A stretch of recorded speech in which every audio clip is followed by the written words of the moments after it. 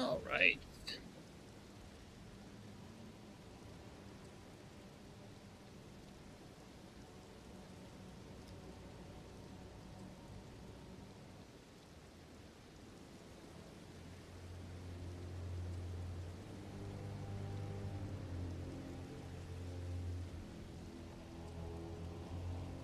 Yo, what's up, plant? All right, I think we should be good now. What's up, Gold Mask? How you doing, man? Yo, Firekeeper, how you doing? All right, so the spells. Do I have these spells, or do I need to do something to get them? I don't have them. I wanted to try the puss spells. Oh, is that one of them? Yeah, it is one of them.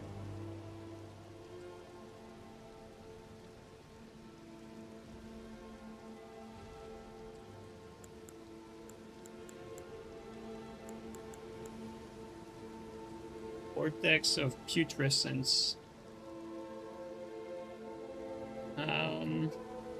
Where's the other one? Let me look it up real quick. Yo, what's up, Baldwin? How you doing?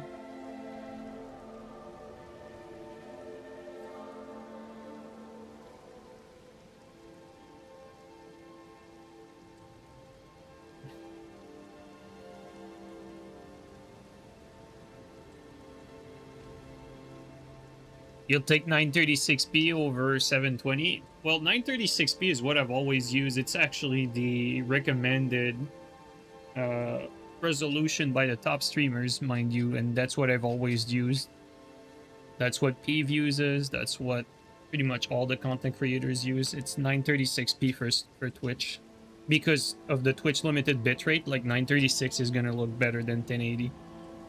That's due to the bitrate limitation. I'm glad you see 936 over 720 though. All right.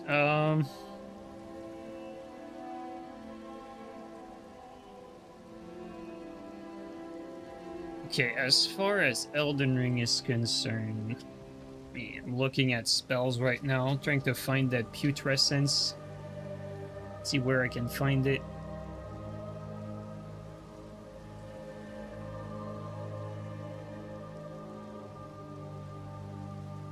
Massive putrescence.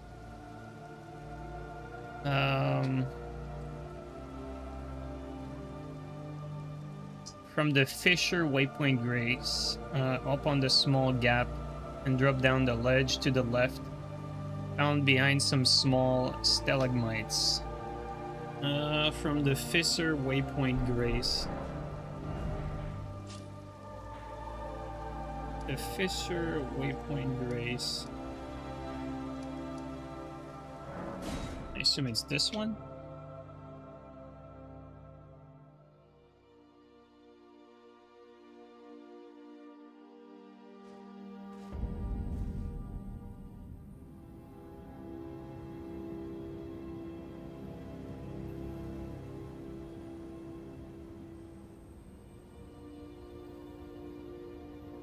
It's in the Fisher place?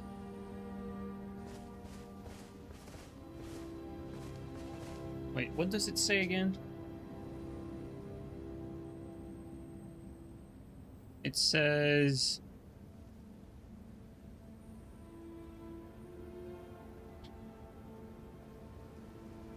From the Fisher Waypoint game, up the small gap and drop down the ledge. Let me see here. What if I click on it? Maybe they have better indications.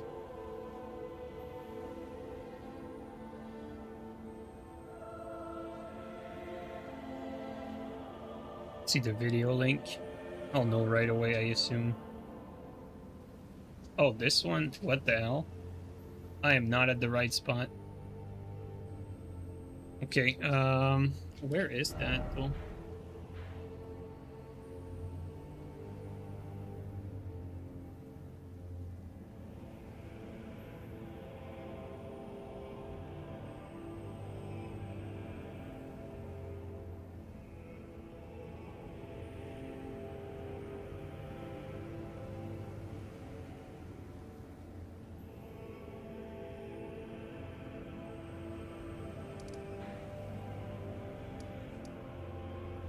Fisher Cross, maybe? I think it should be around that, right?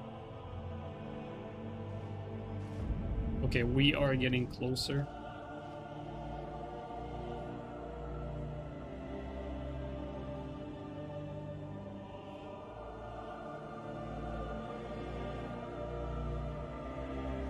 Fire is somewhere deeper. The Fisher Waypoint, this one. One is called the Fisher, and the other one is called the Fisher Waypoint. The Fisher Waypoint was the right one.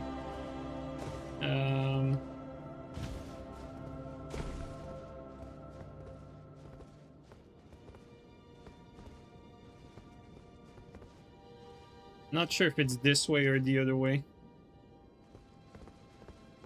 I'll wait for your cue. Is it this way?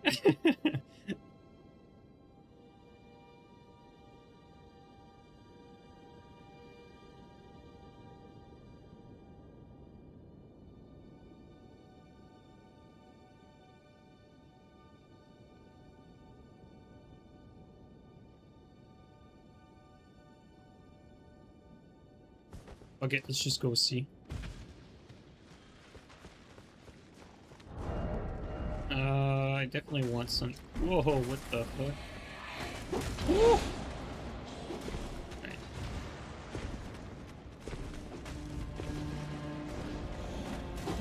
No, that's where I started.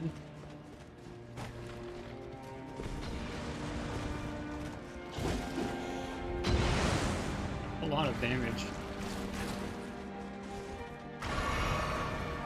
Could it be behind this? No, it's not behind this.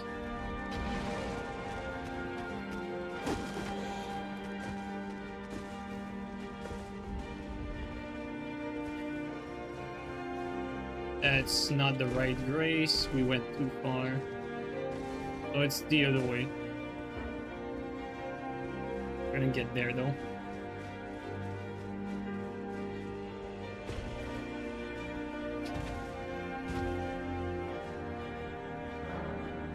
I didn't realize how close these set of grace were.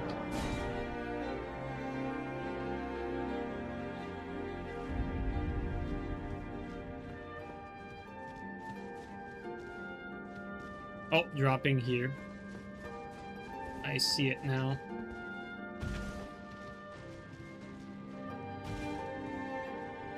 I don't think I've ever I don't think I've ever gone down this path. That's probably why I never found it. There you go. Alright. Alright guys, we're gonna try to use these spells now. We're gonna focus on these putrescent spells today. Because I never played with them. I never played with them and I always found them pretty strong. And we're gonna have access to the Destructo discs. So, now the question is gonna be, like, which staff is gonna be best for this? Like, if I take a look at the staffs...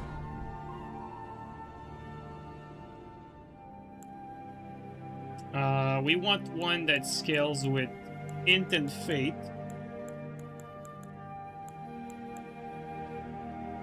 This one is Int Arcane. Gelmir Stone Staff. I don't think this one's the best. I think... Yeah, I think the Staff of the Great Beyond. Or the Prince of Death. I think those two are going to be best here.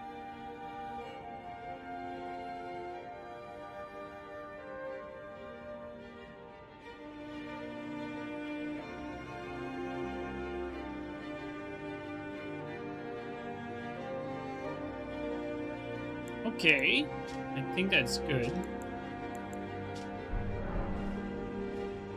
Now, the requirement for these spells are quite high. Let's see here. So, 28 int, or actually 32 int, 26 fate. let's go respec.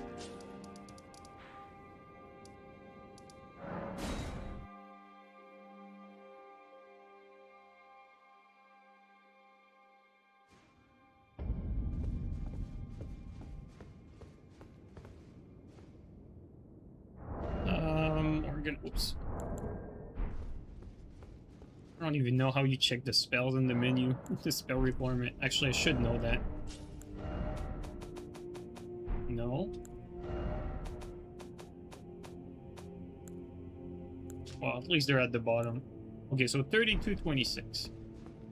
Is it time? No.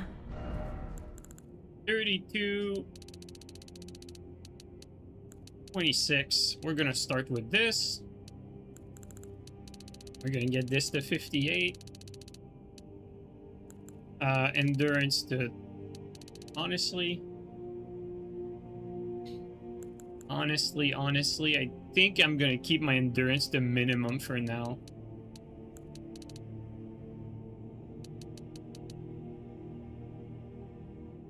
Ah.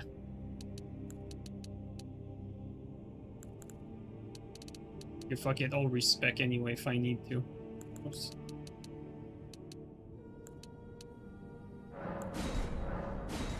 Me not, I would, but... Let me equip the staff first.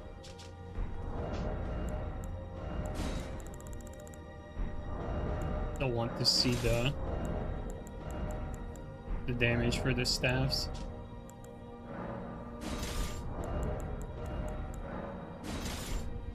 And also check the requirements. This one is 25.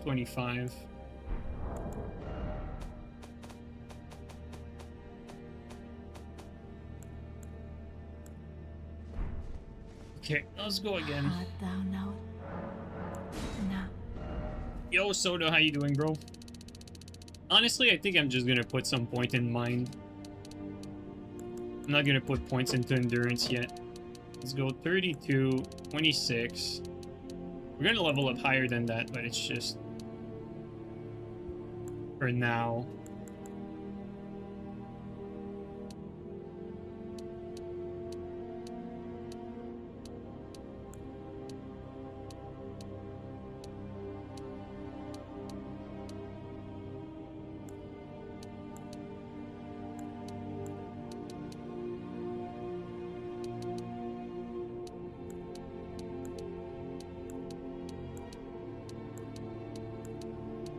The scaling seems to be fairly evenly distributed.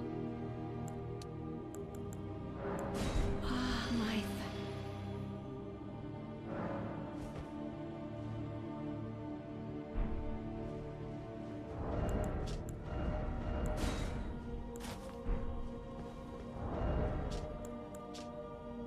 So technically,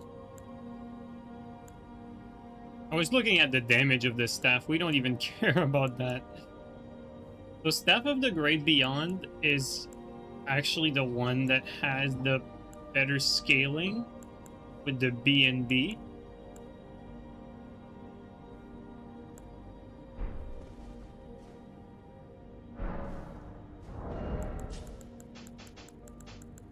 For our talismans, I think we're just gonna go full damage. We're gonna go full damage, and quite frankly, probably something like this. Can you charge these spells, though?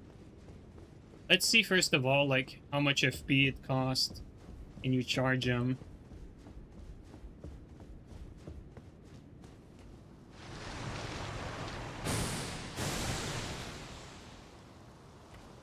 Cost a lot of FP. It's very slow. You can only... Dude, I'm gonna need a ton of FP for this. What about this one? This one seems...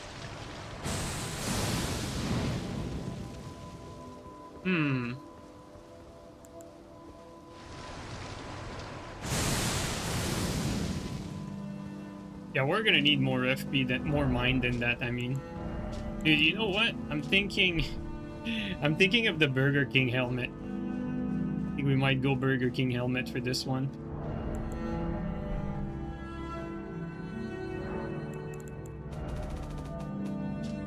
Okay, Burger King.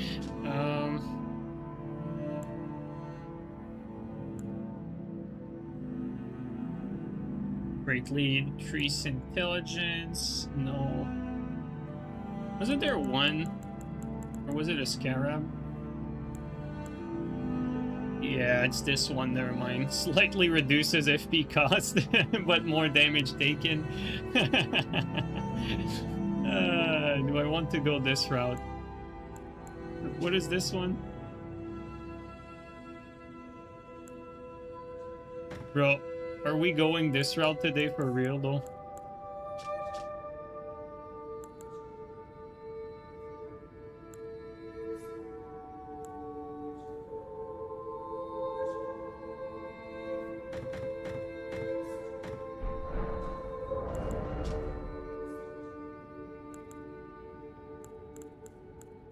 This one is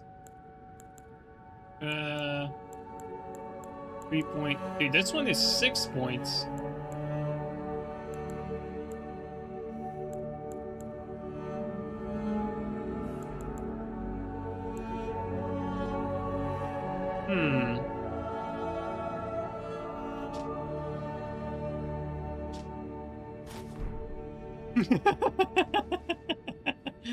You know what? I think we're gonna go with this today.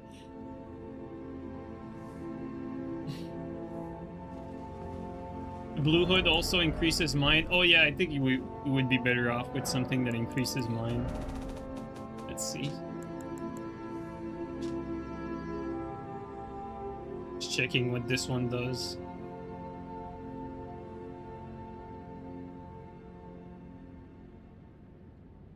Wait.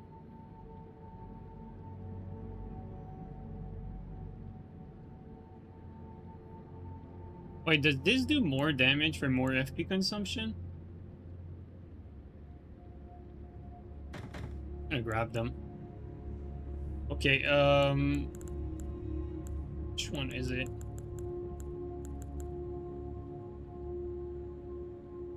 This one increases mind. Looks like there was another one I'm forgetting about. A big hoodie. The one like looks like this but blue. Well, there's this one. Oh, it's not the right one.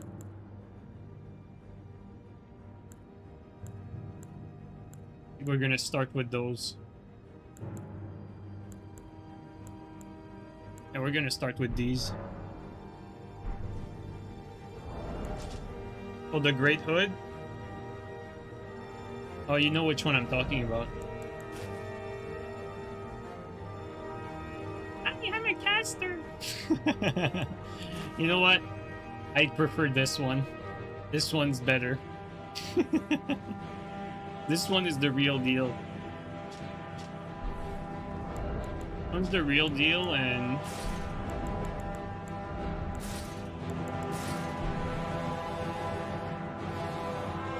this would be peak fashion too. We need to make it happen. This is gonna be our fashion.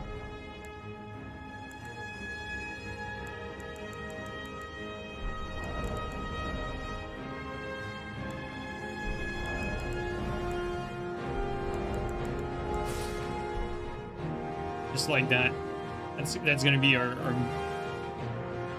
lore master helm indeed. Okay, oh, also, I still don't know.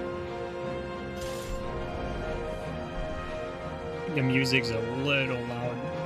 Let me lower that music just a bit. I'm going crazy right now.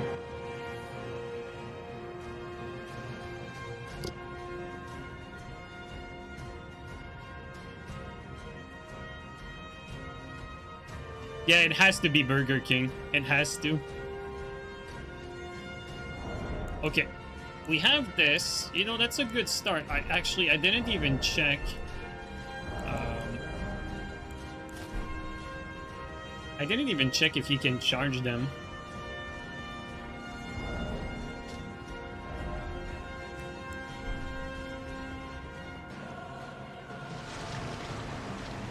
Oh, you can charge them. Yeah, you can definitely charge them. So This here. Only mass can be, not the vortex. Okay. Okay, so this is gonna be our talisman slot. At least we have this that we can work with.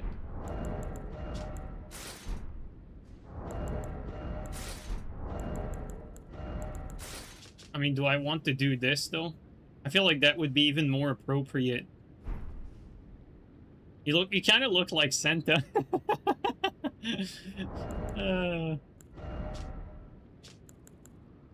This is just better defense, though. We're gonna go this route.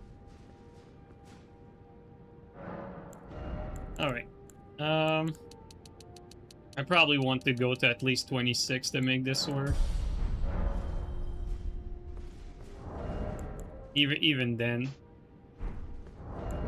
I'd probably want the Azure Staff in the offhand. Either the Azure Staff or we go with some melee weapon, which... Azure Staff requires 52, though. Interesting.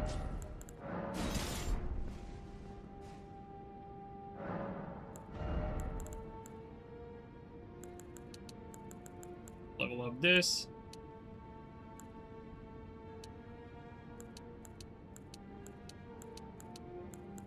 Let's go... Can we get 50-50 going? No, we can't. Alright, let's go 40-40 for now.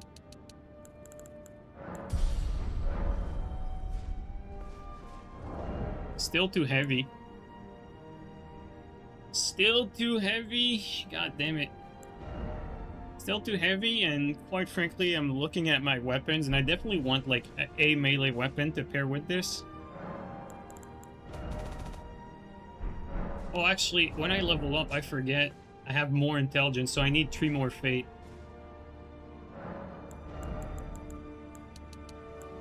Like that.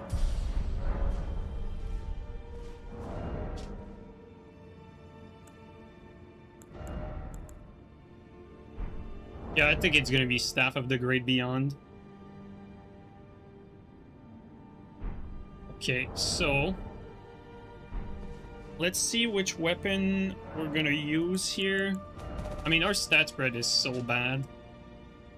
I think it's probably best to commit to at least either Fate or Int for the rest of the point allocation, just to be able to use a melee weapon with some damage. Quite frankly, I don't know which one to use.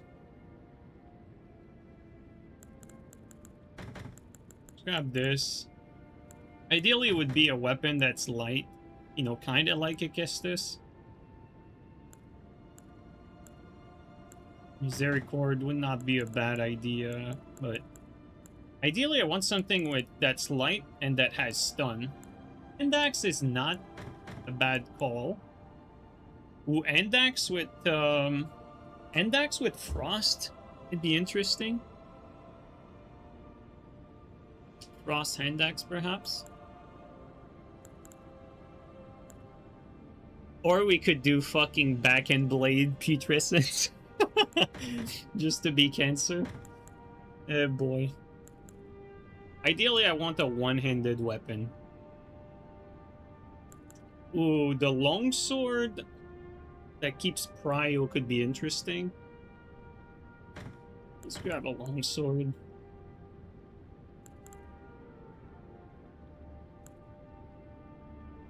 I think it's best if I level up intelligence a little bit more, because my physic is going to be magic damage. So in order for this to benefit my melee weapon, I think you need to go magic route, now that I think about it. Let's take a look real quick at the weapons, and we're going to move this way.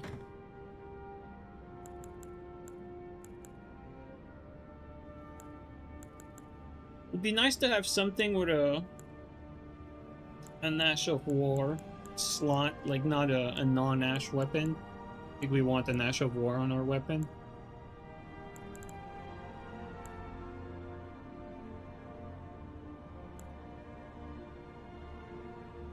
Trusting Sword is just not very good for Elemental. Same thing, One-Handed Curved Sword, not very good either. And they require dex anyway.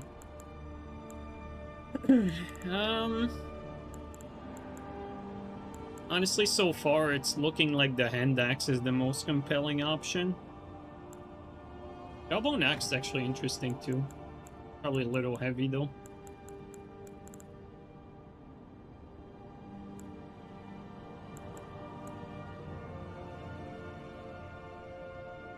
Heartsteel Dagger with magic infusion? Can you do that? Can you do Dude, that would be kind of funny. Oh man. Heartsteel Dagger with magic infusion, dude. I think I want to try it just for the meme. Sword of Night and Flame would actually pair well with this because the scaling is all over the place, just like our build. Actually, what else is there that has terrible int and fate scaling?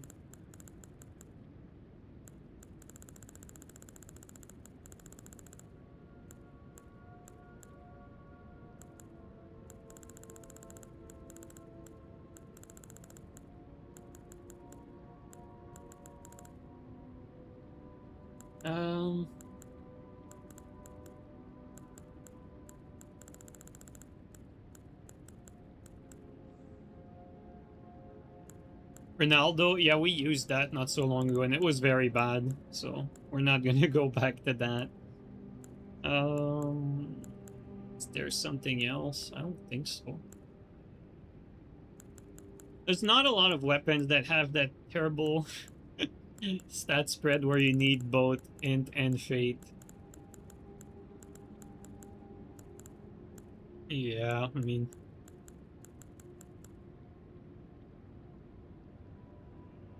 Unironically, if we... I think we can two-hand the giant finger. I think we should grab one, just in case. We can two-hand it. Oh, that's the Smith script spear. More of a dex weapon, really. Okay, well,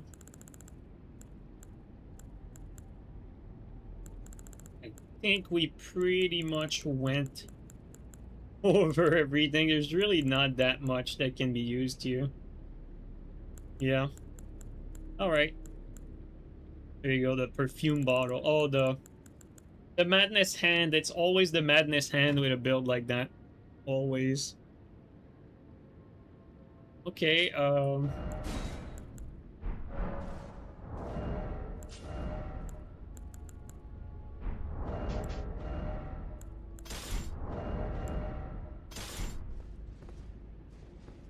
I think Madness Hand actually makes sense, but we played with it a lot. I think we probably want to build the weight at least for this weapon. That we can use the R2s. Dude, 680, and what if I just put like a magic infusion on this? I bet the weapon gets out damaged by just a Lord Sword.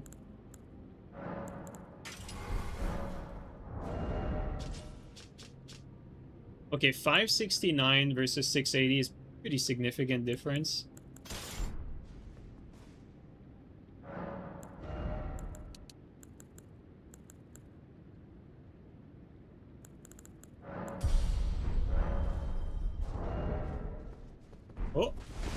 Oh, we good. Alright. And we should be able to two-hand this. Now, I think for the rest of my points, I think we're gonna put that into intelligence to be able to, you know, do decent damage with a magic infusion, I think. Or, what's my staff at again? 306. You know what? Let's just...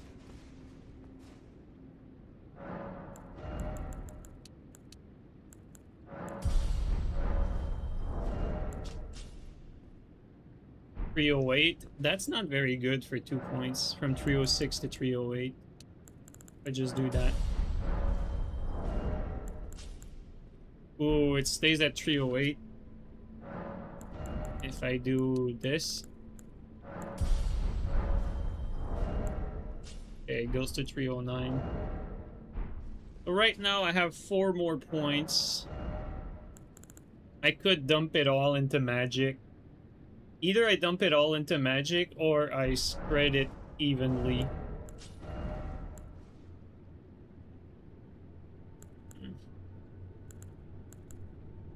It's like, it's gonna be like, will I be using like some of these other weapons? It's either I put more damage into my weapons. I think I'm gonna go 50 int. I think that's the play.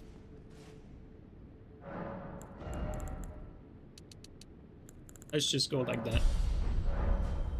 Actually, no. I shouldn't do that. I should put more points into mind instead. Alright, well, anyway. I think we're gonna play with that, it seems. Okay, the damage difference between this is... You know... What about Magic Infused Axe?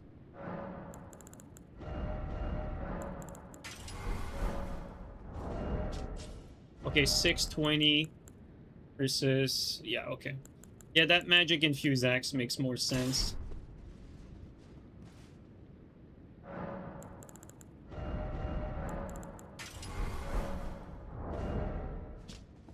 Yeah, 623 here. Okay. Okay, we're gonna try it like that, guys. This is gonna be something. Eh boy, eh boy. Alright. Probably gonna make an inventory, but...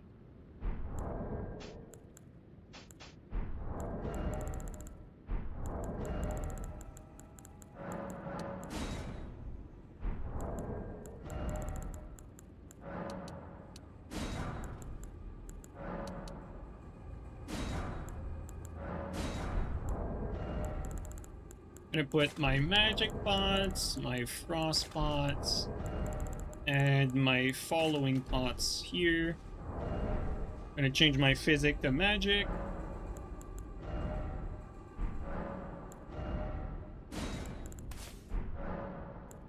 And for the spells, I mean...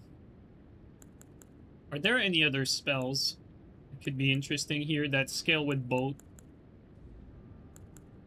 Like spells that have wacky scaling. I think the nail is always good to have now that we tested it. Actually, we can use this. The thorn one actually seems like it could be decent on this. I forgot which one is which though. We're gonna change area to set this up. Should put a bubble spell in there. We can't because its bubble spells are arcane.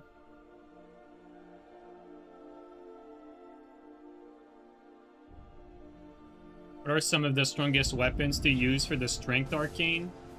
Honestly, twin blades. Twin blades are pretty busted for the arcane stuff. Any weapon that hits multiple times quickly or does like fast hits. Like Milady is good with that sort of stuff, you know. Hada is good. Rusting swords are good. Twin blades. Earth swords, you know.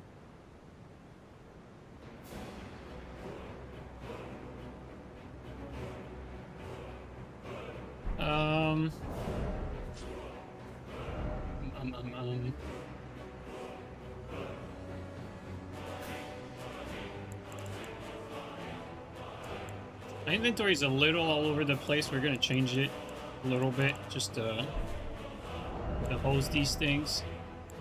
I'm gonna double check the damage difference between these. Yeah, we're gonna stay with that staff.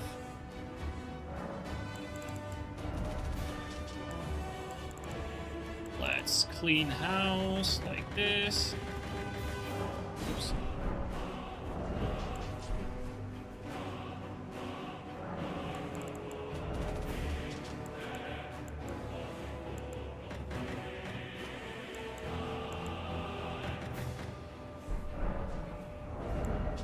Okay, inventory is good like that.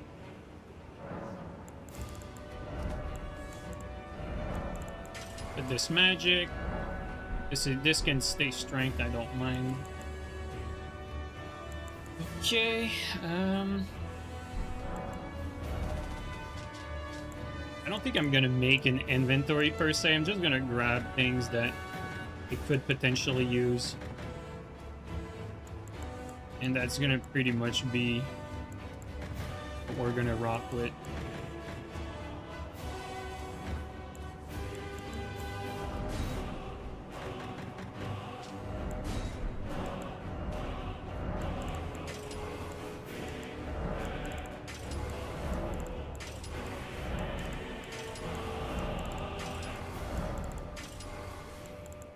Gonna have one magic axe with, if I go ender,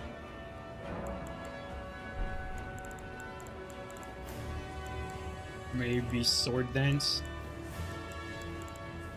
or storm stomp into putrescence could be worth trying. We're gonna try that. Oops. And then I want the other one with frost.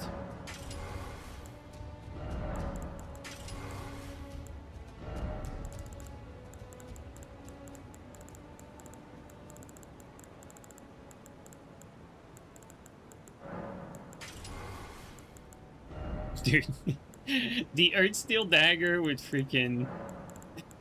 Dude, we should do that. Oh, the Earthsteel dagger loses its fate damage, but man, Cragblade, Cragblade with magic Earthsteel dagger just sounds so goofy. I almost want to try it just because of how stupid it sounds. Like how to not use a Nerdsteel dagger, basically. Like, what's the AR on it? 414, dude.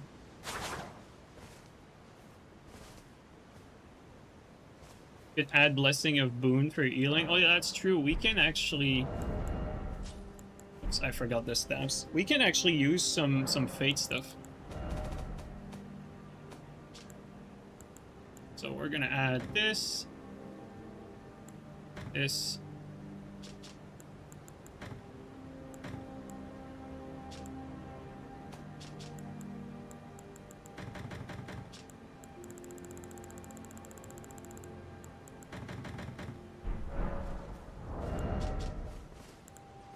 Alright. I mean, this should be stupid. Technically, I think I want this in the offhand, and then...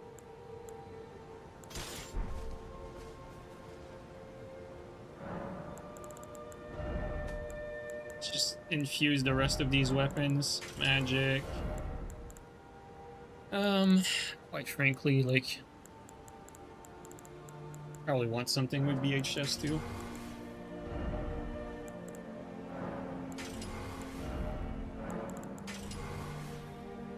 I think weapon-wise... we're good. Maybe Storm Stomp for this one.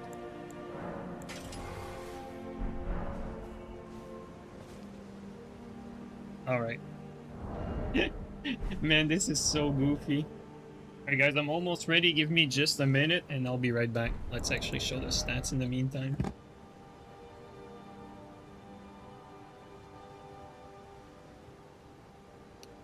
Wait a second. Okay, I wasn't muted. That scared me for a second. Alright.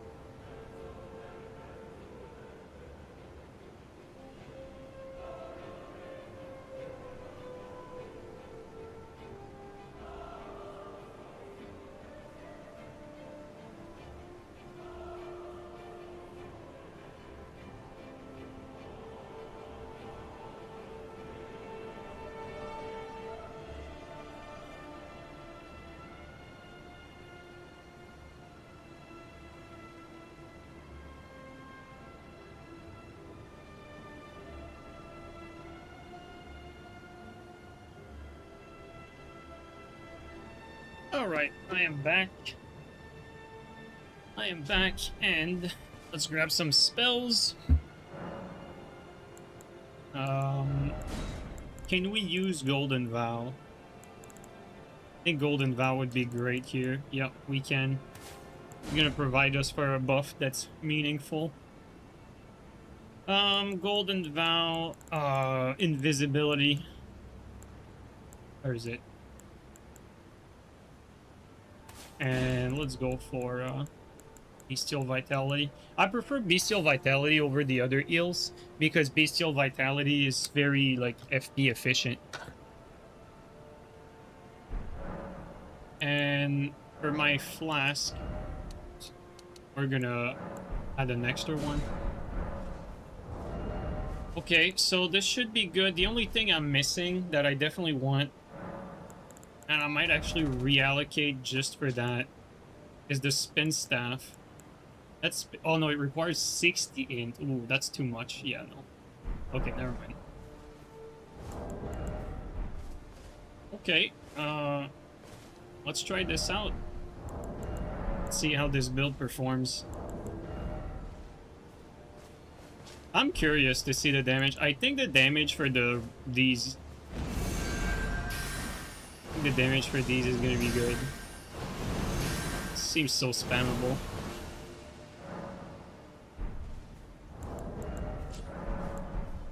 What's our defense like? Our defense are pretty good at 35, 31, 35, 33. This is some pretty solid, like, defense overall. It's just that we don't have the defense physic, per se. But it should be good.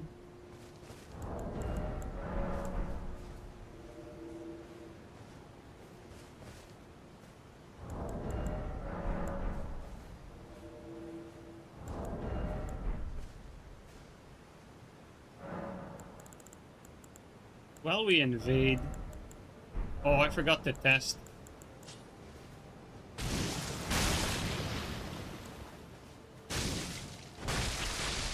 Yeah, this one is the one I don't want. We want to get rid of this one.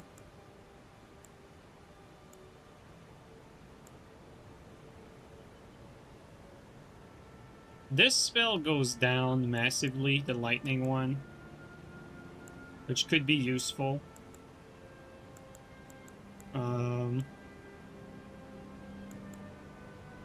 We're not gonna go gravitational missile because it's too tempting.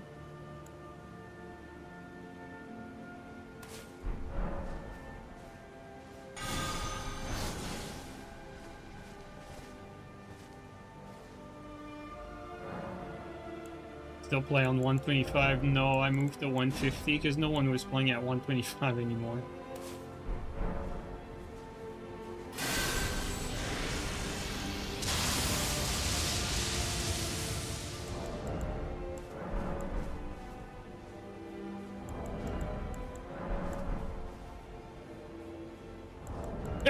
Oh, I'm sorry.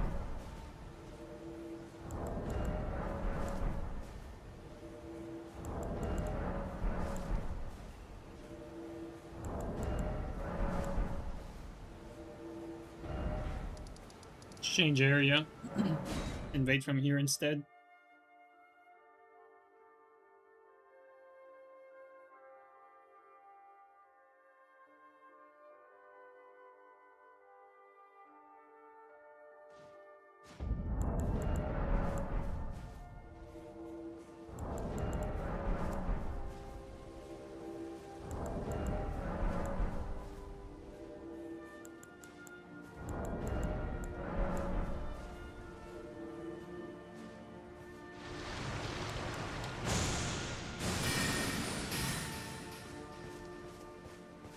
I wonder if, like, you say use Comet. I wonder if Comet would be a good idea, like, to do, like, some sort of combo, like you do the Putrescence thing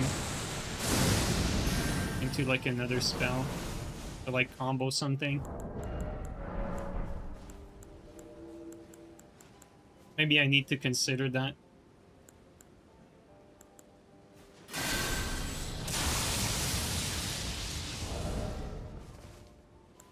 Also, perhaps it will be a better idea to just go Radagon.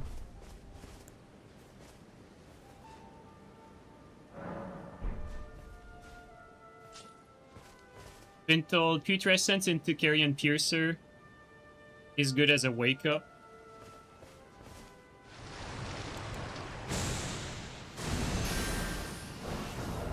Like, if for instance I go like this. Wait, are you serious? I cannot use it? Wait, how much FP does this thing cost? Holy shit. Do spells cost more with this? Yeah, they do, okay.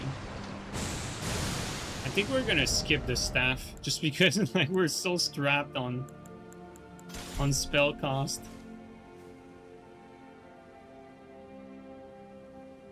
The AoE around you is better. I mean, it's gonna depend on the situation, obviously. But I never really used them, so I mean the goal is to kinda give them a shot. You got Skyrim working on your phone with an emulator? That's kind of cool. Crazy that it even runs on your phone.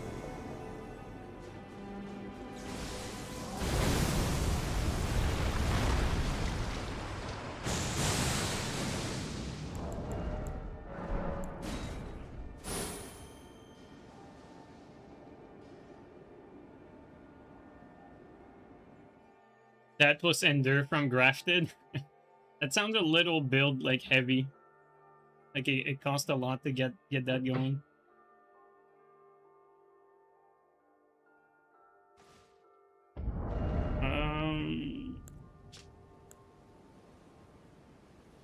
Considering like Ender options right now, I only have Kestis, which quite frankly, not necessarily the Ender I want.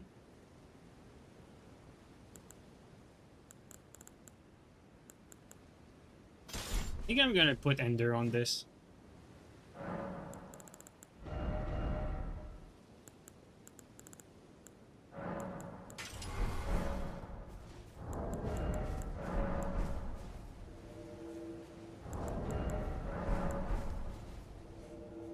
You play any big Skyrim mod list? Well, last time I haven't played Skyrim ever since I did my my permadeath run. Ever since I succeeded in my permadeath run, I did that on my own, like for my own fun, because I really like Skyrim. And I did a survival mode, unofficial patch, unpaused menu, legendary difficulty, no legendary skills, permadeath run. And it took many tries, but I finally got it. Like, once you understand how to do it, it's not necessarily hard. What's hard is staying focused throughout the whole run to not slip up, which in the run that we succeeded in, I almost died in that run at the very end in the dungeon before Alduin. Basically, I got thrust down off a cliff, but I was wearing full heavy armor, so I survived the fall. And also, I actually had potions on a hotkey, and so I drank a potion that gives me bigger health bar before touching the floor, which unironically saved me.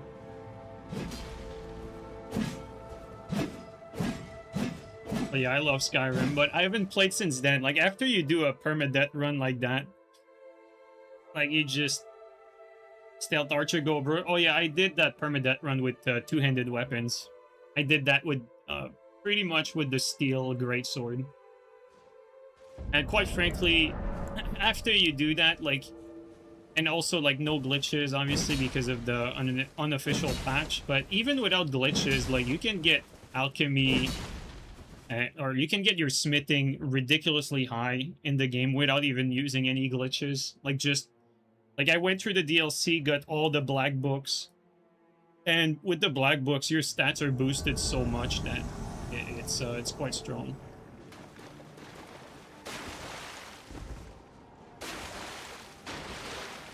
Alright, we're gonna see if we can find some PvE to help us here.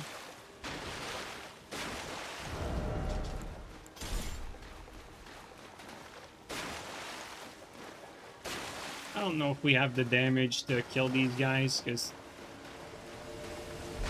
You know, I've not even shot a single spell at players yet. So it's gonna be interesting to see how it does.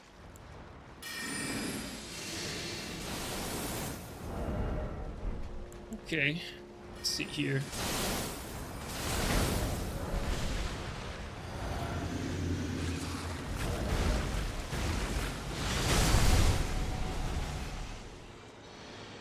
Oh, he debuffed me. These mollusks are usually not very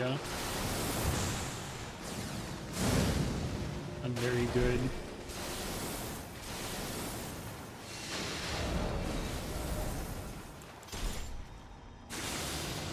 See if we can find some better PvE to help us.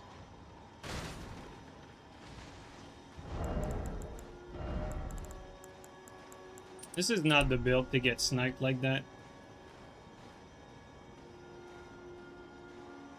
Quite frankly, I don't really know which PvE could help us here. We're gonna see what we can find. We're gonna get outrun also because our stamina bar is quite small.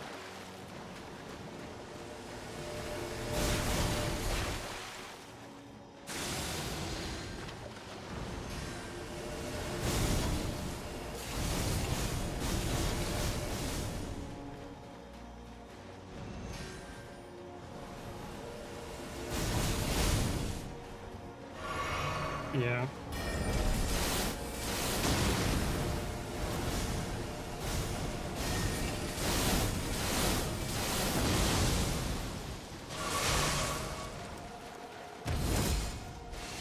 Our stamina bar is too small to fight here.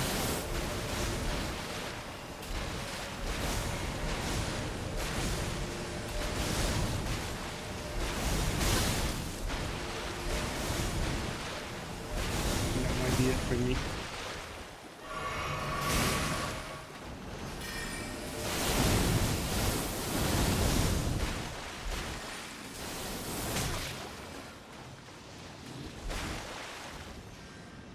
That's it.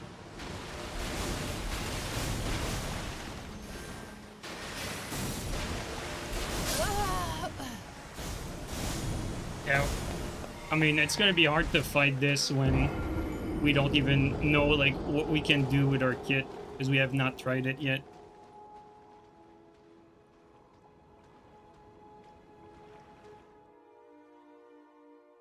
Kind of a tough invasion to start with something you've never played with before.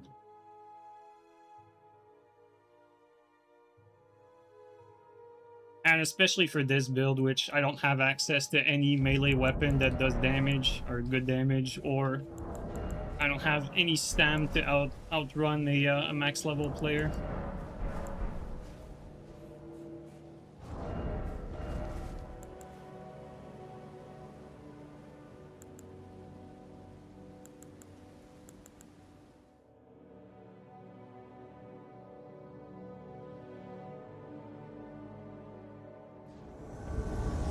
If you separate these guys, though, they're really bad. Like, if you separate them and they're alone, like, they die right away, but they rarely separate because they're too scared and they know they're bad, so...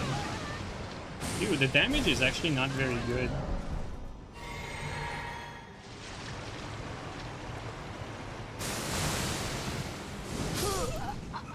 Okay, we need to charge it. Okay, we need to charge it. Put this on.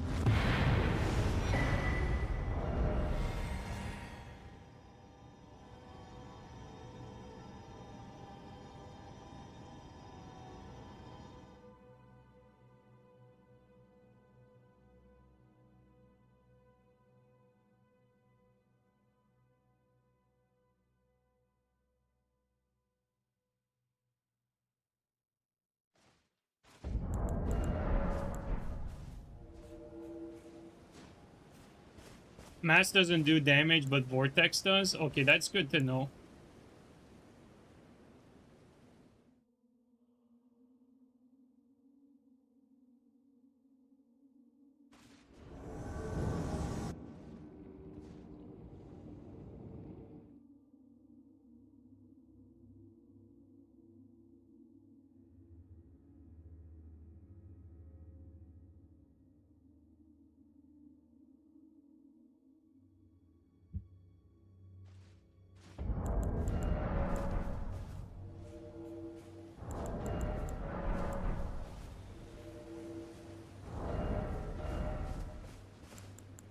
The AoE plus Ender. We're gonna try it.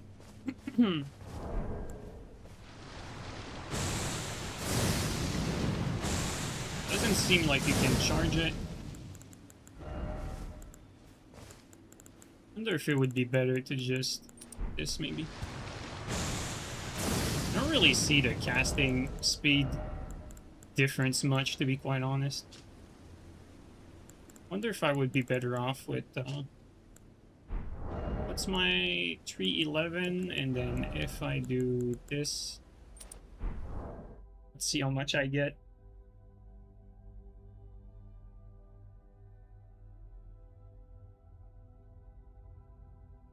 Don't waste your time, just use gravitational missile and comet.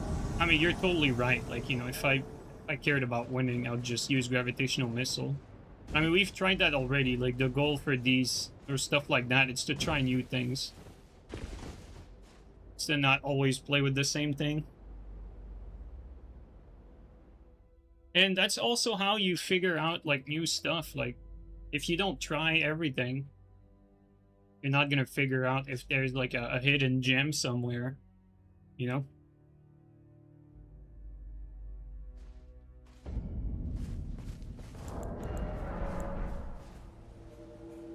Yeah, what's,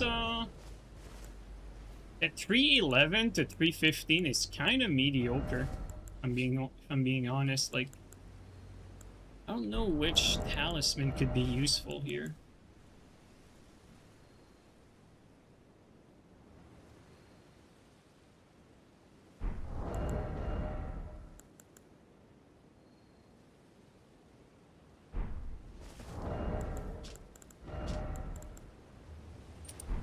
Let's put this for now.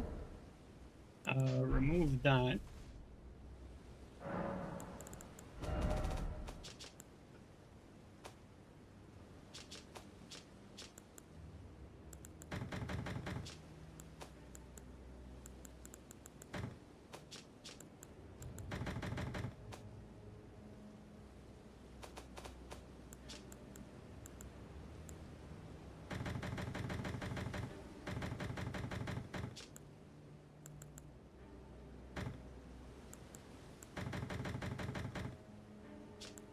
Okay.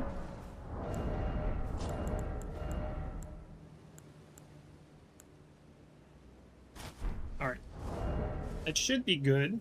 So basically what I did there is, if I need to, I can swap to this and then have the crossbow as a backup plan if I ever need to. Although, quite frankly, I don't really know which talisman we could use here. Something that gives us better damage. No. It's rare that I have, like, a talisman slot like that and I don't know what to do with it.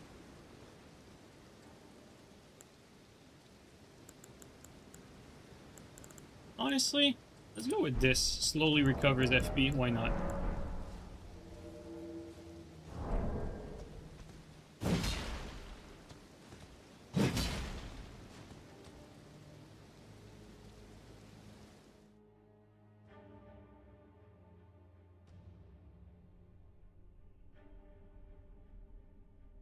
Madness Hand and Telly. I know I have Madness Hand, but we've used it, like, plenty. New players in there. Hey!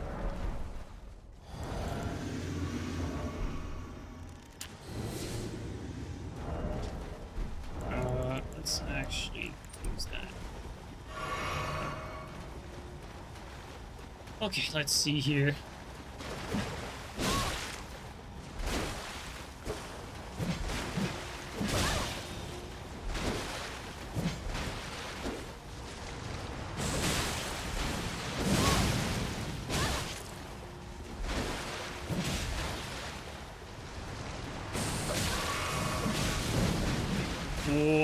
Oh, barely.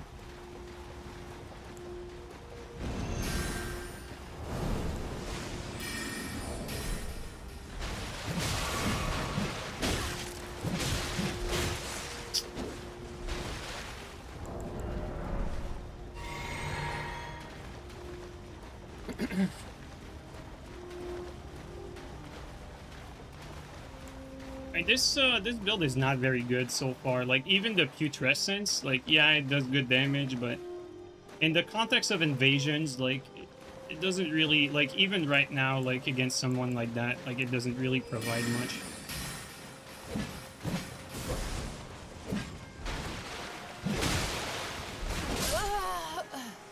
Insane rune arc though.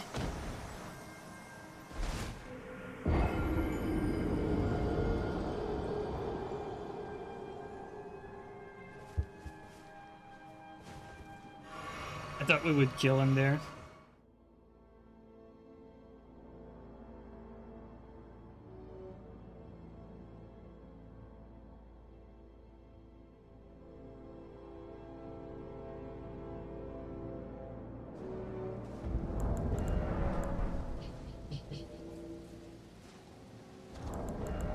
Like against that guy, for instance, I think we would kill him if we just don't use any spells and we just mirror him with a straight sword instead of trying to use our spells.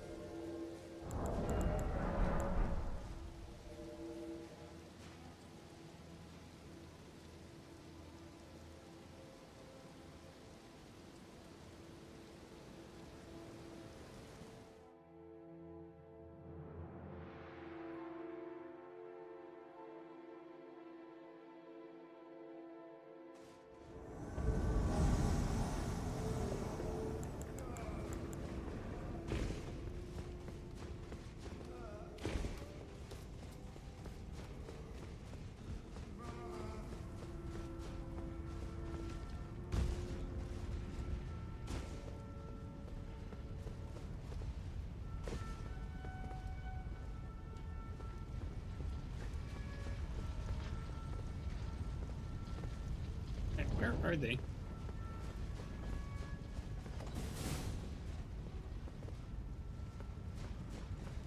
Cool.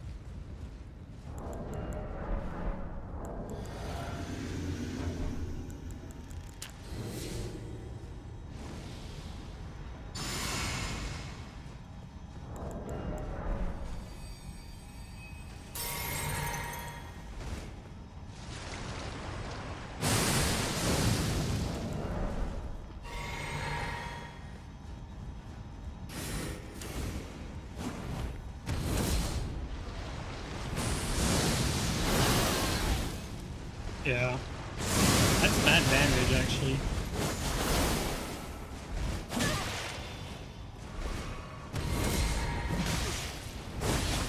But these guys don't even have a lot of HP.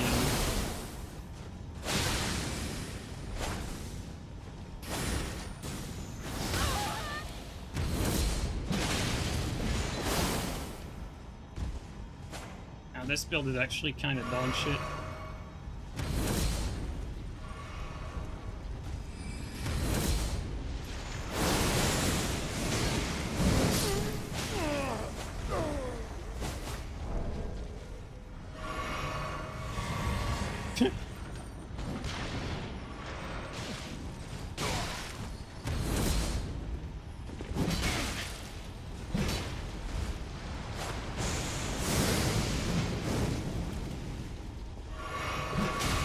But it has the potential to hit them twice.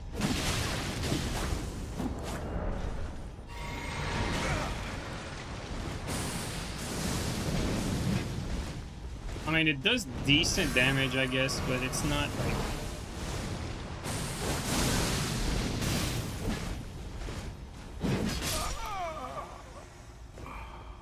Like, it's not bad, but you need closed area to make this work, I think. And also, I don't think it's worth it for all the other sacrifices you have to make for a build like that. Like, you need points in plenty of different things.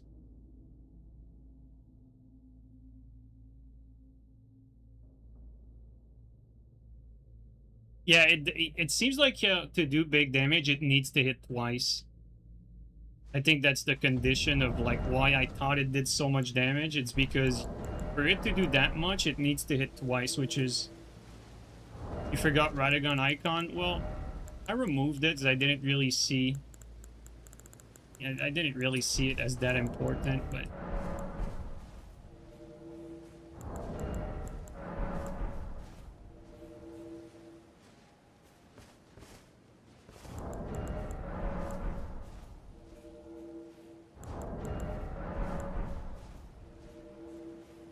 Maybe the cold proc could help burst. Well, I mean, the spell actually does cold proc.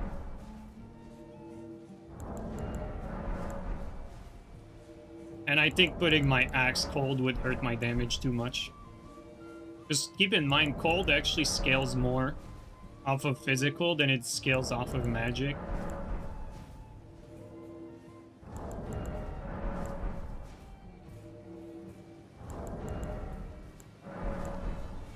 Is there a reason why not more mind? Because you want the spell to be able to do, like, some damage. And I'm not going to be able to cast 3 of those. Or not this one, actually. I'm not going to be able to cast 3 of this one. Actually, maybe I could if I invest a little more. I thought it cost a little more than that.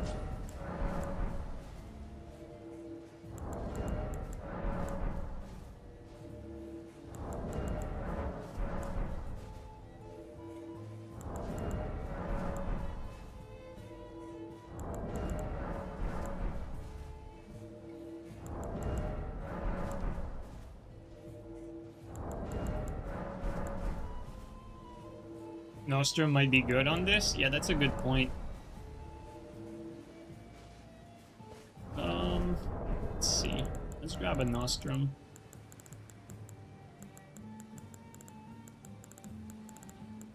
Wait. I need to craft them? I think I might need to craft them.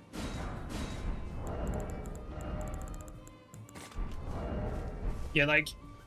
I think we're going to start a buffing routine before we use this. We're going to use Golden Vow, Bestial Vitality, and Nostrum. We're going to try that.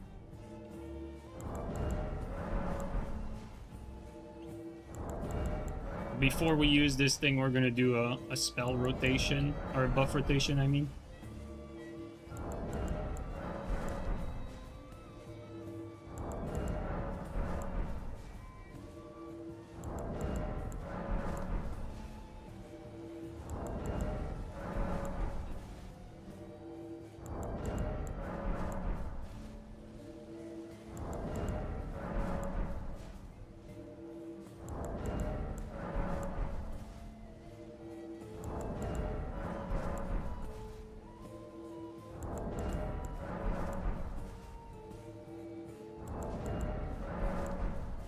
And this game is so dead nowadays, it's crazy.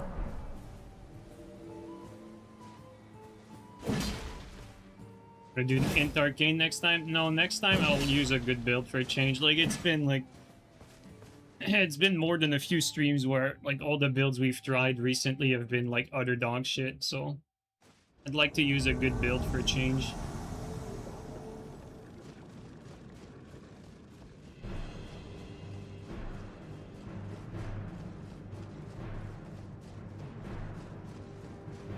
Yeah, Steel stole my invasions.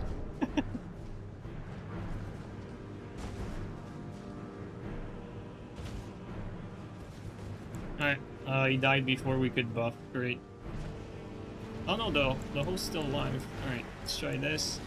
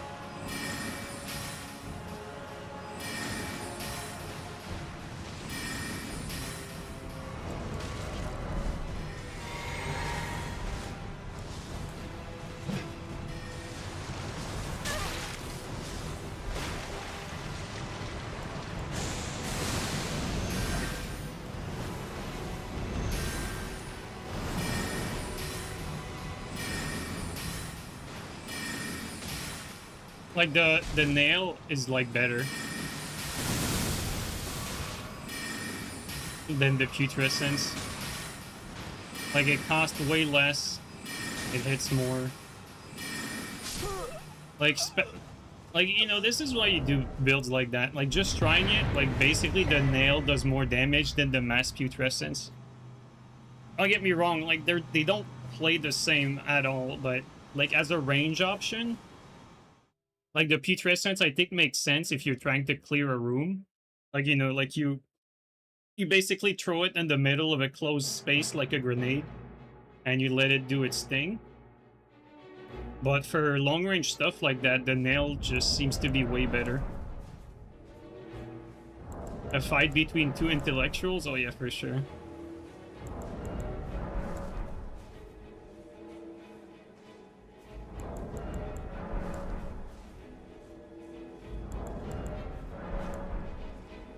But like the nail damage was the same as putrescence, even a little higher.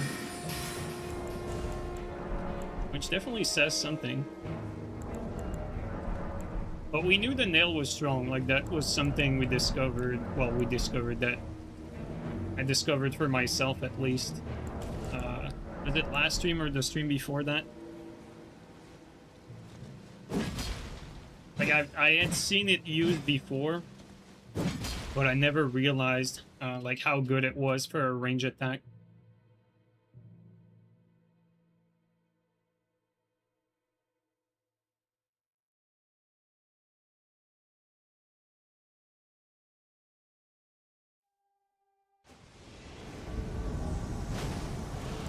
Oh, this is my favorite map though.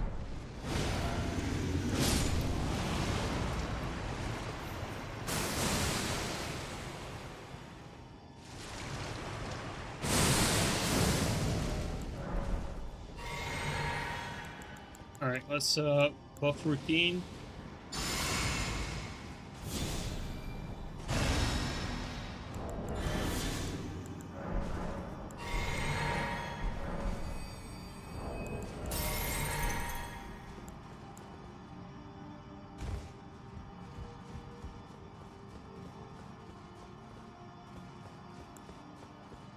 Alright, let's try this out.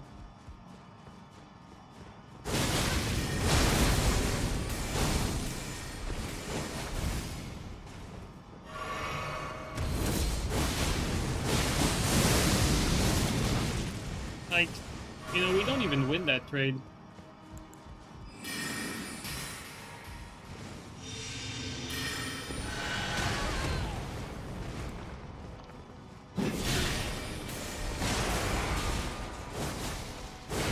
Great fucking game.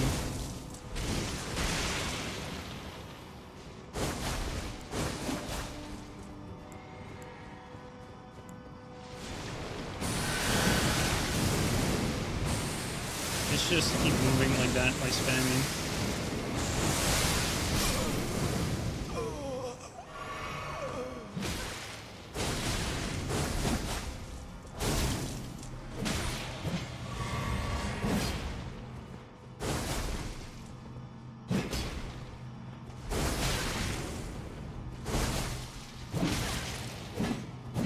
Wow, it missed.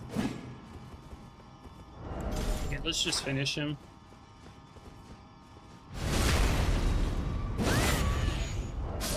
Okay, so unironically, so far, it seems like the best course of action is just to walk forward and spam that spell.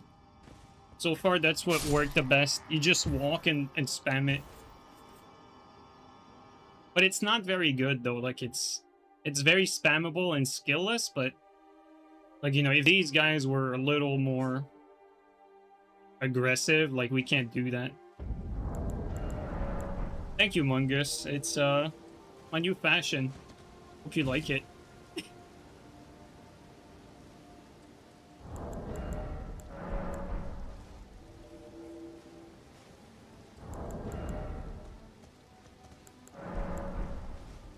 Okay, so next time we're gonna try spamming the vortex.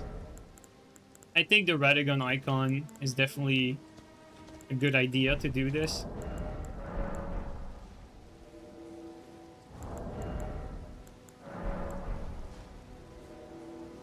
But it seems like you, like, don't get me wrong, Like, between this and Gravitational Missile, I mean, the choice is quite clear. Like, Gravitational Missile is just way better, and Gravitational Missile has a better stat spread, because you can commit to, like, 80 magic or 80 int with Gravitational Missile, which is a better stat spread than this, which is split between Fate and int.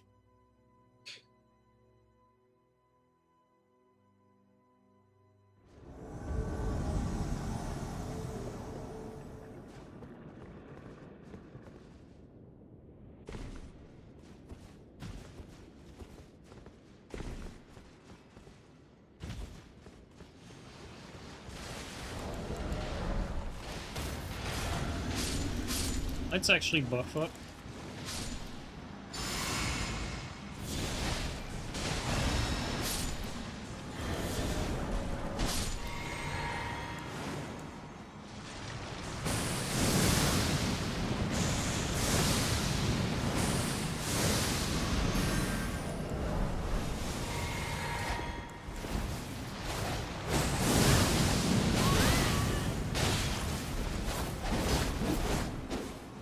It's unfortunate we can't finish him.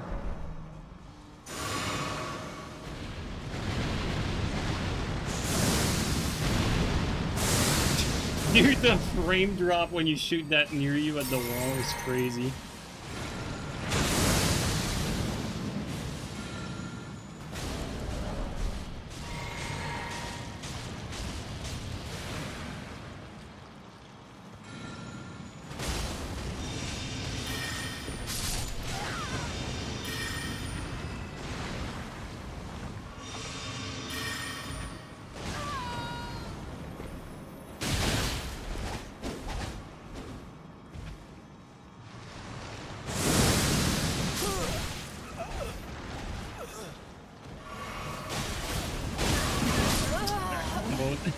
This is so bad. You need them to like walk into you. The pot is better than most spells, yeah. Unironically, if we just kept our distance and just spam pots, I think we would have been better off.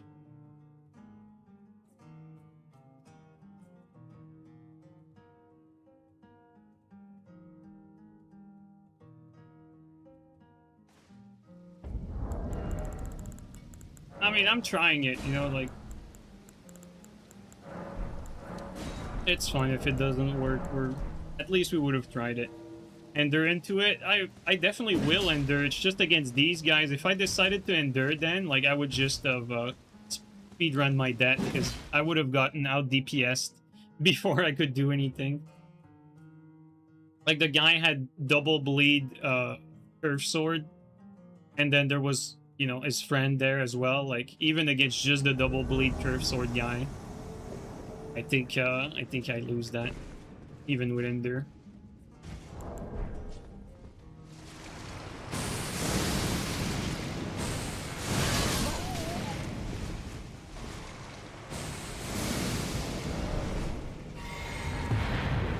This is basically like complete skillless gameplay. Like, your play is just to sit there and spam this shit.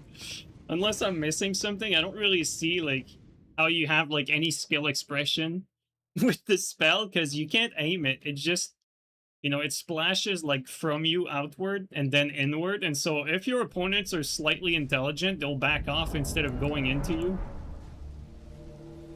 Like, I don't see this being very good unless they have nowhere to go. Like, if they have nowhere, if your opponent has nowhere to go, then obviously this can become dangerous. But other than that, it seems like, you know, another case of worse gravitational missile, basically. Because gravitational missile can pretty much do that already, except a little safer.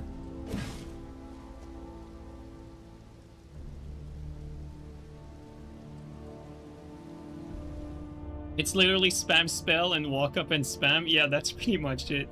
I mean, it's fine. At least we tried it. I was very curious about this spell for such a long time. I thought it was gonna be better than that, especially the other putrescence one. You know, the first one.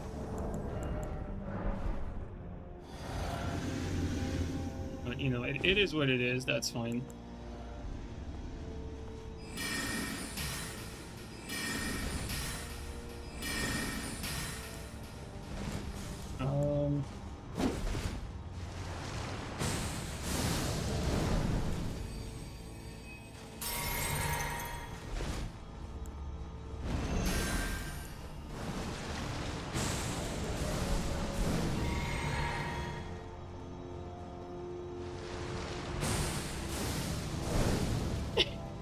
We basically cannot do anything. Alright, what do I have here? I think I'm gonna be best with this. Yeah, let's just walk here.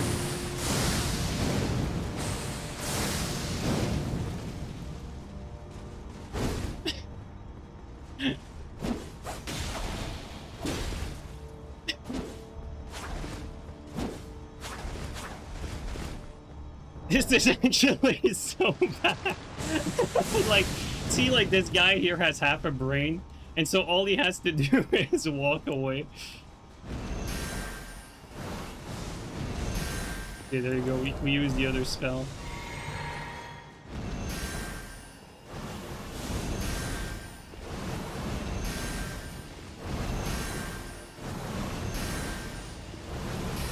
Compelling ass gameplay, guys. Did he just heal? Dude, the guy just fucking healed. Like, that's like our only source of damage is pew pew like that. It's so sad. And then he switches to CS, like these people suck, like seriously.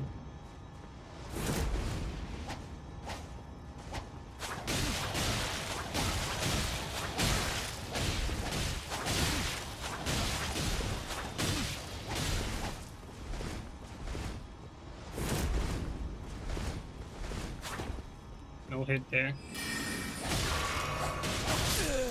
And garbage ass player goes down. Bro, how are you gonna snipe for a duel and then just fucking heal? Like, these people suck ass. Like, this build is trash too, like. This build is complete garbage.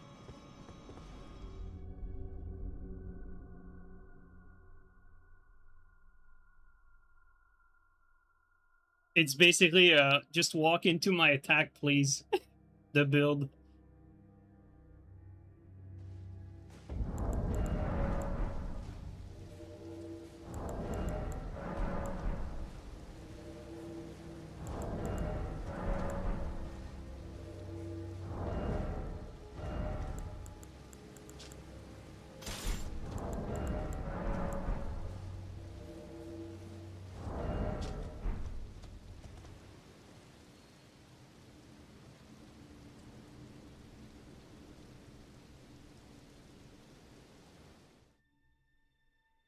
Pretty sure even the players with brain cell would fall for it eventually. Maybe if they get tired.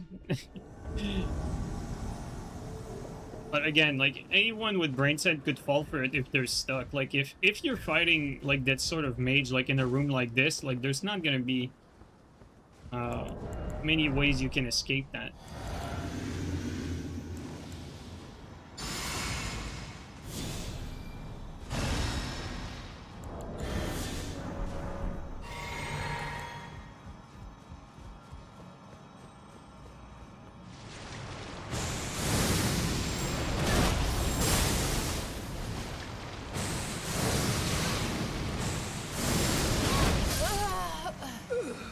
Like, the only way they die is if, like, they play stupid like this host and just attack into it. And even then, like, they don't get hit by it twice, they only get hit by it once. And so, like, doing that much damage is not, like, it's not enough for you to, like, put yourself in a vulnerable position. And it's not very rewarding to kill people like that, because, again, you have, like, you don't free aim anything, you don't time anything. Like, it's literally just walking and spamming one button. That's all there is to it. It's definitely not it.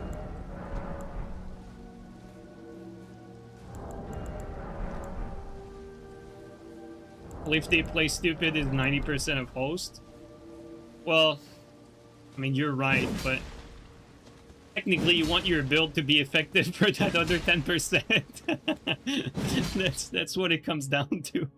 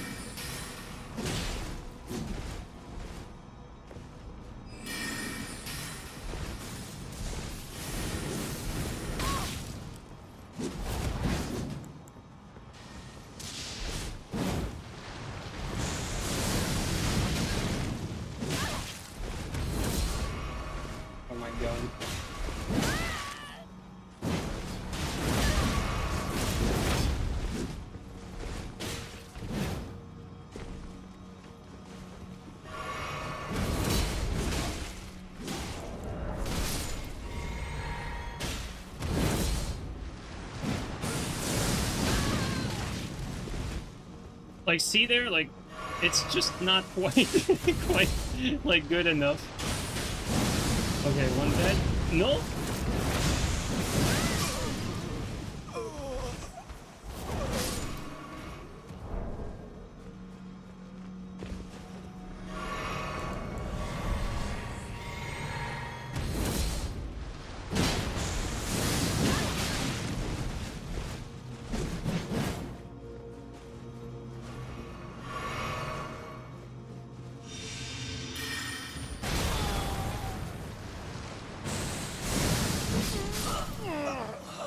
Bro.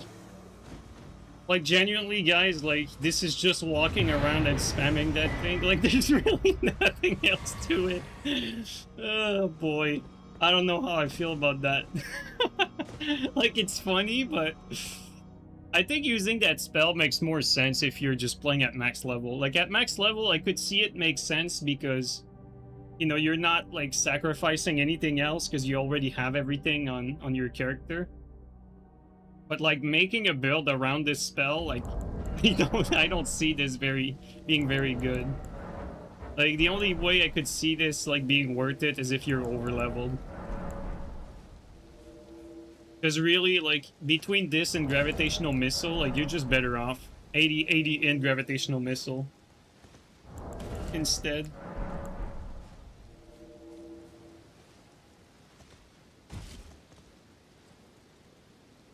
You completely forgot what causes it to hit twice. You always used to get hit twice and less jumping. To be quite honest, I think me too. I always get hit twice. Does this even go through walls? I don't think so, no.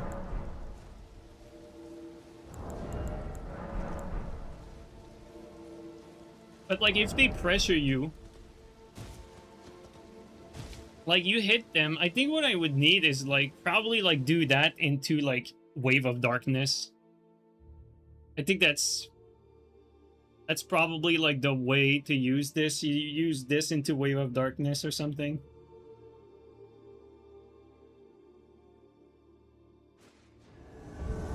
Oh, nice. My favorite map. Let's go. I really like this place. It's quite fun.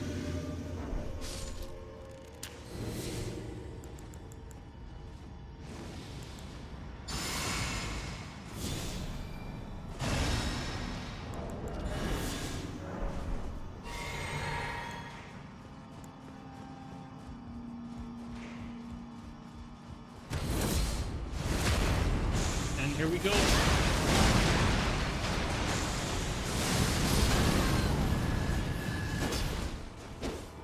Like, he out-damages me, basically. Oh. We won. I'm telling you guys, like, this is not rewarding whatsoever. It's like, you win because they're really bad, not because you do anything good. Like, it's just walking and spamming. Like, the spell does all the work for you, but it also requires them to fuck up on top of that.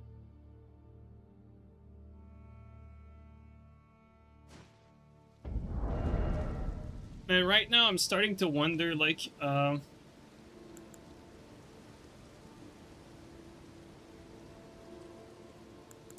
what's the stats requirement for this? I think, no, 19 is too high, god damn it. Because, like, I'm thinking, like, can I just put Wave of Darkness on something and call it a day? Maybe it's fine. Actually, if... No, it's gonna be too heavy. Dude, maybe I can do that. Let me try something.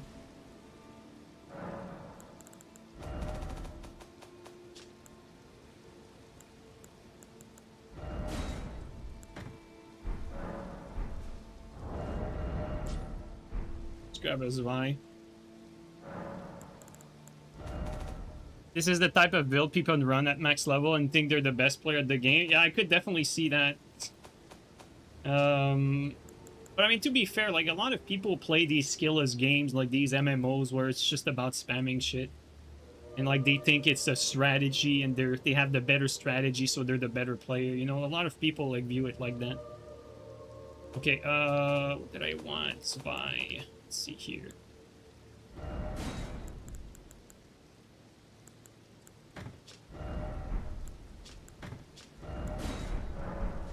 Okay, I want to try. Oops. Let's replace. Let's replace. Let's replace silver tier. Oops, not this.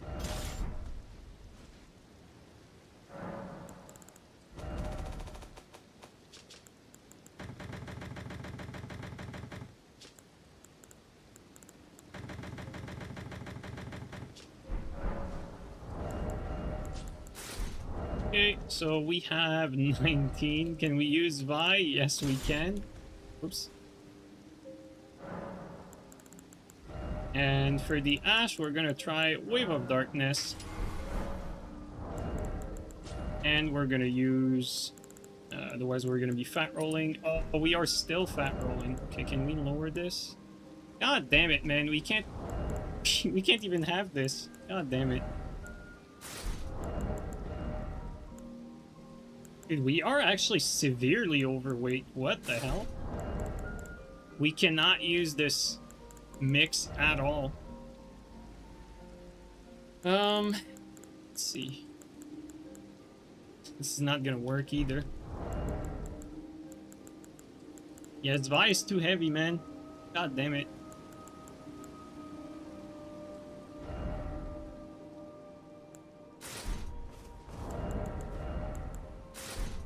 Fuck it. We're committing to the fashion, guys. We're gonna try one putrescence into wave, see what happens.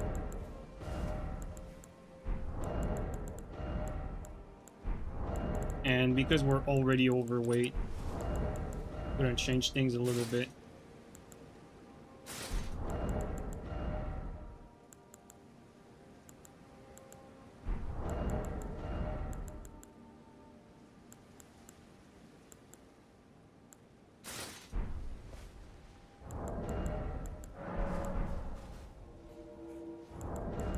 So we're gonna try Vortex into Wave of Darkness. Why not? Let's just commit to the meme.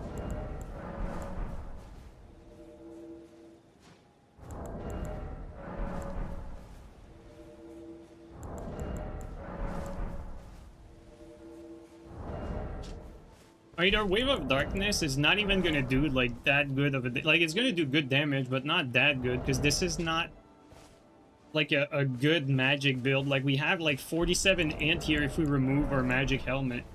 Like, it's not even like good for that. Man.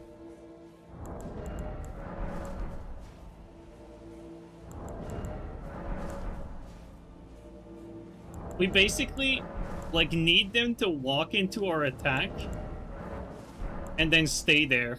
Because even if they walk into it, I'm pretty sure they could roll the Wave of Darkness afterward. So they need to make 2 mistakes for us to land our combo. Which I don't think is gonna work, but I mean, that's why we're here.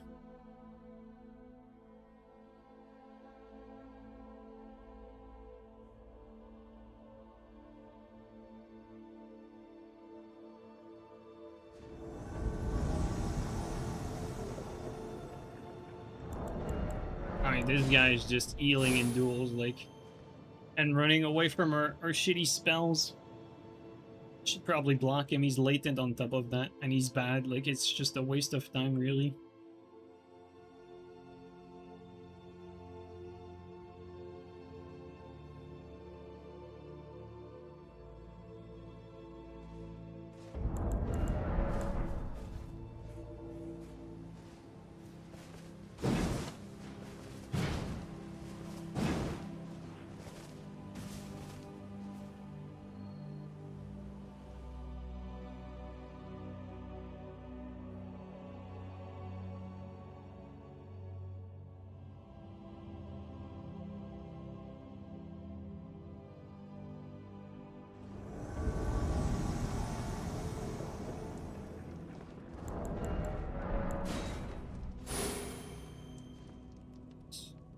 Come on, you stupid PlayStation.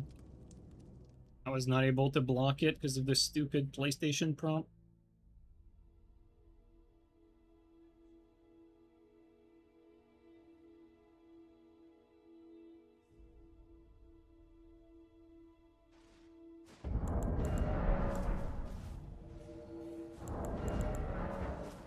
That's the disadvantage of the activity being so low like that. It's like any scrub can snipe, and we don't have the opportunity to try out like new things like that.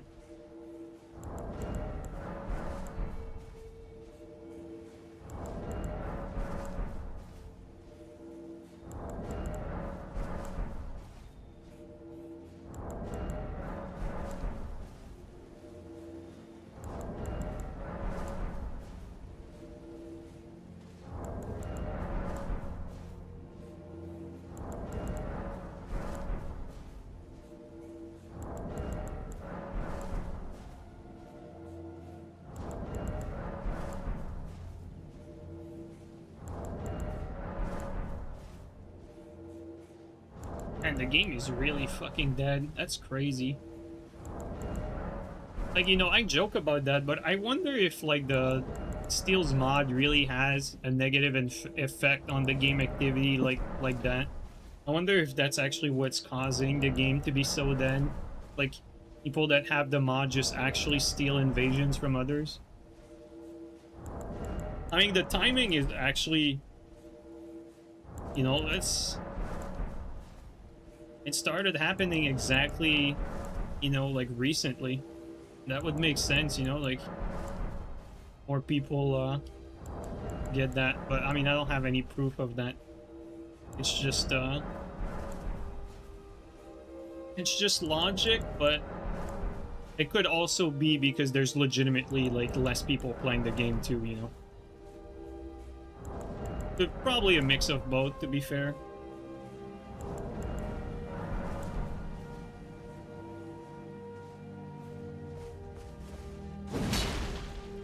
Which mod? There's a mod that, or a save edit that lets you invade, like, it makes you invade faster, but what it does is it makes you, like, your invade button refreshes faster and, like, searches more area.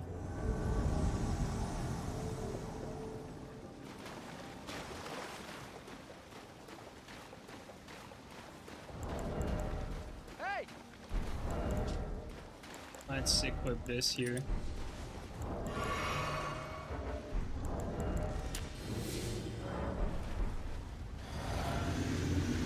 Alright, let's try this.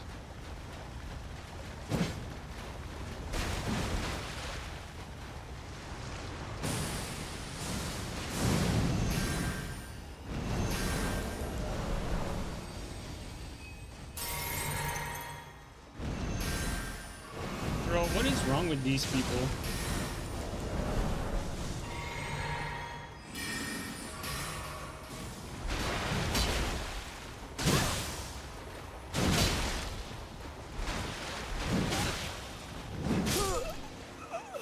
I don't understand, like...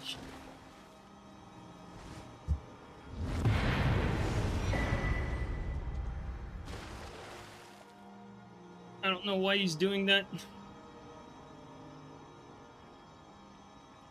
Salty that I use pew pew? Yeah, maybe, I mean, he's the moron who decided to fight here in the first place too, like...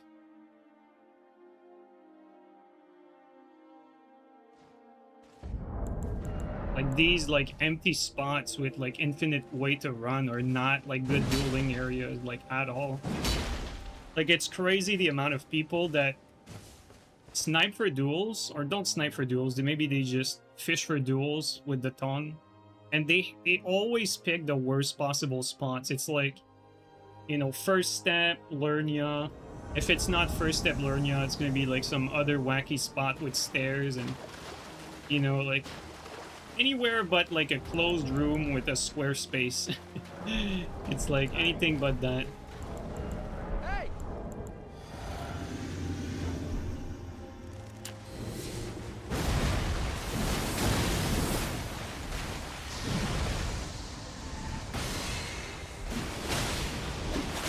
Okay, well, apparently I'm getting ambushed.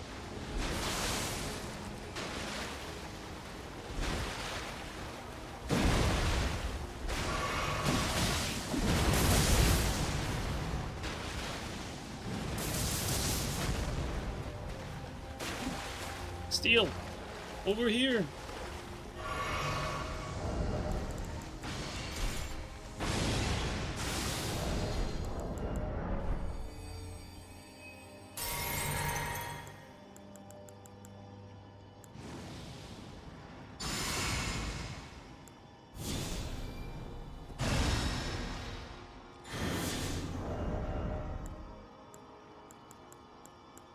Where's my Zvi? Got this. Okay. Gonna change to this. Basically have one chance at this.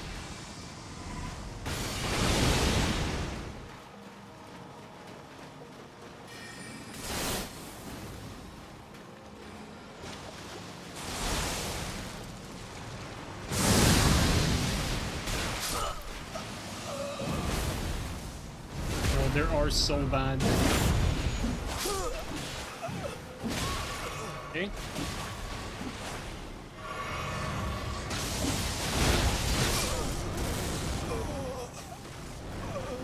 Dude, I mean, I'll be honest, guys. Like, these guys are so bad, it feels like I could kill them with absolutely anything. It's... like, this is crazy. You're paying them, right? I know, right? Like, crazy.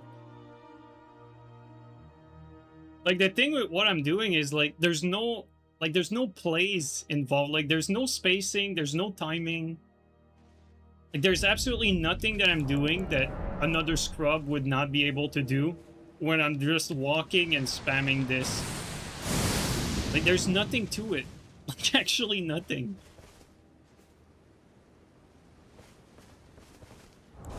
I'm actually surprised at how effective it is against people like that. I don't know. It doesn't feel good though. Like, the moment you have someone with a brain, it's like you can't land it. You just can't. Like, I guess it's between, like, you know, if they run away, then you start spamming the Destructo discs. Maybe that's the play here.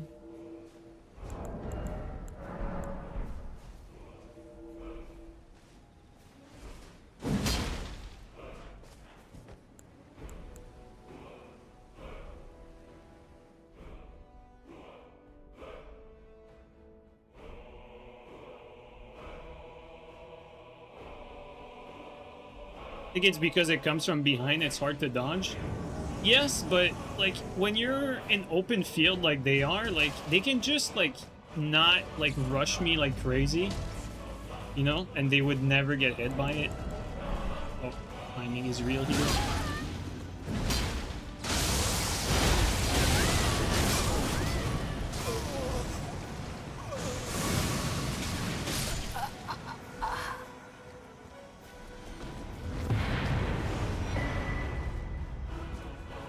A lot of people probably don't know what the spell does. I mean, I think you're right, because I was in the same boat before this stream. Like, I always got hit by this spell too. Actually. But, like, seeing it right now, it seems like you can just run away from it, really.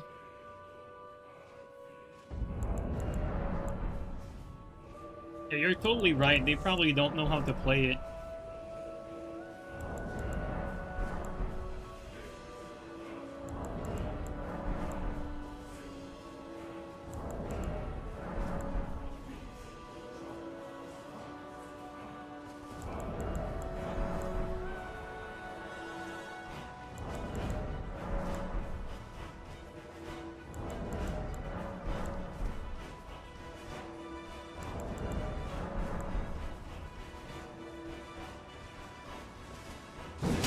So far, I like the Zweihander more than the hand axe. I feel like having Wave of Darkness kind of gives me a get off me option. Like, the Eye Armor comes in handy. Because unironically, this spell is supposed to be good against people that rush you, but ironically, if they rush you too hard, you can't cast it over and over.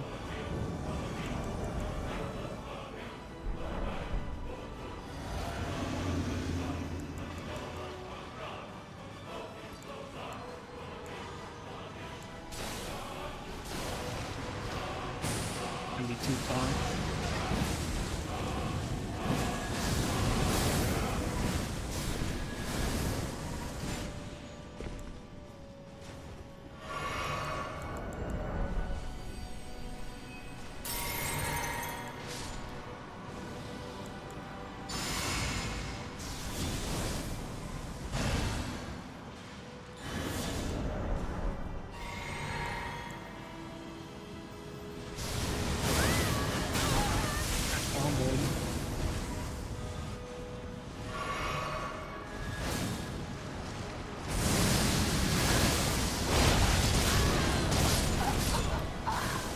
a nice one.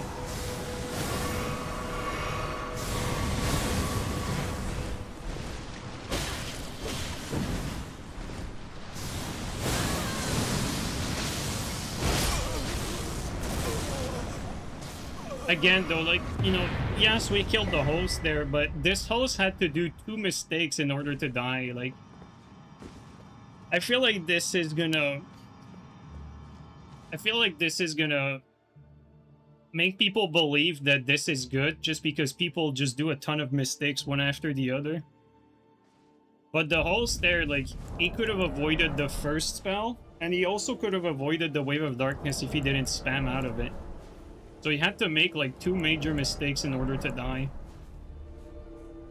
Stats? We're a little all over the place here.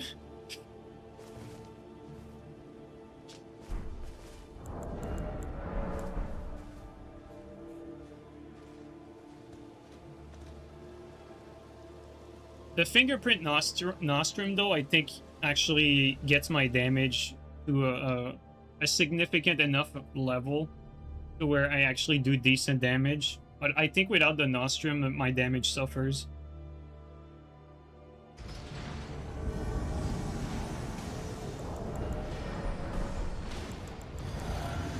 I think it's good that we do a little buffing routine like that.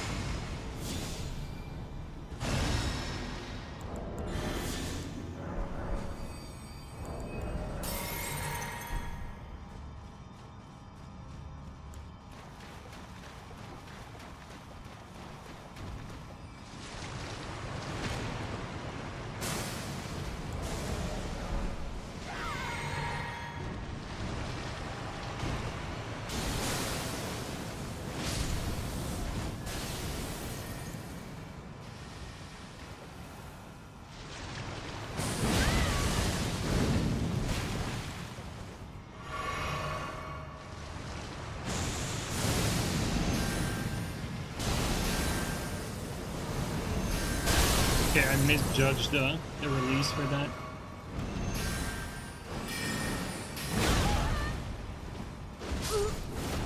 Okay, worth it. Wait, okay, I thought he wasn't dead for a second. Questionable range there. Alright, let's try to kill him with the putrescence.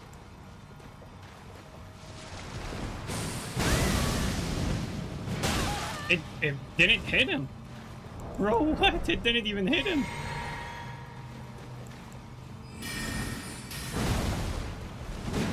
Oh my god, it missed.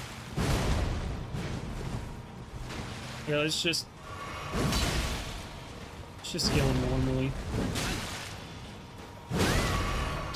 Bro, dude, they're so random in their decision making.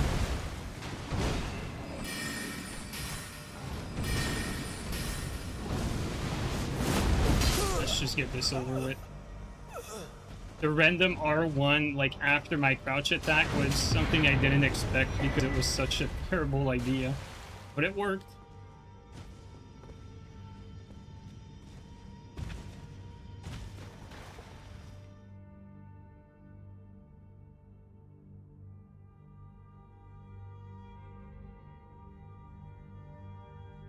I thought this spell would be better in duels, but I think it's just a knowledge check, really, because I don't really see how you could get hit by that. If you know it's coming. Like, again, like, the only thing I could see is maybe you're stuck somewhere. Is it good enough? Would it work against knowledgeable people? No, I don't think so. This is not very good. It's too easy to avoid. Like, you need, like, a specific scenario where you're, like, in a closed room in order to land it against knowledgeable people. If people don't run into you, you're not landing it. And that's been, like, the story for today. Like, weirdly enough, we ran into so many people that just run into us.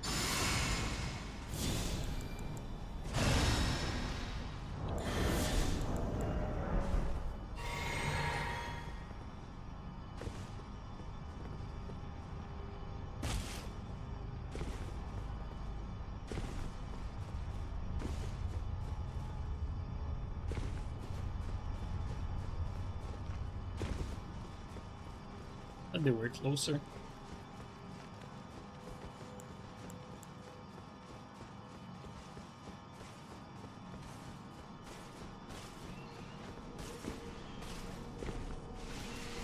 They're just running.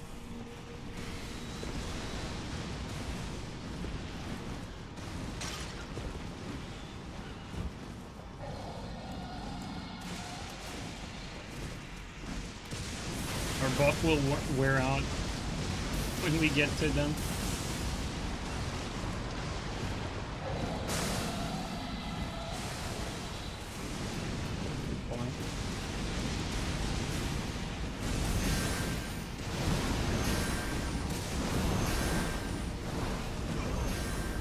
Falls down, I guess.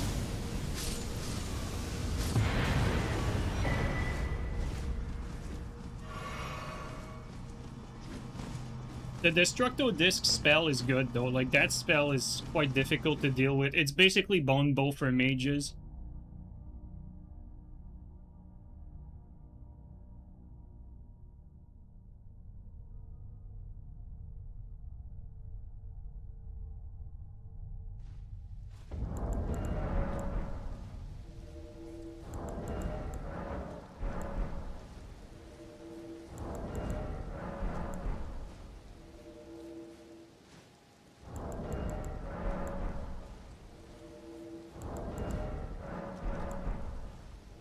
Do you see the 26-second fight between McGregor and Holloway?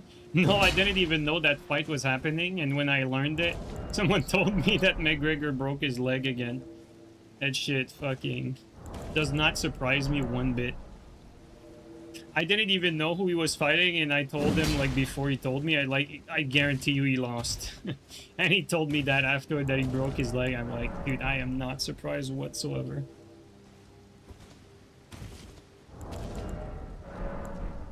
I always thought he got lucky as a champion to begin with, like, throughout his run. And, he's been off, or he's been away from the sport for too long on top of that.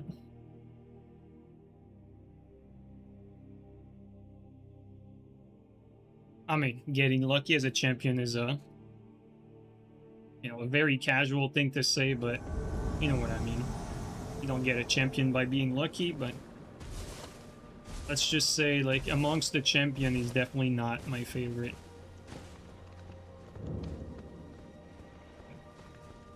Maybe behind? How many players in there? It's a full squad. I swear to God, they're below us.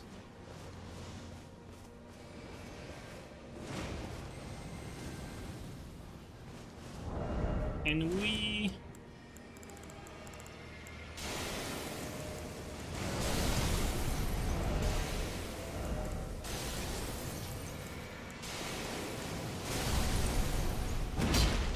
No, we do not have the stats. Maybe...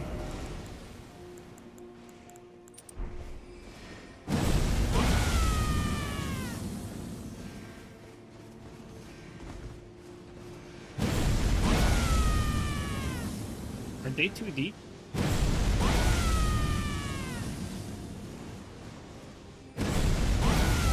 Oh, they're not.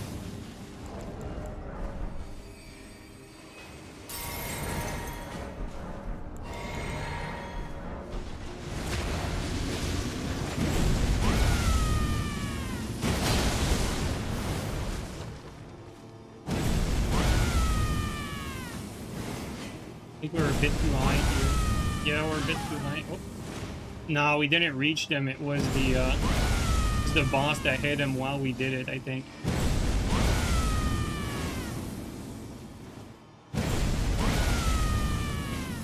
Yeah, I don't think so.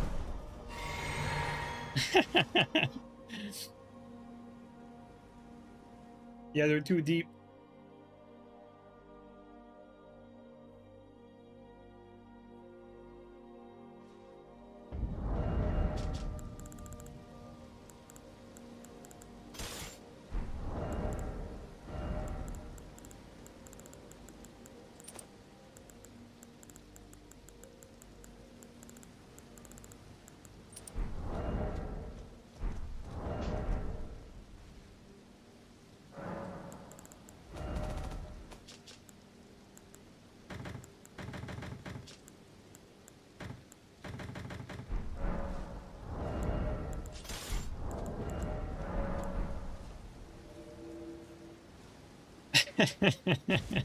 Man, this build is so wacky.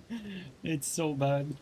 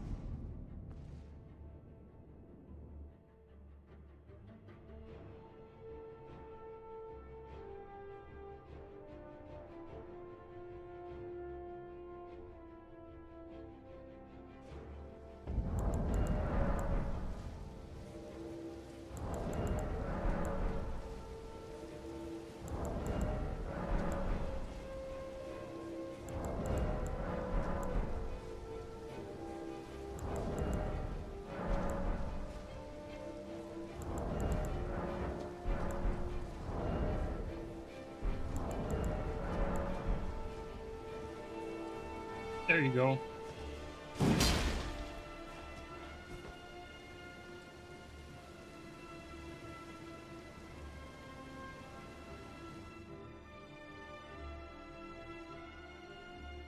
Just trying to dig them up, yeah.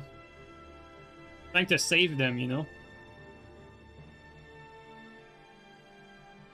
They're trapped underground.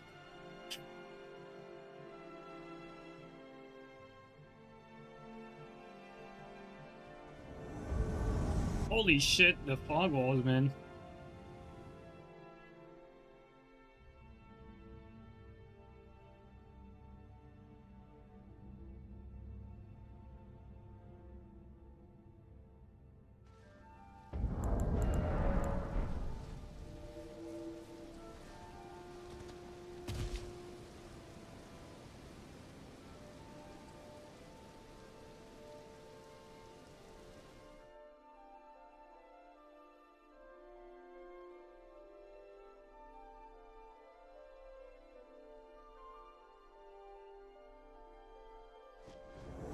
Oh, definitely not the best spot.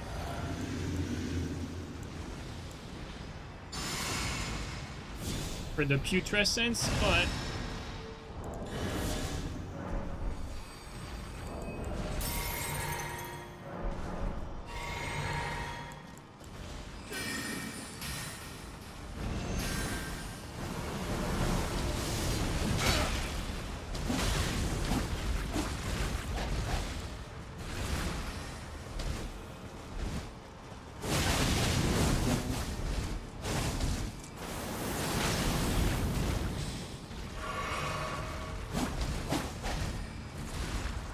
right now, I want to attack them there.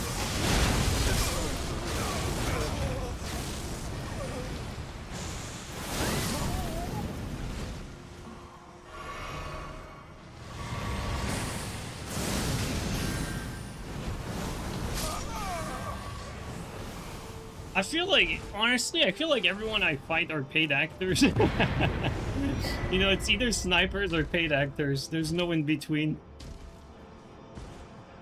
Like, I'm shocked that this is working.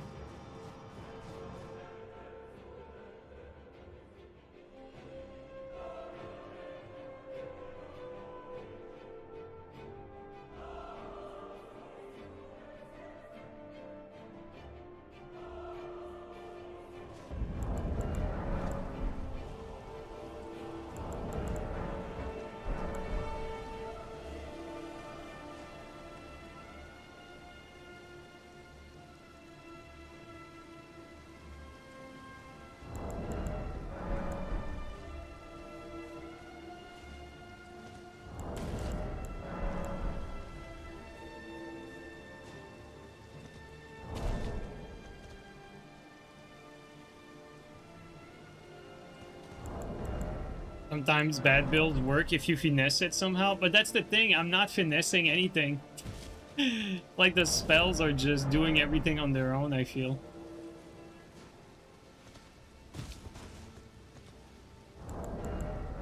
Like, sometimes there are some spells where, you know, they're kind of part of a combo, you have to time them, you have to free aim them, you know, there's something.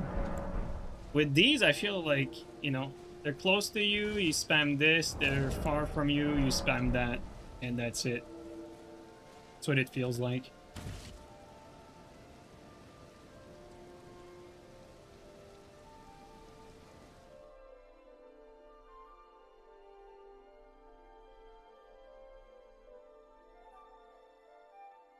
We waiver wands, it works? Yeah.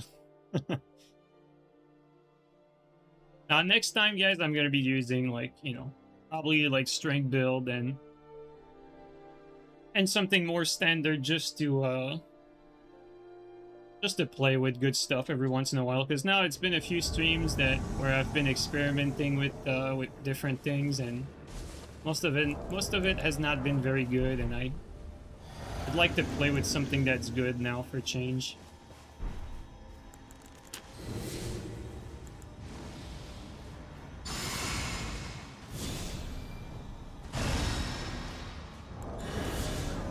The Nostrum is very useful though for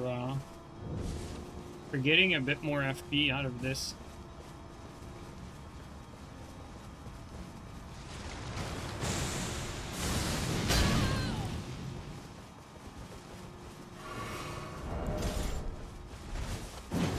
I wanted him to panic so badly.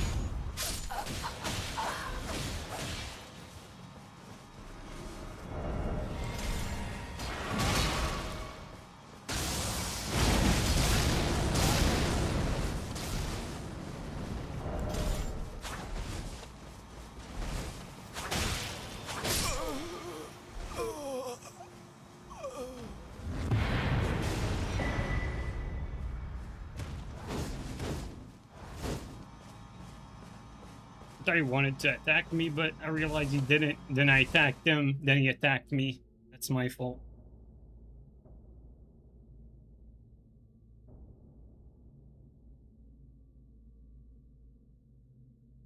It's fun to experiment. It keeps the game fresh, but keep yourself sane. Oh, don't worry about me. I'm good. But that's, you know, stuff like that. Like, don't get me wrong. Very often I try things and I'm like, you know, let's say, relatively speaking, I'm excited to try new things. I say relatively because, you know, this is still Elden Ring PvP. Like, you know, this is still like mediocre PvP, but you know, relatively speaking, I'm excited to try new things, but I'm usually disappointed if what I try is either like really bad or doesn't require any skill whatsoever. Like this doesn't require any skill. It's just, you know, if they make a mistake, you hit them. If they don't, but there's no way for you to like change your timing or aim it differently. Like you have no input over what your opponent is doing. It's entirely up to them to dodge it. You see what I mean? Like, it's entirely on them if they get hit by it, and it's not because you did anything good. I don't know if you know what I mean. It's like you could hit someone, you know, with like a pot like that, but maybe you hit them with the pot because you free aim that pot. And like the distance where you throw the pot changes the timing. So, you know, it's not like completely up to them to make a mistake. Like, you have your say over what's going on, at least to some capacity.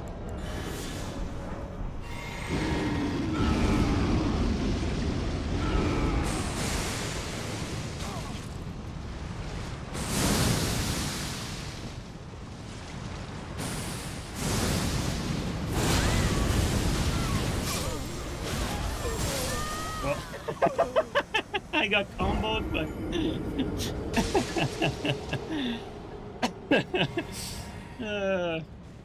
that's funny.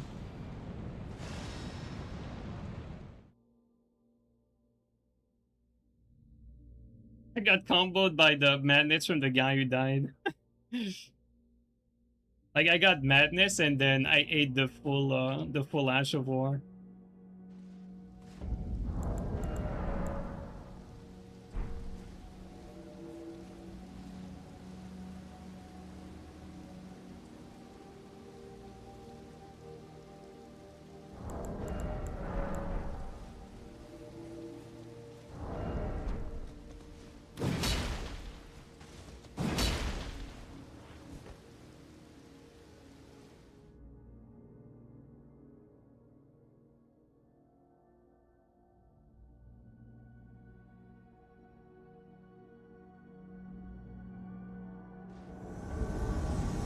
players in there. 3 players.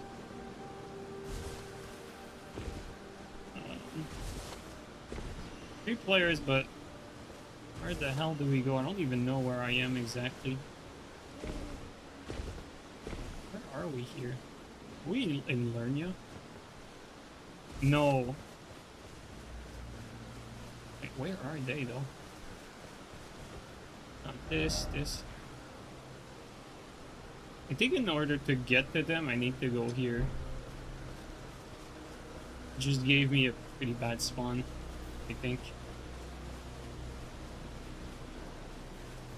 Not quite sure though.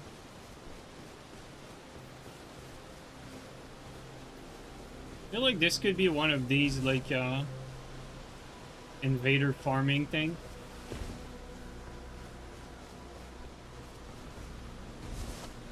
Yeah. Either that or they're actually like near the boss, which I don't think it. I think it's just like one of these like horse jumping invader farming spot. Yeah, and the blue there.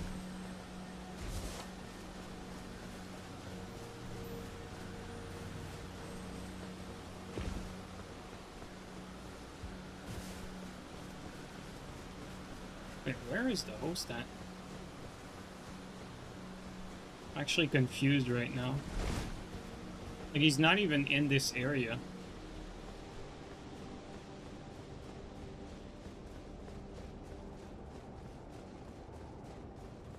What the hell?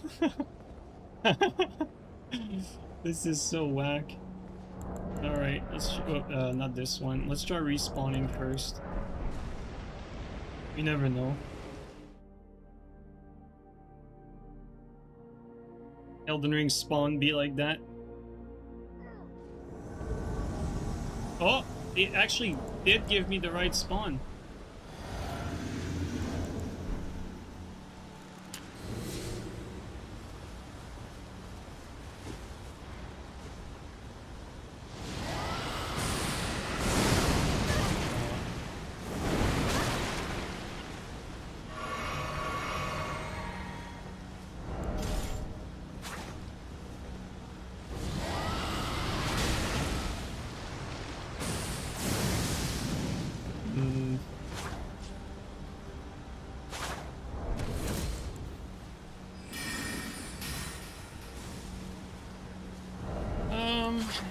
Do I have to kill someone that just endures spams?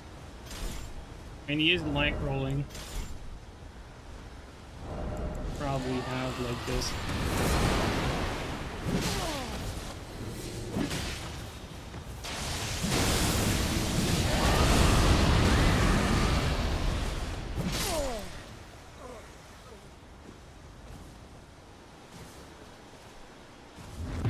Could have been bad there.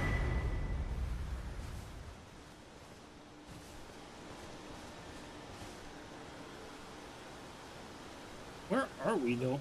Still don't know where this is exactly.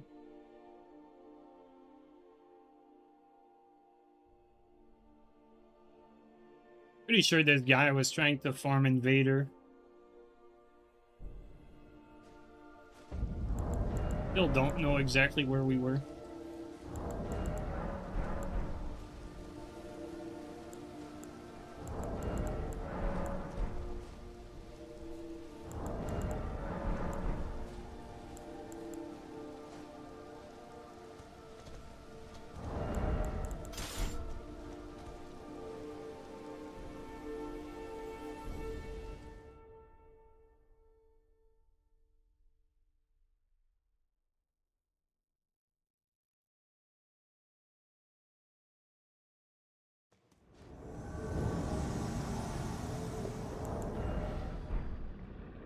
Nice fog wall.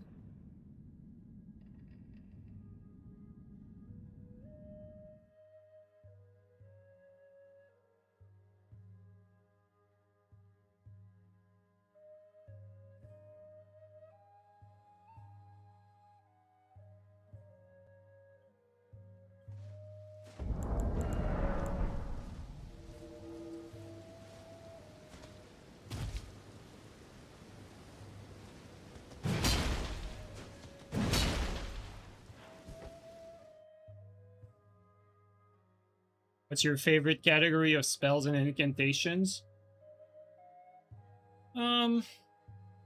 Gravitational missile type. You know, like I'm a gravitational missile person.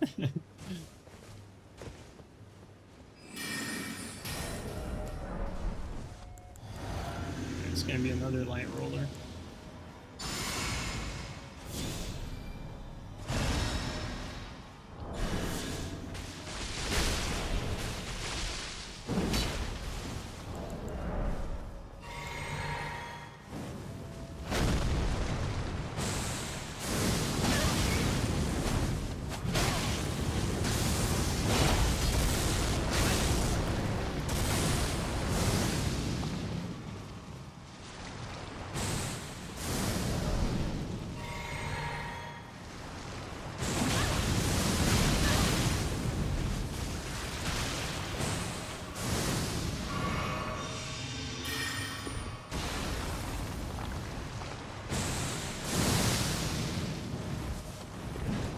Close.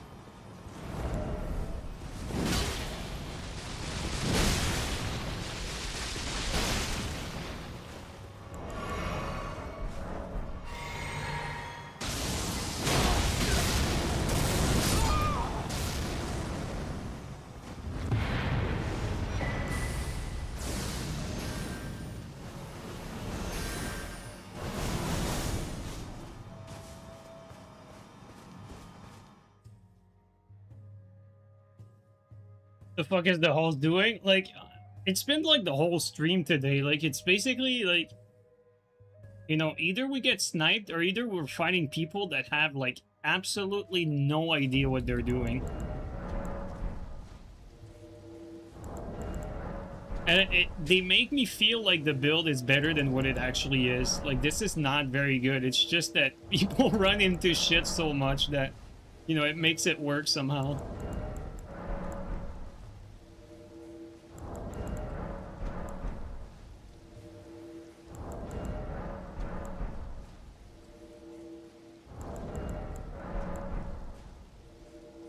I will say though, having Wave of Darkness is a nice to have. Like, it's not like Wave of Darkness is a bad tool when you're invading.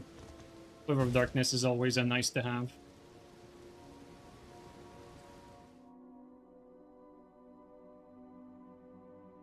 When people get hit by the whole thing, it does massive damage.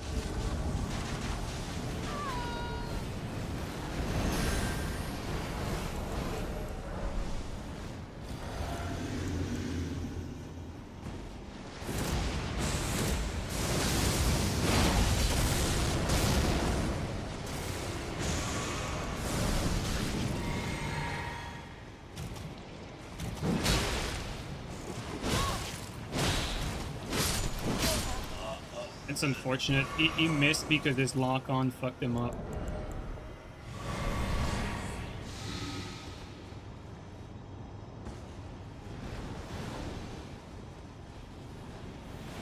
His lock-on locked him to the PvE instead of me, so he just got scammed. Oh boy.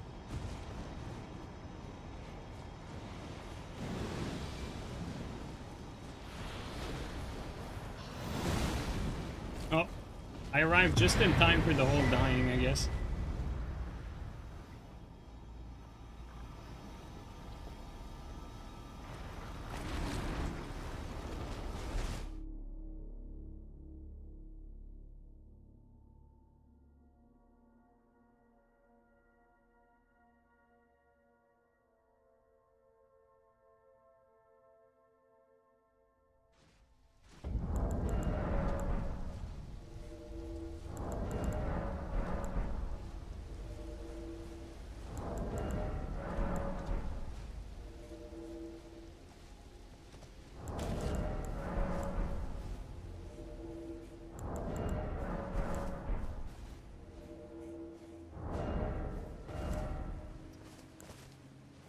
Actually curious here.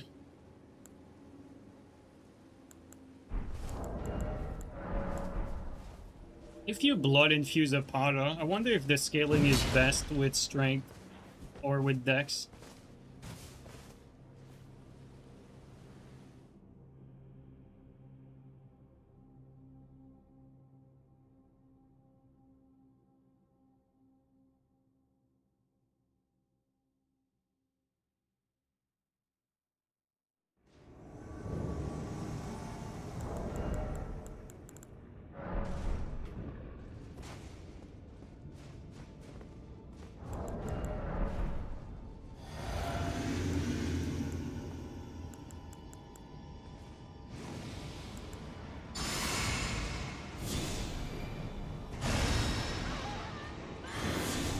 There's a few people in here.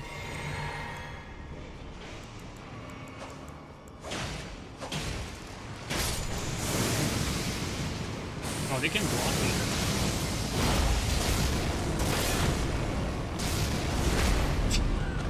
Yeah, the shield can just block it.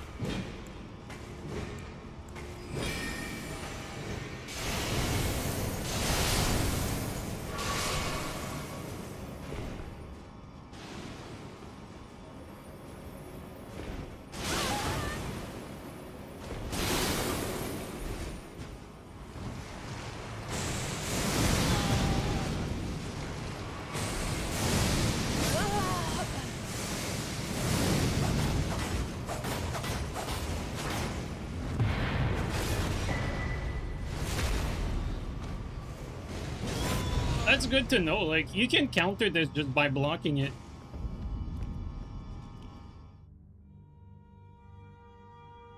Even if it's, like, hits from behind, it doesn't really matter. Like, the shield just blocks it even looking forward. That's interesting. Ada bleeds scales C with Dex and D with Strength and D with Arcane. So, Ada bleed might be a Dex option then. That's very interesting.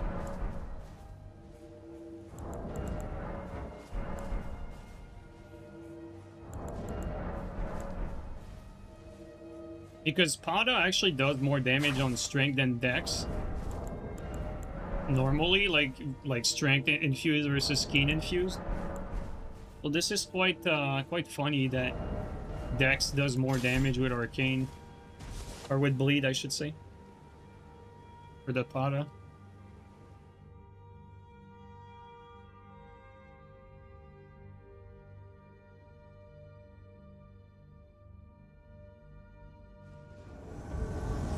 Players in there, full squadron.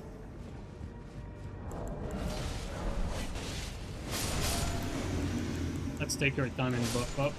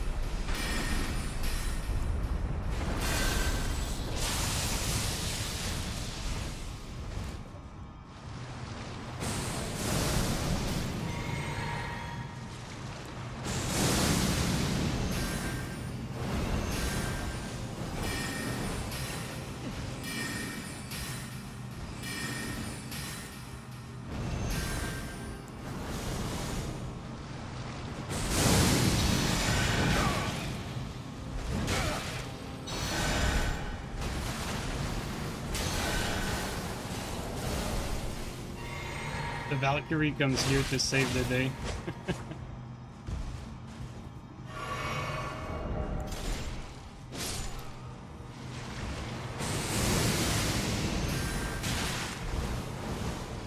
light rolling nonetheless.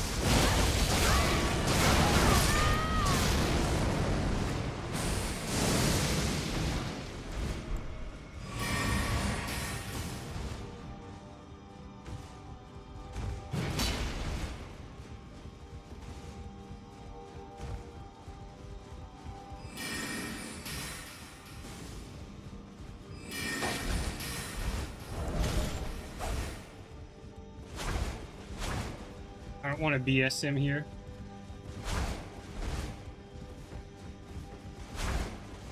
Man, just out of stem. He's just aimlessly running.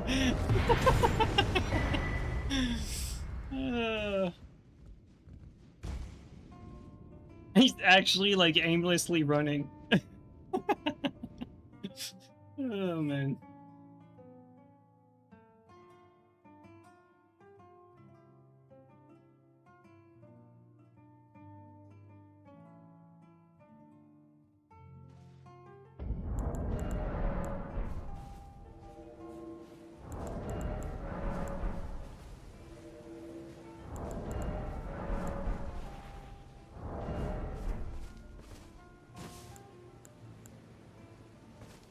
What's my defense on this? I guess the armor is really not bad, even if I have low poise.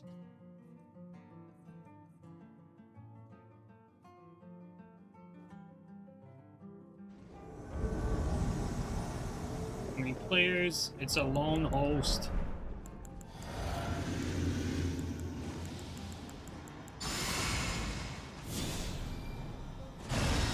Buffing routine. Alright. Let's try this.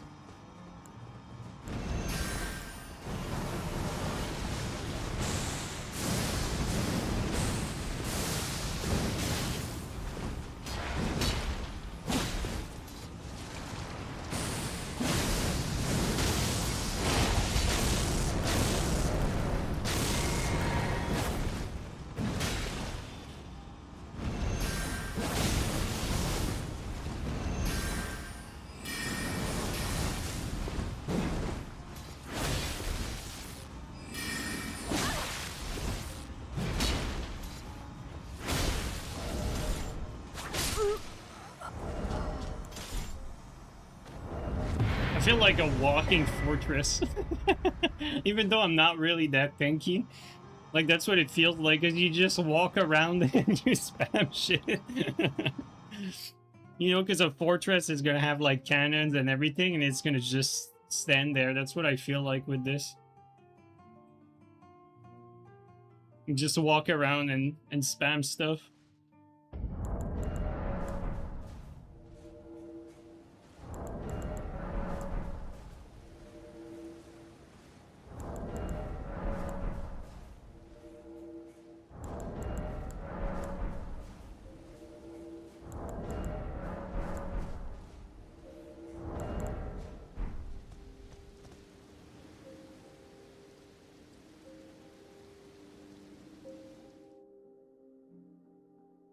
It's not such a bad fighting style. I mean, it's bad. It's just that the people we're fighting are just, you know, completely clueless about the game.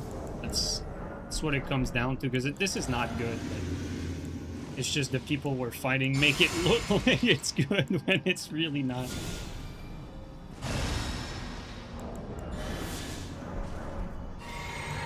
Alright, buddy, let's do this. My 20 buffs are done. Oh, let's see, like, this guy, he grew a brain.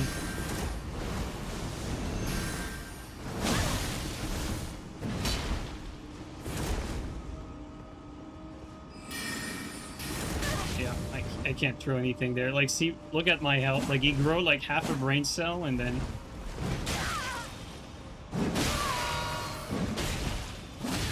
Okay, that range is a little sus. We don't want to trade too much.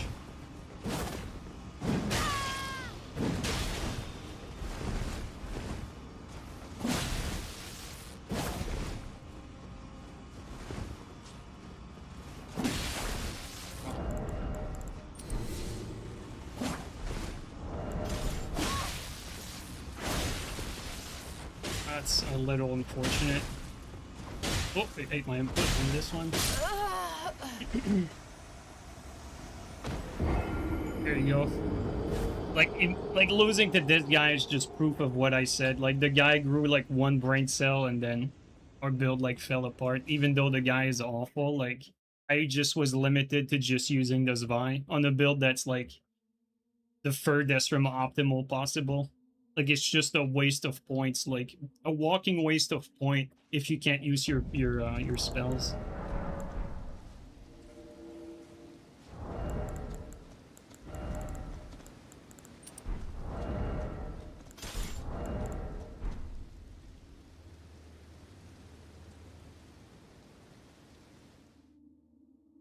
Like, it feels bad losing to bad players like that, but I mean, that's kind of my fault for using this.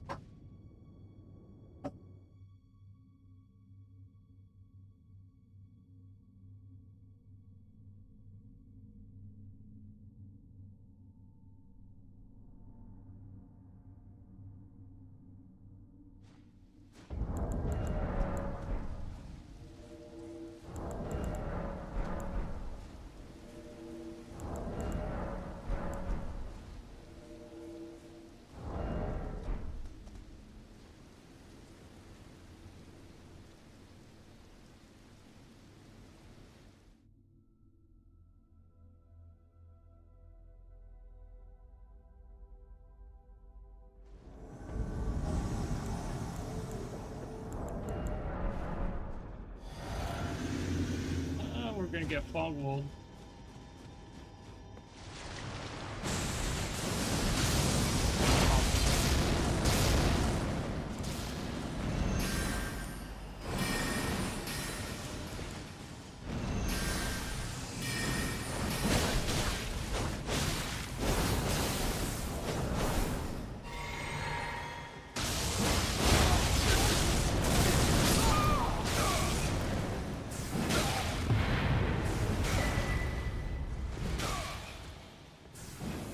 Bro, the guy just spammed his R2 out of stun the whole time. Crazy. I'm surprised the host came back for his friend. The true friend.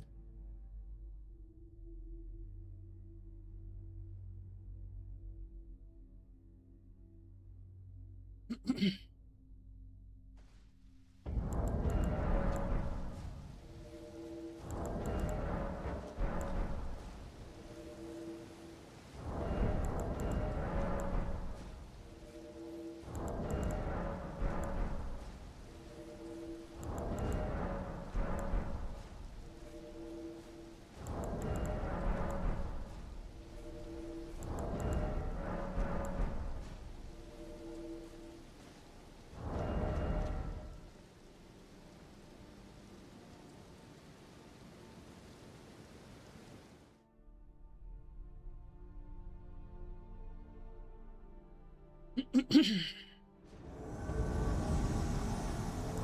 think we can probably do decent here on the branch.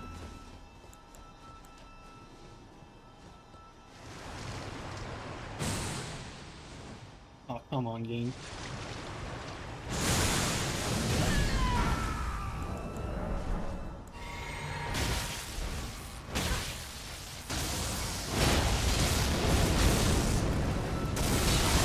Bro, we got scammed. Okay, the whole spell on his own. Bro, it's paid actors day, man. What the fuck? Dude, I love how the guy with his fist weapon missed point blank because this game is just so fucking jank. Just did the full charge fist point blank and it just missed. Oh my god. How much are you paying to get these? Bro, like... they were on sale, like I got them in bulk. Oh man. This is crazy.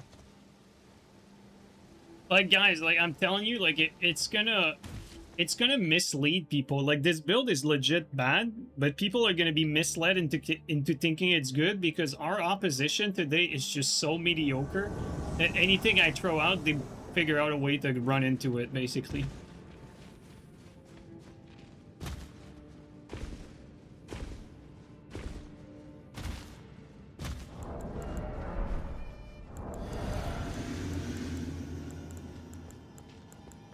Where is the lamp?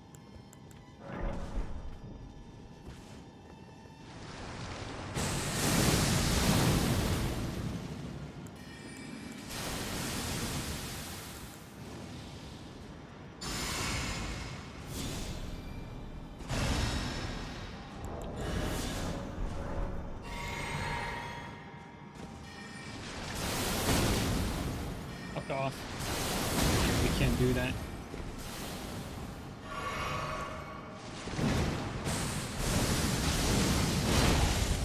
Insane rock.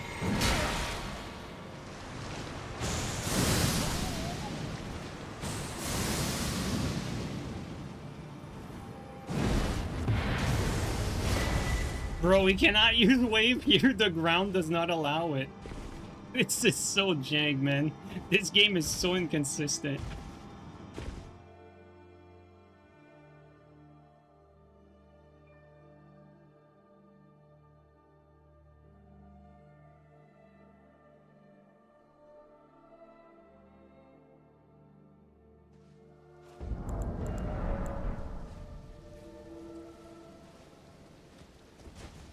Do you think From should bring back two-hit combo? I think it's completely irrelevant. Like, the games having two-hit combos or not doesn't really change all that much. Like, the reason why Elden Ring is bad compared to, like, the other Souls game is not because of the two-hit combo. It's because of the, it's because of the priority. Like, when you hit someone, most weapons don't have a follow-up. And so you just end up exchanging priority, whether due to poise, hyper armor, you know, weapon stun. These things are just so mistuned all over the place that the PvP is just really bad because of that.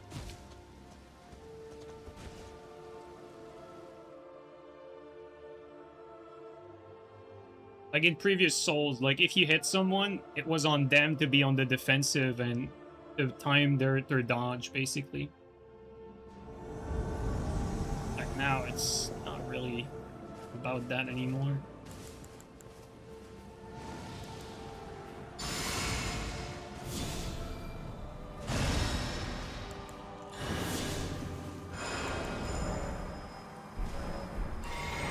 Alright, 20 buffs done.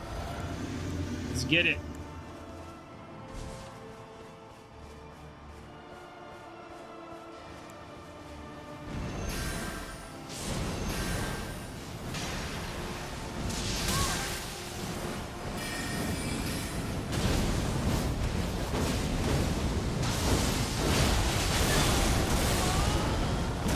His hyper armor actually saved them, the Phantom.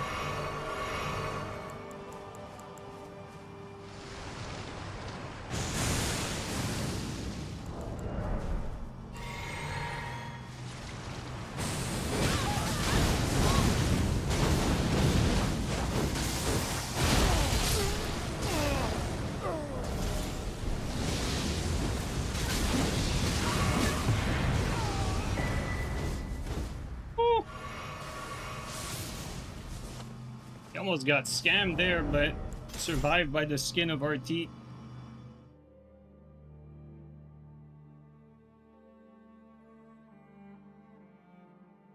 Would you want another open world game with correct PvP? I mean,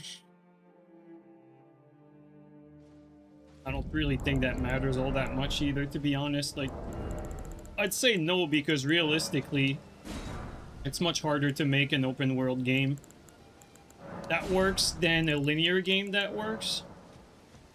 Like, PvE wise, I don't think Elden Ring is the Souls game I prefer. Like, I actually prefer the PvE in Dark Souls 3 over Elden Ring.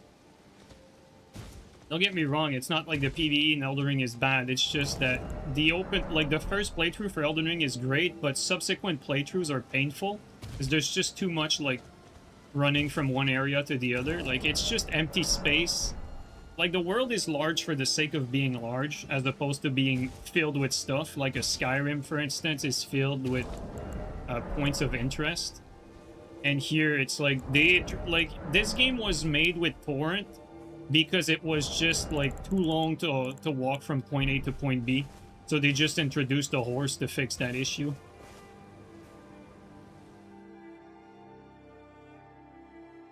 But again, like, it's not like the PvE is bad in Elden Ring, I just think that the content is spread thin.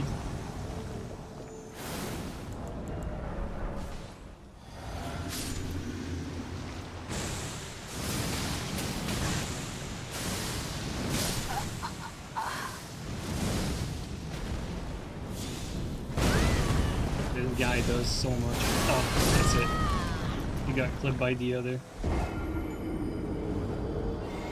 The fact that we got clipped by the Moonveil pretty much guaranteed our death.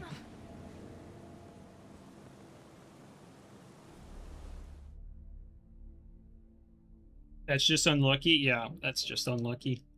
Also, I didn't know the other guy had a Moonveil either.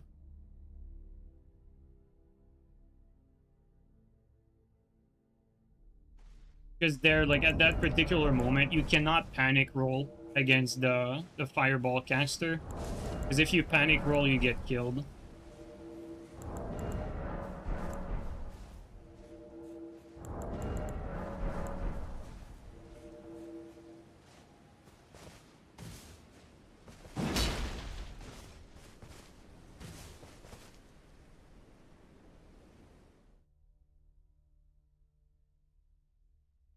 But yeah, like, if it was just for me, like, you know, I would just invade with Pada, like, 90% of the time. Just get it over with, you know? Let's do this.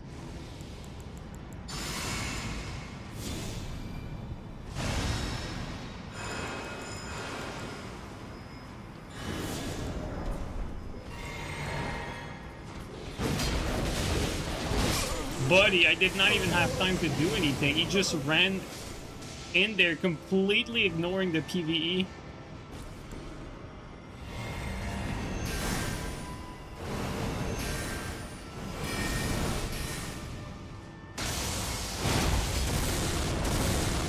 You know what?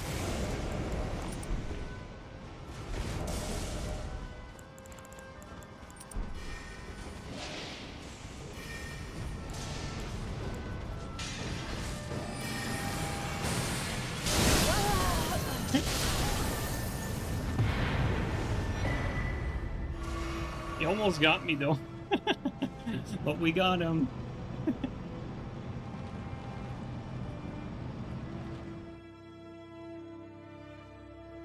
Interesting decision by the Phantom. I mean, it's been like the story for this stream, really. It's like either we die to scrubs or the scrubs die on their own.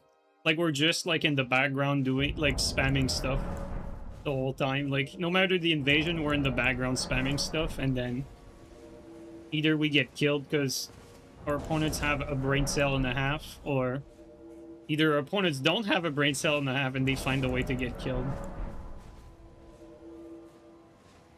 Twin Moon's a great spell. You tried it in PvP?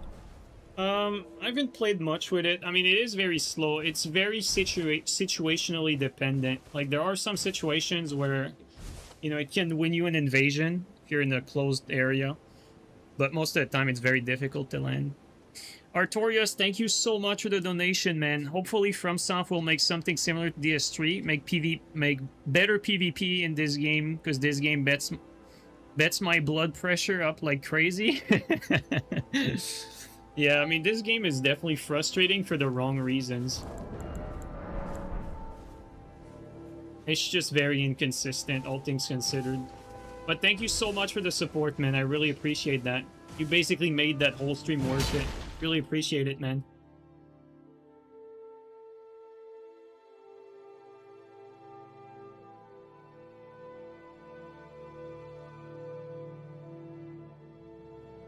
But yeah, guys, next stream, probably gonna try something more nasty and less experimental.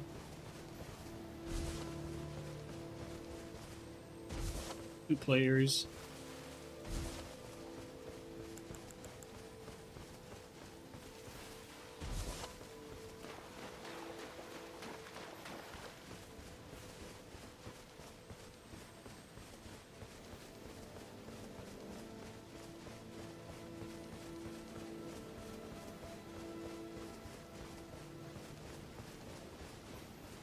Oh, PvE there. That's a strong one.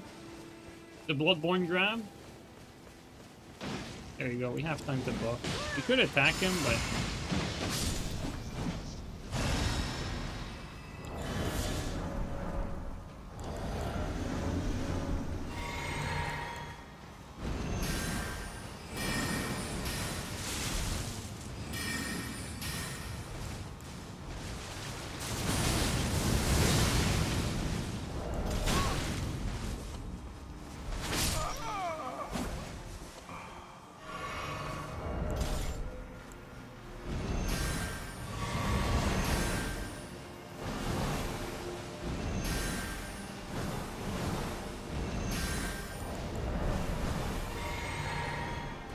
Birdie.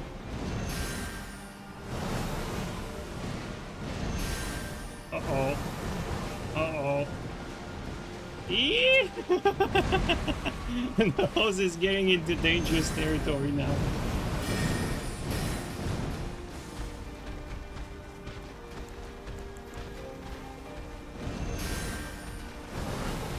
We have a whole army of PvE behind us. He can't really attack back, which is a little unfortunate.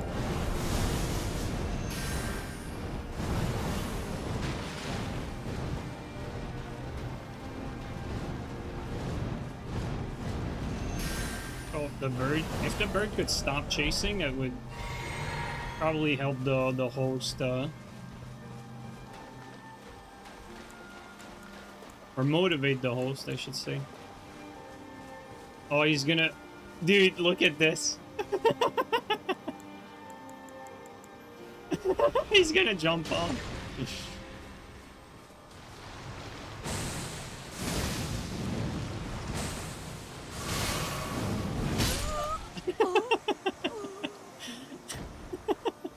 I was sure he was going to jump. Oh, man.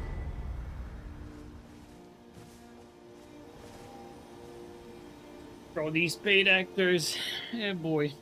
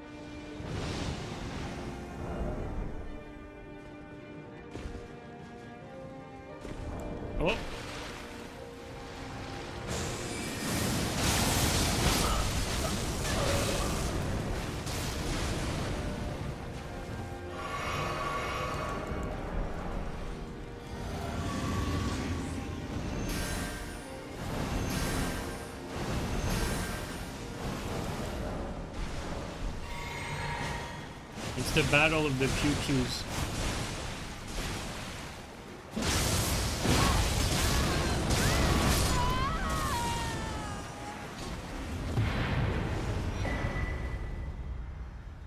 Is dueling shield any good in invasion, or is it strictly good in 1v1? It's definitely better in duels than invasion, but if you have a dedicated dueling shield build, it's definitely good in invasion as well, because like a dedicated dueling shield build would basically have like a massive stamina bar, and it basically plays like an hyper armor weapon with flame strike.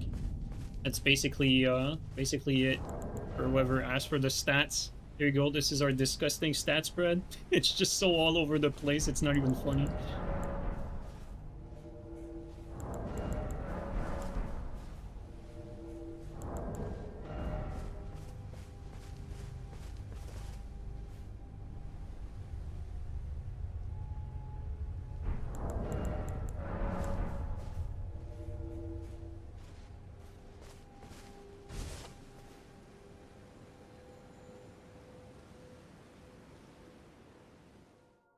No more of the Chinese ganker build. I mean, it's not no more of anything. Like, I'm just changing build every stream. That's it.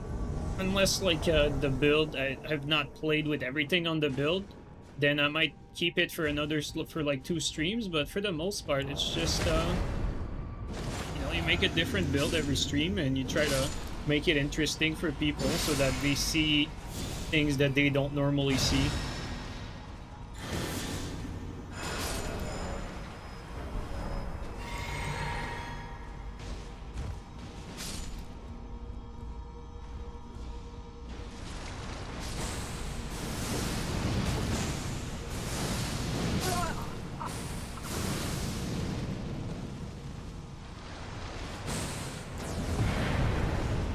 The shield here counters me though. I should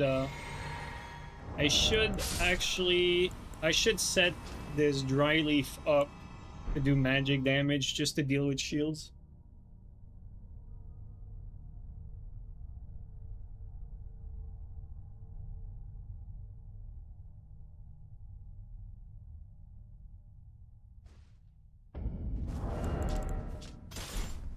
Because the dry leaf whirlwind is the most reliable way to break shields that have like absurd ability.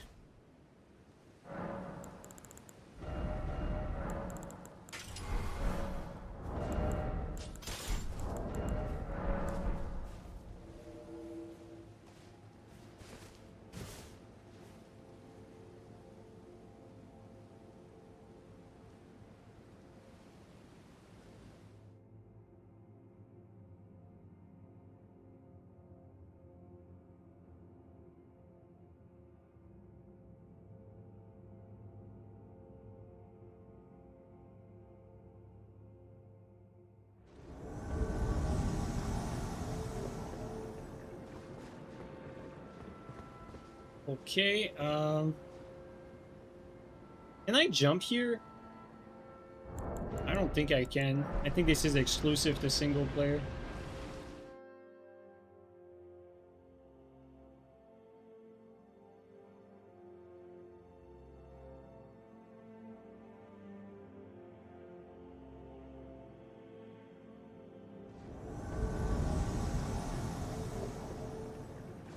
You just spawn in the exact same spot. Oh no, we didn't. Never mind. Is that a goat? Yeah, that was a goat.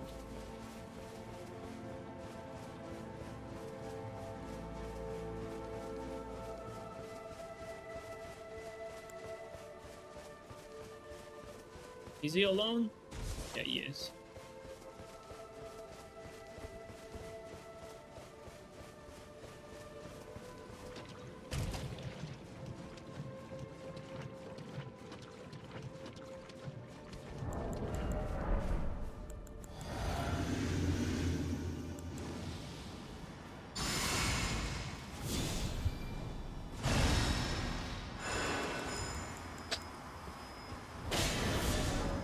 He has that for brain because he's using this. Oof, that's dangerous. He could one-shot me.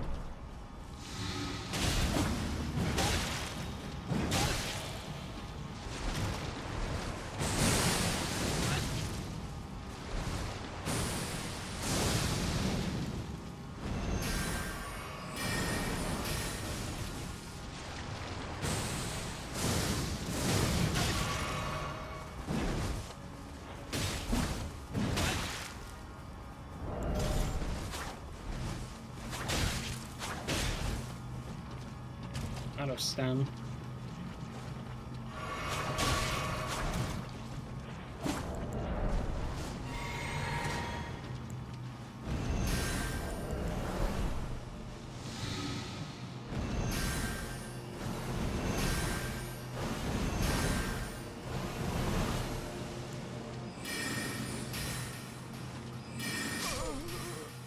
There you go.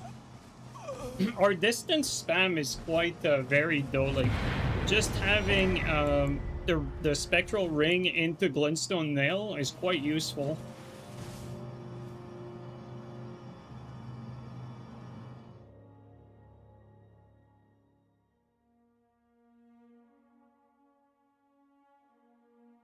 Staff of the Great Beyond is 4343.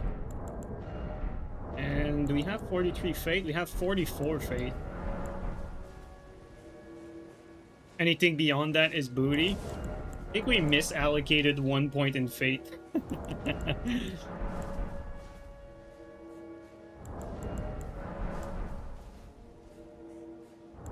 Honestly, that point in Fate should go into either Intelligence or Mind.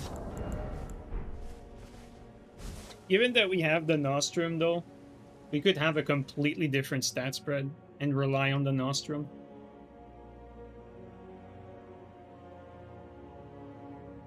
Yeah, Lusat by far for 80, and yeah, for sure. Although I'm not the biggest fan of Lusat, I prefer just Azure plus whatever staff boosts the magic type you're using. Like, if you're on a gravitational missile build, I'd rather use Azure and then the gravity staff instead of Lusat and gravity staff, or instead of Lusat and Azure.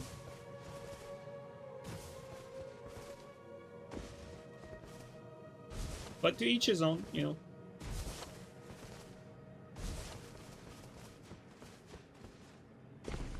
And a blue. Always a blue in there. Oh, there he is.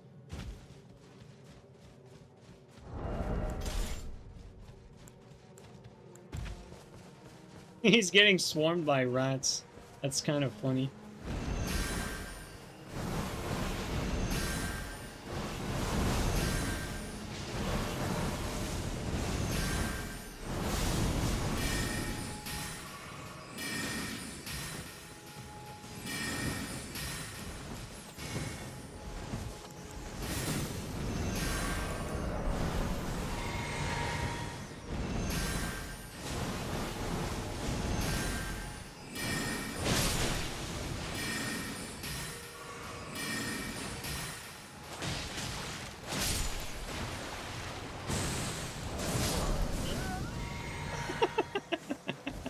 Well, we got the blue.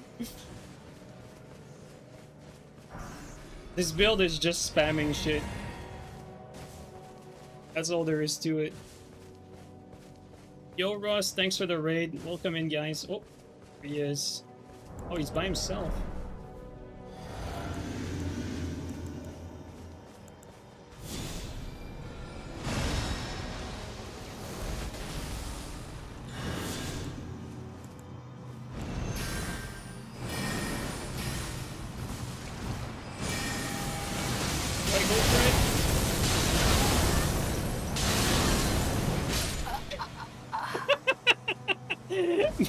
This is such a meme, dude. Oh my god, actual insane gameplay. I just face tanked it. Oh boy.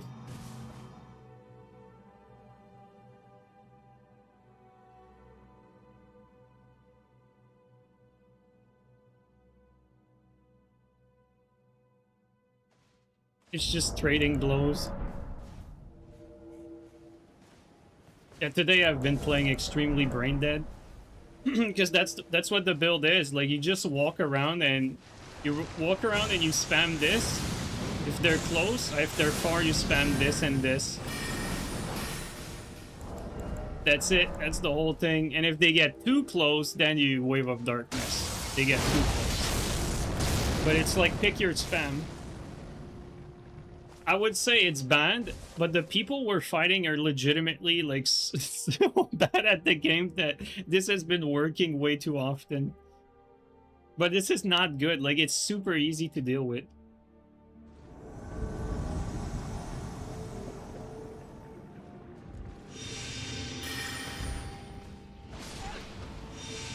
What is the story with these projectiles? Bro, just fall off already, would you?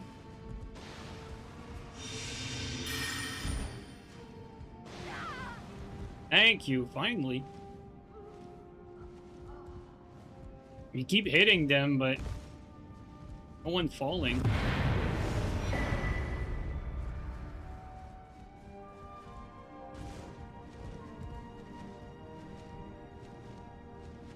You could play this build with an Atari controller? Yes, absolutely. In fact, you could play this build with a dance pad, I'm pretty sure. Maybe not free aim pots like that, but it's like the only skillful thing I did today with this build was basically like these pots, because everything else was just spamming shit mindlessly.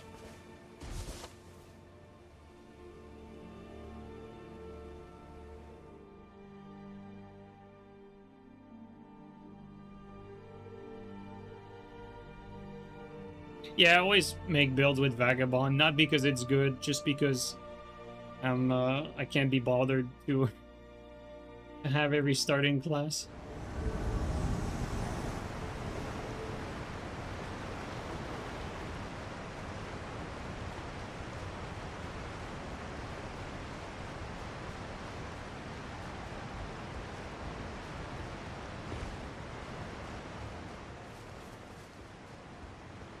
Let's see here. I don't see the host nearby though, like... Oh, he's in the castle. Dude, what kind of spawn is that? That is so far from them. There's no way. That's ridiculous. There's no way we were ever gonna reach them. Heavy Knight is waiting. Yeah, I think it's pointless to start setting up characters right now because of the Tarnished Edition class coming.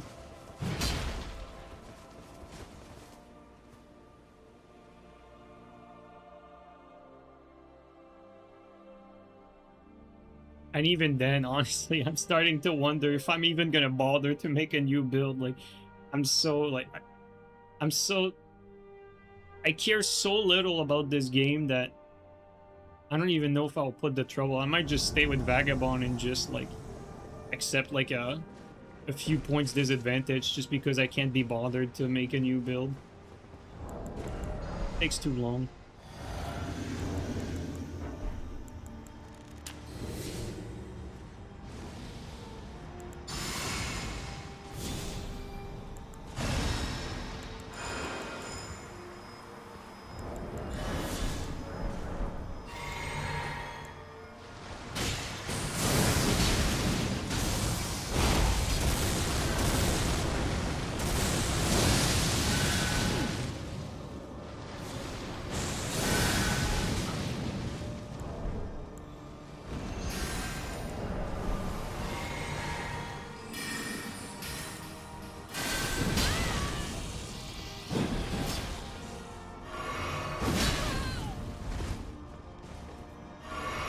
Blue is behind me.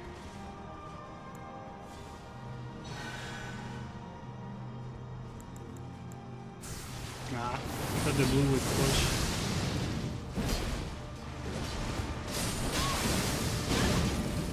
I just tanked it.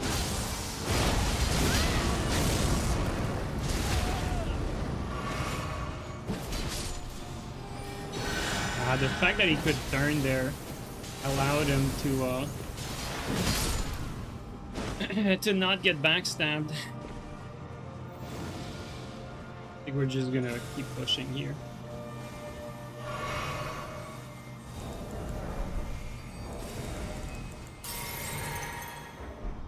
Come on, game. Input eating the menu, like, seriously.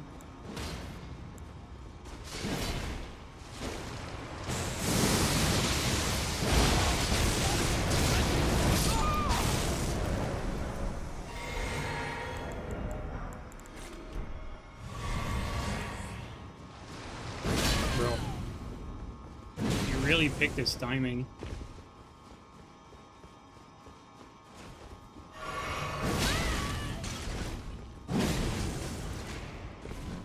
No PvE? Oh yeah, there is PvE. Let's do our rebuffing routine. Would probably be best though to just engage instead, but really I think it matters too much, hopefully.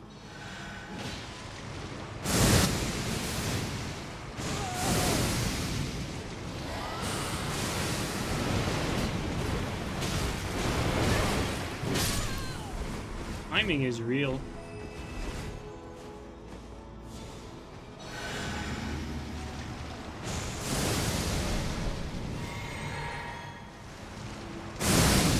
God, the frame drops are nasty.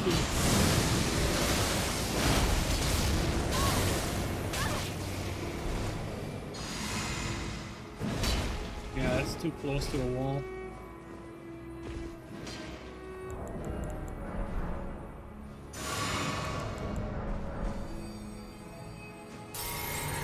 Dude, if you shoot that thing at a wall, like, the frame drops will kill your game. Look at this shit. Oh my god! You guys see the pixels? Dude, we need to do that again. Like, the screen was, like, pixelated. I've never seen that. That's wild, dude. Did you guys see the pixelation? That's my real screen. Like, that's not, like, a streaming artifact. This is wild, dude. Yeah, I need to try that again. Host resummon.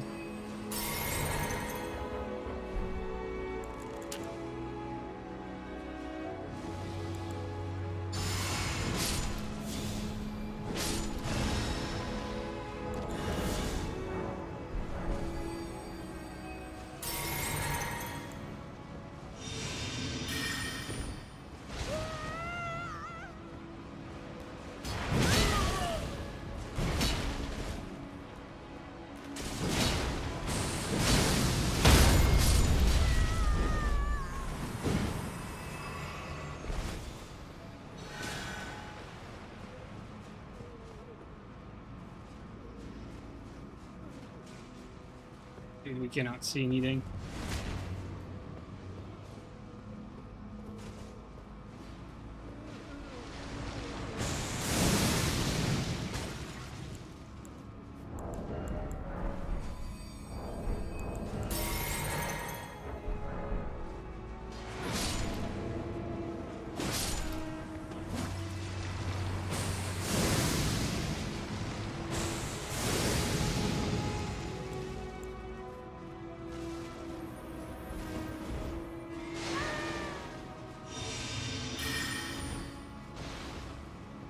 I think we need to let them go up, otherwise this is just gonna drag on.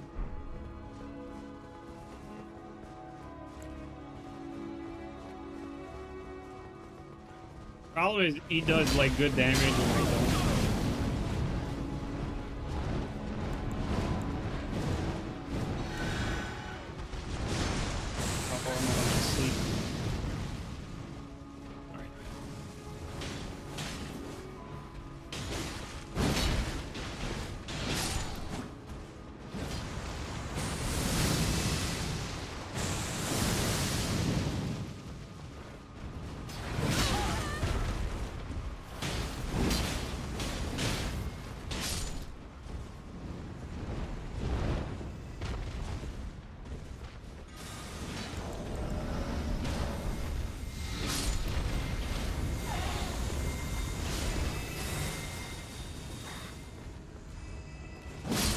Starting to get tired. I might actually just kill him with something else, but he has his friend behind him now.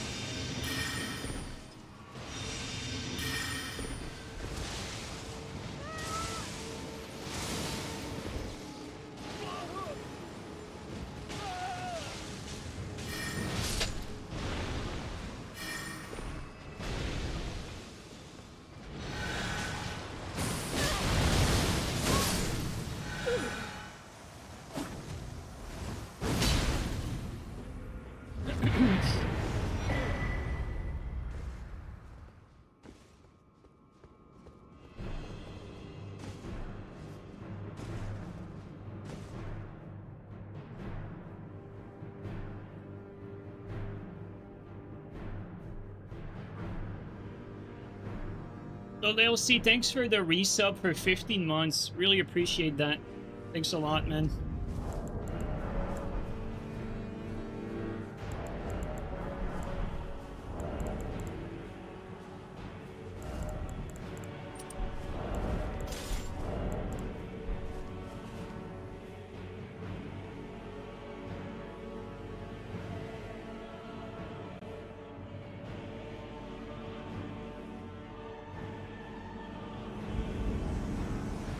Oh, let's do this.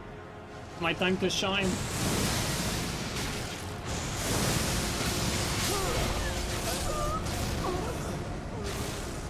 Well, that was disappointing. That was not even rewarding in any way, shape, or form. Like that putrescence thing, it does good damage, but it's not like that wow damage that will change the outcome of the fight, you know? Like a two-shot.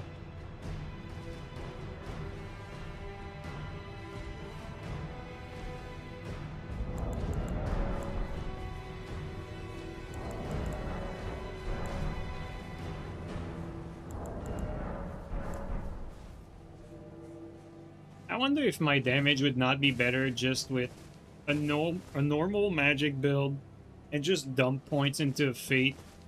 You know, like just let's say instead of going 80 and you go like 70 and with the minimum Fate requirement, maybe that would actually be better. I don't know. I'm sure a spell like this though probably has like insanely good scaling at high level, like max level-ish.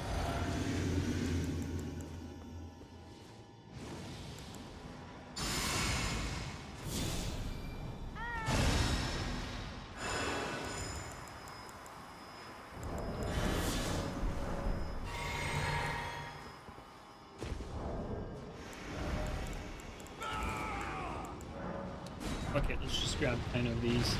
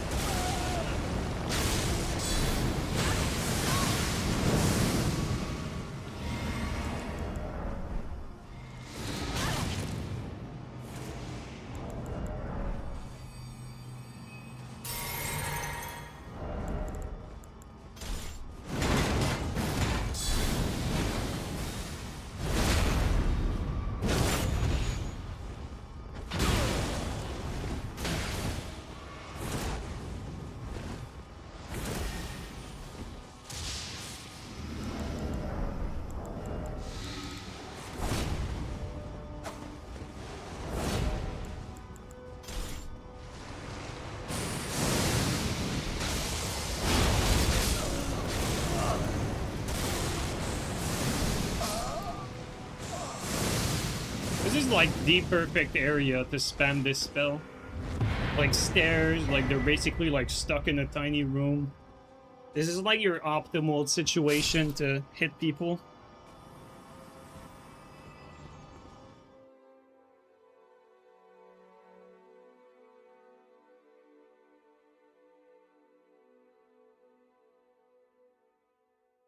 Why can't you see the YouTube comments on screen? Because I disabled it a long time ago.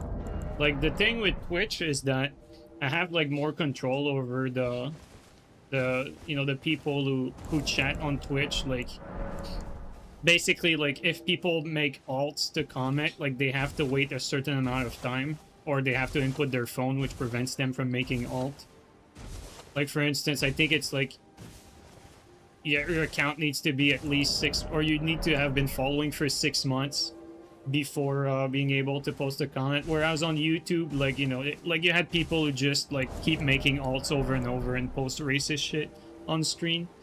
So I mean, the IQ of the people on YouTube is genuinely like quite mediocre. So not all of them obviously, but there's a lot more people that are like that, or at least the platform allows them to be like that. That's more what I should say. Whereas on Twitch, like, there are some guardrails that At least, like, protect us from being disturbed by idiots over and over.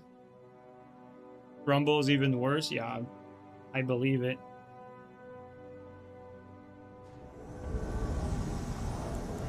Like, it's not like censorship is fun or anything. It's just, you know, you have censorship because of people like that. If there wasn't so many idiots, you wouldn't have like that censorship.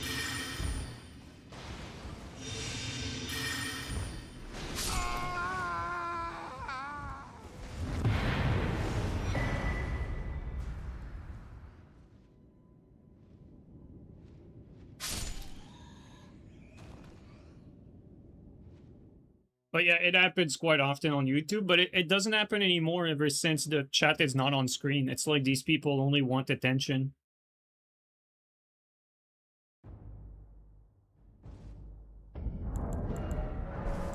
If people can just get banned. Well, that's the thing. Like, on YouTube, they can make an infinite amount of alt accounts. That's the problem.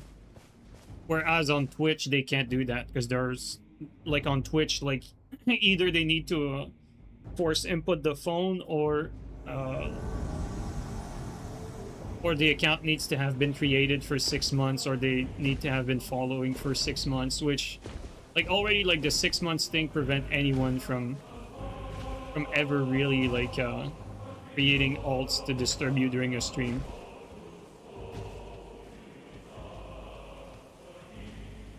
And, like, you'd be surprised at how dedicated, like, some people are at creating alt accounts. I mean, just in Dark Souls 3, like, the amount of people that created alts was insane. Like, in these platforms, it's quite something.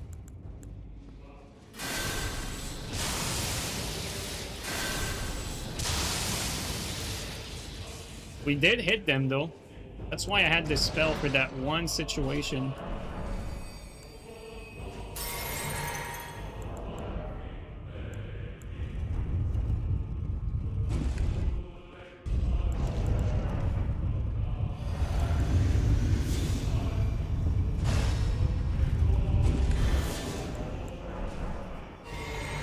God damn it. We had our opportunity to use our lightning, but it didn't even matter. We just got one hit and then they booked it. Alright, 6, have a good night, man.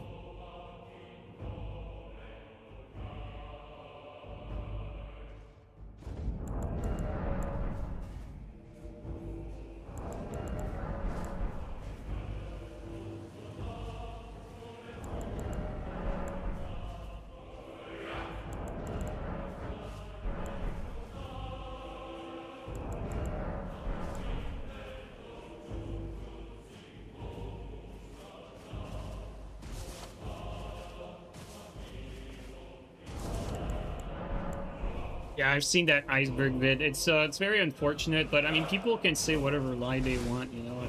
You can't really do anything about that.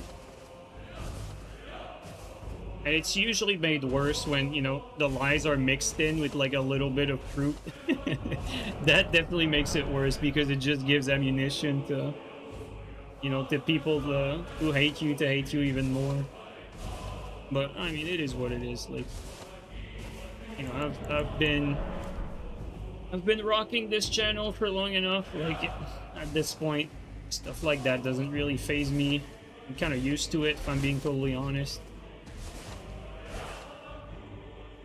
But, like, you know, the more years pass, the more detached I feel to this sort of stuff.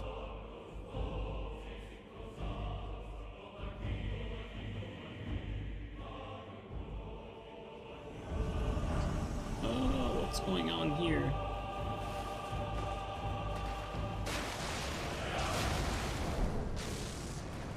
I think his friend is dead.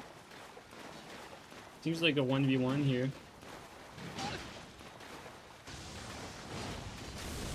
We're gonna do what any good mage would do. We're gonna spam from a distance just to disturb the fight.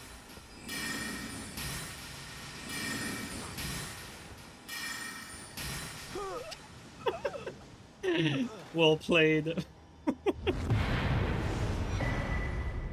Oh boy. You know, we're embracing what mages do, you know? That's what we mage do.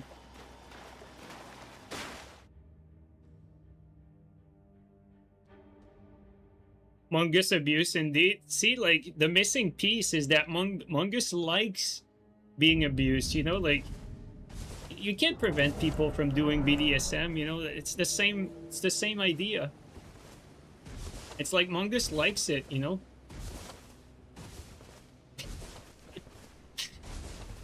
That's the part they don't tell you.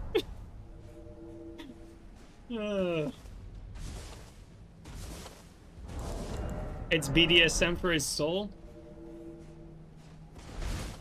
Mungus likes the attention, guys. That's the honest truth.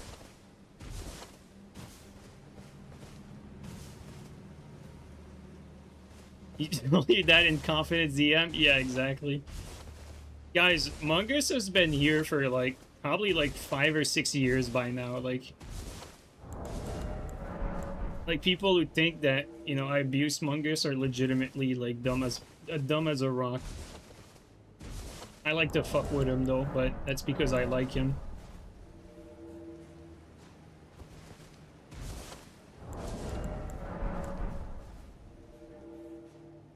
I think the abuse is that I didn't let him marry his wife. Oh, no, I went in after the marriage. No, Mungus actually got married multiple times, believe it or not. Like, he got married multiple times with the same wife, too. I don't know if there was ever divorce or if they just liked it so much that they keep doing it over and over. But I've been telling him, man, like, you're wasting too much money on marriage. You know, that shit's gonna ruin you. Like, they're so expensive every time. And Mungus he just keeps setting up these marriage over and over.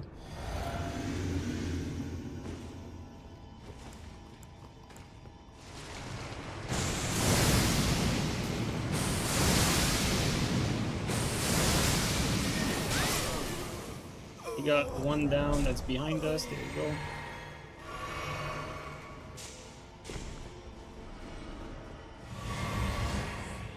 Let's not give too much attention to stuff like that. That's combos. Let's just heal. Fuck it. Oh, I ate my input there. I went to attack the guy. It's Elden Ring at its finest.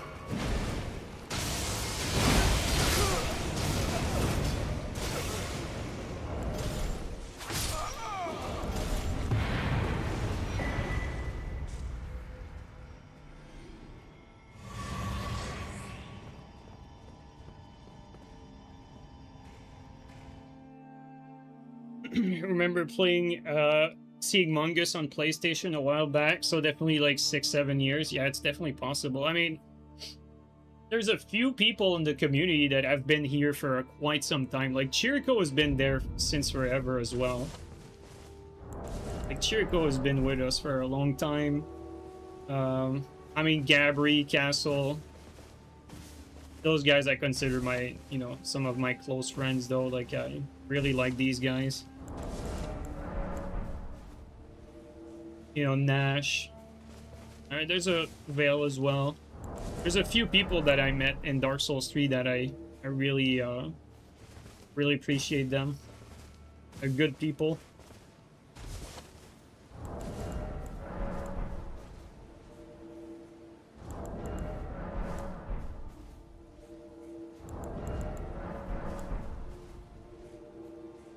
And I'm gonna be playing fucking Duskblood with Gabri and Castle, which unironically gets me quite excited. I feel like we might play for like 1 week, but hopefully not. Hopefully it's gonna last more than that. Oh man, I really hope it's good.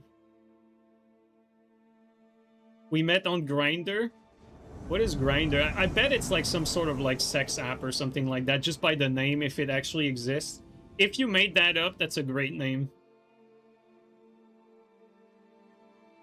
Dude, Grindr, what the fuck is that? Like, it sounds like a sex app. Like, Grindr, bro. What the fuck? It's gay Tinder? No way. Is that true? That is so funny. Dude, who gave it that name? That is not okay. Oh my god. We met on Grindr. Oh, god damn it.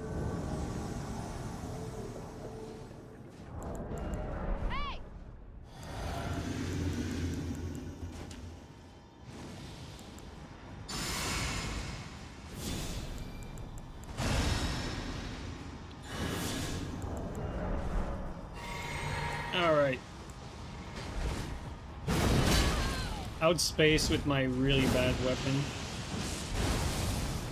My Zwei does like no damage, it's really just a Wave of Darkness stick.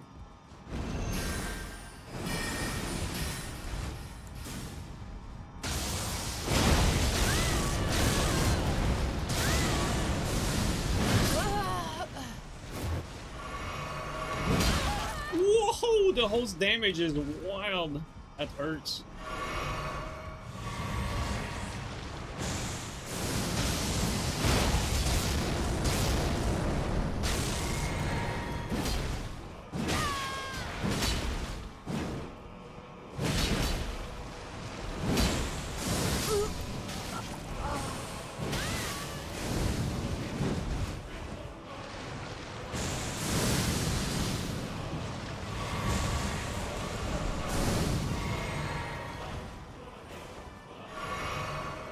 Fabio Churros running for the boss now, I think.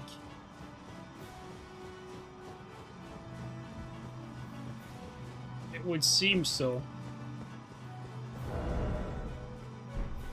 Do I have something? I think I'm better off just endure getting in the elevator with him.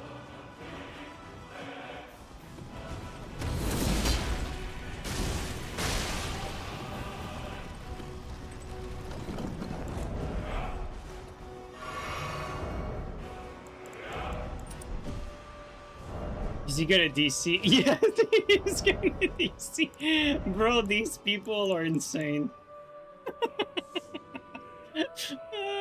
Why would you DC? Like, genuinely, he has such a big advantage in that 1v1. He's Rune Arc, he's on the proper build, his melee damage is high. Like, my Zwei does so little damage. It's really just a Wave of Darkness stick.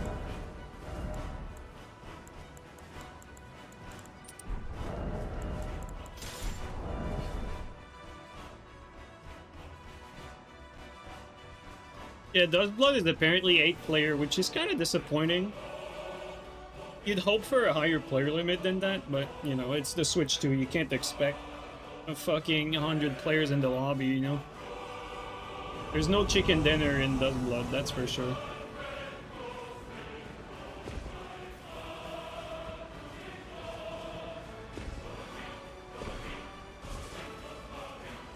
I don't know where that host is. Could be below. Oh yeah, he is. We have a way down.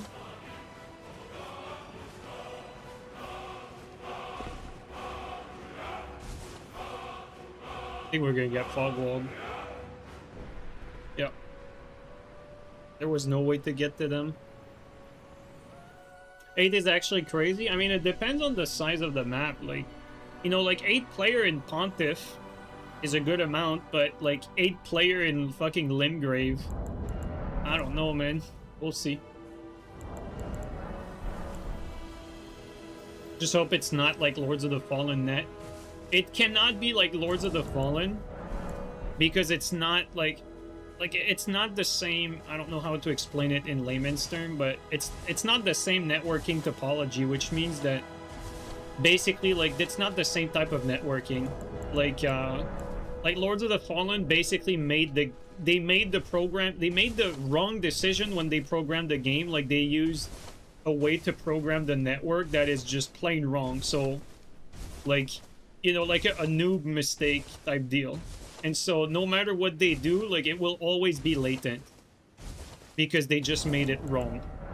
Whereas like FromSoft still made it correctly from the get-go. So after that, like, the issues stemming from the Wi-Fi That's just an entirely different like problem altogether. Because I mean, everyone's gonna be on Wi-Fi on Switch, right? So I can see people lagging, you know. And when you say that, they'll be lagging just like people are lagging in Lords of the Fallen. But Lords of the Fallen is like doomed from the start, basically, because they just don't. They did not program it like properly for what these melee games require. I don't know how else to explain it. But basically, they made it so that the host is like the host side determines every outcome.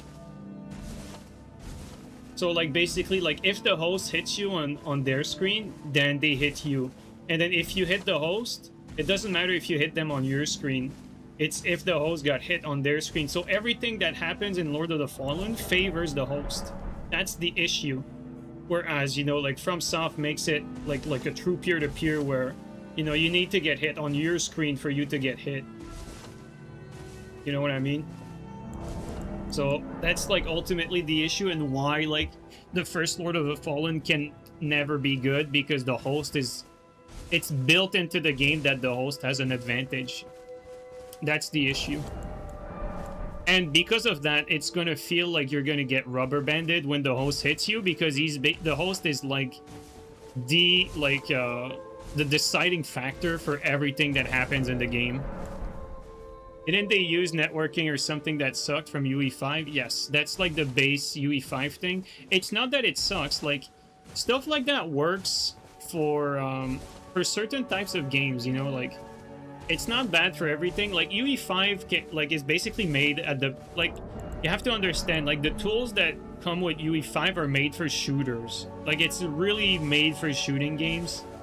And so like for indie games that are shooting games, like the tools that are there for the networking and everything, it's basically like great for that. Like the peer-to-peer stuff is not something that a lot of games often want, but on the other hand, like paying for a server is also not something games want, because paying for a server is too expensive for indie developers most of the time. And so like the solution becomes either you have the server be one of the player, or you have distributed server, which, you know, usually is peer-to-peer. And so UE is basically one player is the server. That's how it's built from the, you know, by default. Let's say you could technically, like, you know, you could make it different. Like there are third-party solutions that like strap on Unreal that can work, but I mean, you know, like everything is programmable. It's just something like some things just take a tremendous amount of effort and it might not even be worth it.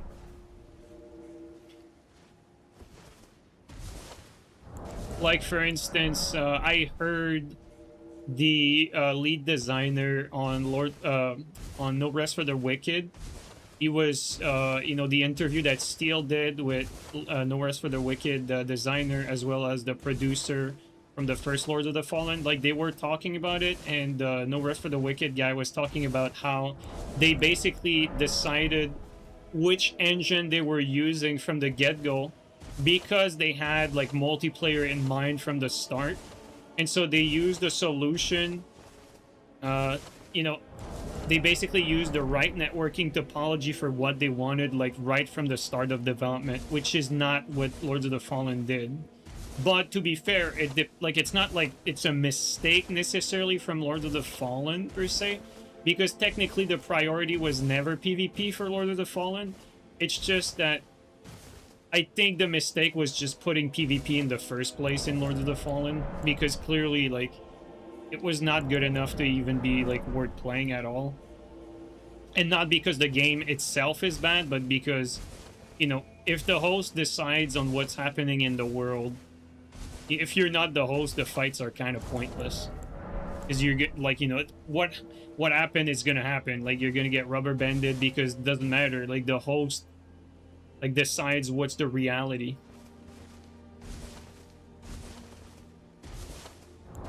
But from what I heard, you know, they tried to tweak things, you know, to make it more passable. But, you know, I'm very skeptical of that. Like, the last time I heard them say that, I watched Stream Get On to actually see like if the game got quote unquote fixed, and when I saw him play, it was basically same thing as usual, except a little less rubber banding, but still like you could see that the host had priority and there's still some amount of rubber banding as well. So, you know, I don't think they'll really be able to fix it, because it would take changing the way the networking code works under the hood. So yeah, that's my understanding of it. I'm not a programmer. I'm especially not a networking engineer, but I do have some interest, and I did read a little bit on that subject, and so and obviously I know Souls like the back of my hand, so everything related to Souls, like I know which type of networking solution works for these types of games, even if I'm not necessarily familiar with networking per se or programming. I did read enough about it to know like which solution makes sense for Souls, and why From Software does things the way it does, and why that's actually the best solution for this type of game. And I know people complain about the connection in Souls game, but if you look around at any other game in this genre, it's very hard to find a game that has like better connection than From Software, unironically. And I know it might sound crazy, but think about it. Like, there's you know, there's a lot of other games out there for this sort of melee type combat. It's you know, Lord of the Fallen current Twitch viewers at 95. Oh shit, we're actually over that. Nice. We have more viewers than the entire game right now. Yeah, boy.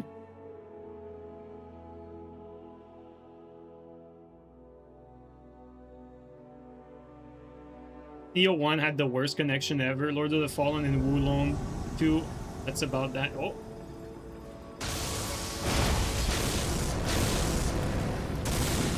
Yo, what the hell?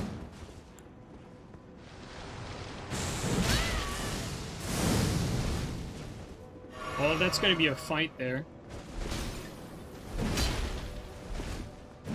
Oh my god.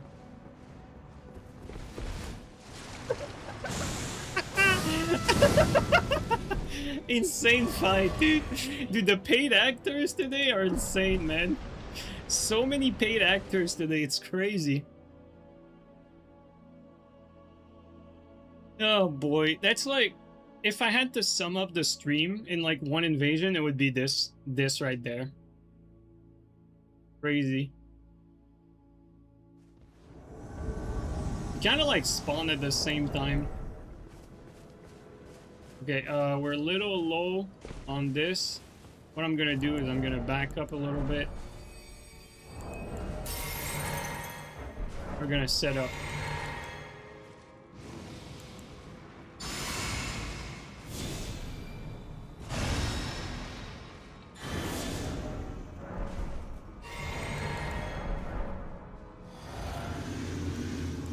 Okay, I don't think he can reach yet. Oh no, he can. Never mind.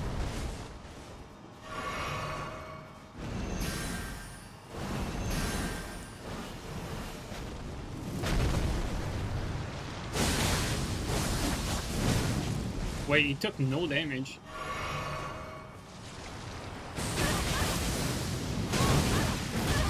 He took no damage too.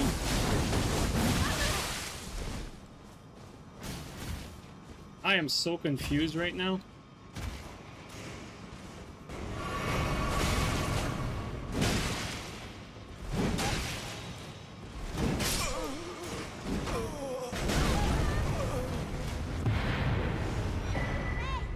Out of healings. Yeah, I don't know what happened there. Both of them took no damage at some point. I think the host, he was on a bubble, but the Phantom there, I think we just got headbox, he just got the headbox porn, probably.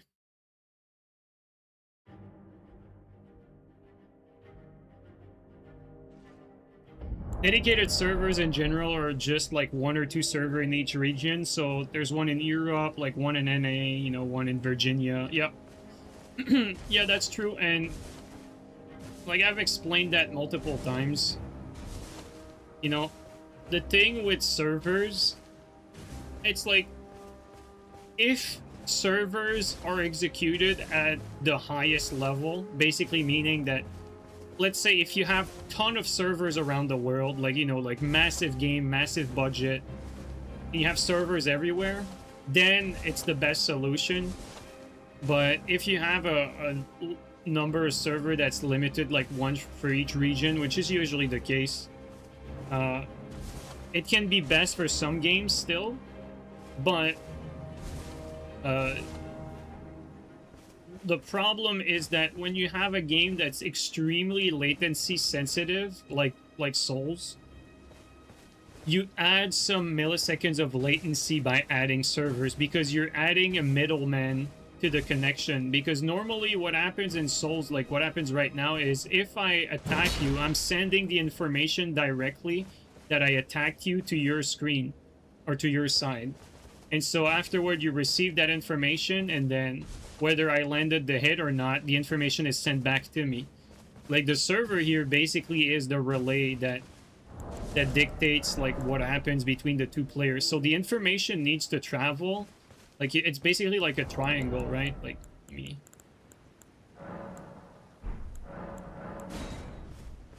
Oops. There you go. Let's just put some stones here. But like, you know, this, you're over here. You know, the server, like this is the other player over there. So when you're exchanging information, the information goes from here to here. But when you have a server, the information needs to take a detour over there in order to get there. And so it doesn't matter if the server is close or not. Even if the server is close to you, the information, the data still has to take a detour. So the latency is always going to be, there's always going to be more latency when you add a server than when you're directly sending the information to the other player. So ultimately, like, that's the big lines. And so servers will definitely add stability, and servers can make it so that, you know, like bad connection are punished from the player who has unstable connection. And it's more secure. And, you know, generally speaking, like, every benefit is better for a server, except that it's more costly and it's a little bit more latency.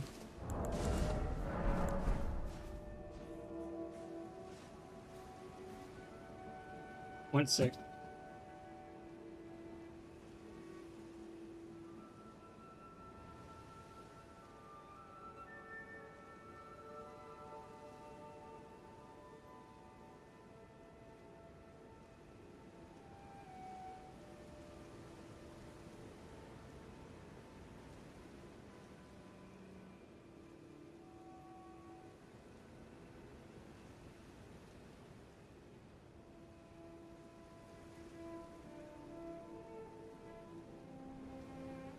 All right, I'm back. I got distracted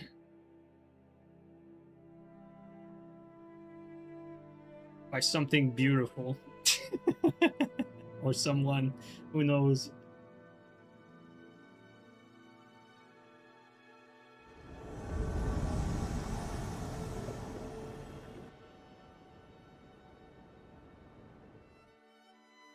What do you think about Sony killing disc in 2028? To be quite honest, I don't really care about that. I've been playing and buying my games digital since forever. And to be quite honest, disc have also been like basically just, you know, a license on a disc as opposed to game on a disc for a while now. So it's not like really that changes anything. Where I don't think Sony is good is like every decision they make with studios, basically clueless, whatever game they decide to make, whatever they decide to finance. Like, the Sony is run like absolute garbage, just like Xbox. Like these console, you know, these console division or companies are genuinely complete trash. Like the people that work there, these CEOs, like I guarantee you, like any one of you guys would be a better CEO for like Xbox or PlayStation than any of these fucking idiots that are currently there. I can almost guarantee you, like, it's so mismanaged that it's almost impossible for it to be worse than it already is.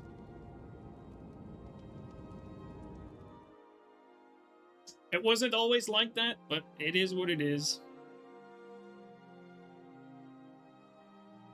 Like, Sony is like a terrible company now. Like, it wasn't always like that, you know. Like, Ubisoft is a terrible company now. It wasn't always like that. Xbox is a terrible company now. It wasn't always like that. Our company, I mean, Microsoft has always been a terrible company, though, to be fair. They've always been teeth, but you know what I mean. What they did to Bungie is criminal. I mean, when I say mismanage, it's like putting it lightly. Like, they're so fucking dumb. Imagine spending all that money and then fucking gutting the studio afterward. Like, they're so stupid. It's just wild. Like, it's like the issue is, like, I know what the problem is. Like, the issue is that the people in charge are disconnected from the gaming world. Like, these people are completely clueless as to what sells and what doesn't sell. They basically look at numbers on spreadsheet, and that's how they make their decision, instead of using their brain and looking at the projects themselves individually and use their gamer's judgment to know, like, what's a good project, what makes sense, and what doesn't make sense. And so you end up having projects like fucking... what's the name of that flop again? You guys know which one I mean, like Concord, there you go. You know, flops like that, like anyone with an IQ of like... You know, anyone with an average IQ would know that this would flop if you're a gamer, but these people are not gamers. Like, they're just completely clueless. And so that's what happens.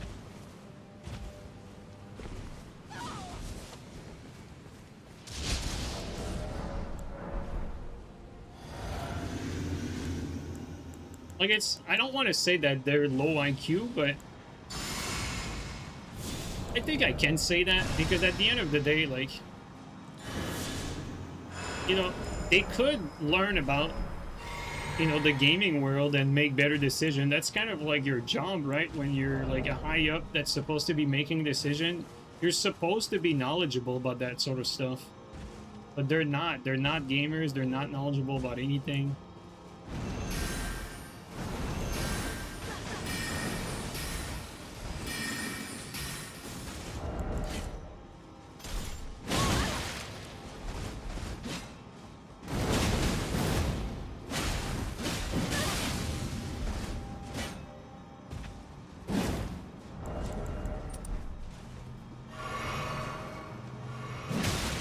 Questionable.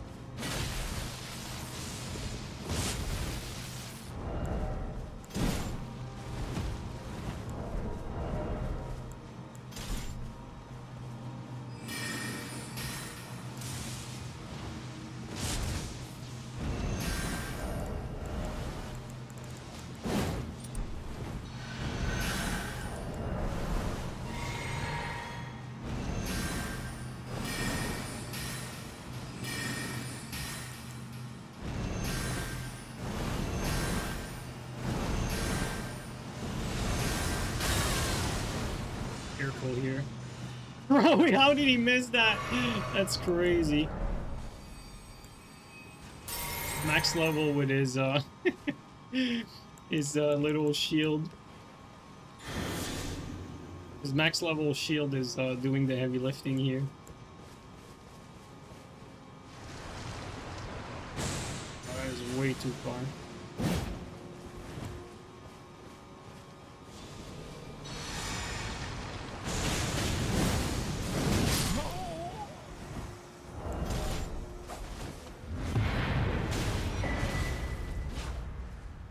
Would have liked to kill both, but oh well, we're gonna take it.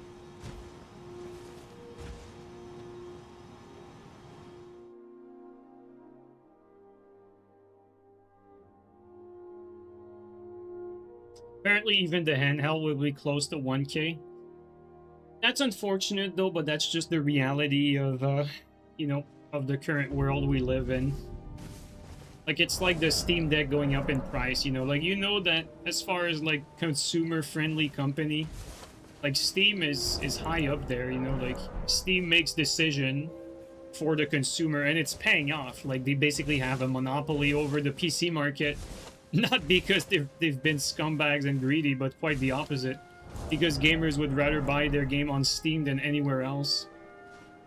Because they know that the platform treats them properly, or normally, we should say normally, because they don't do anything for you necessarily, they just do good business, that's it. But the standards have become so low over time that they stand out as being the good guys when, quite frankly, they don't really do anything special other than not screwing you over every time they get a chance.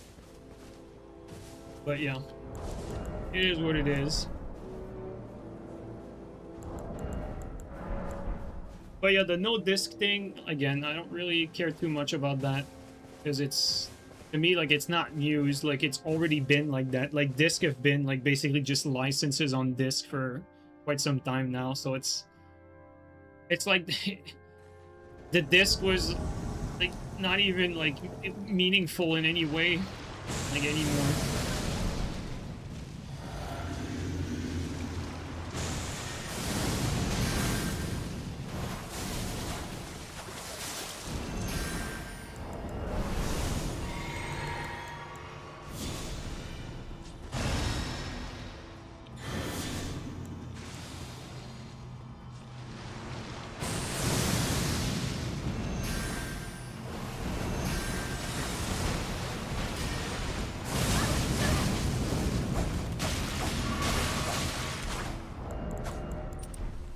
If I survive that.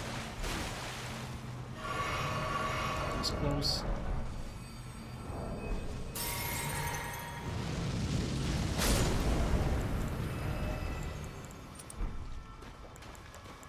Oh, I think, can this go up? I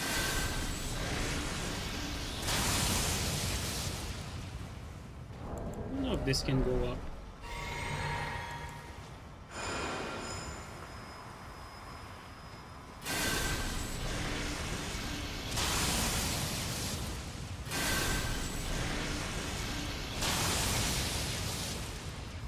I actually have no idea. I don't think so, right? I know this can go down, but doesn't seem like it can go up.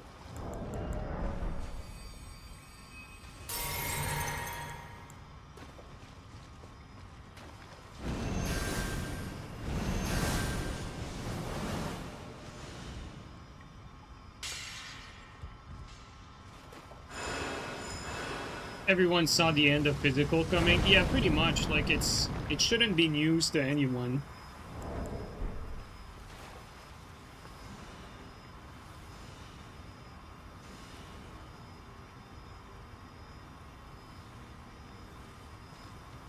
I know that, you know, the idea is that you want to have control over the things you own. Like, I hate subscriptions.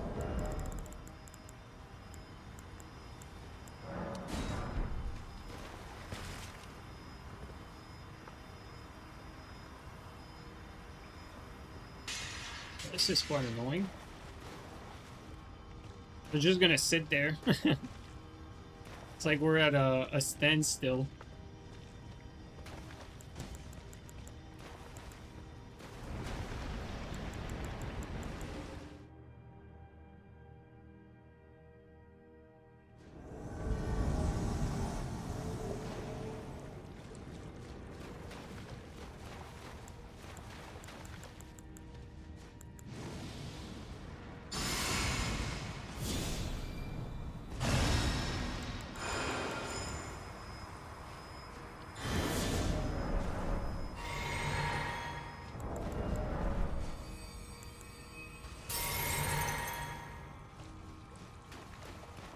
I love how when I go up, they go down. Oh, I did take damage, see? I would have died if I didn't swap Tally there.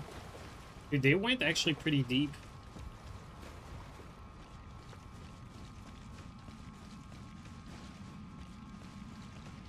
God damn it, I didn't see it properly.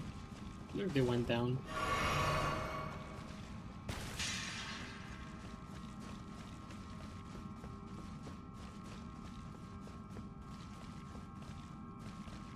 think they went down.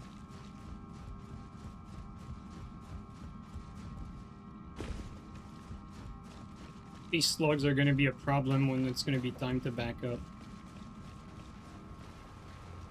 Bro, they're on the other side, no!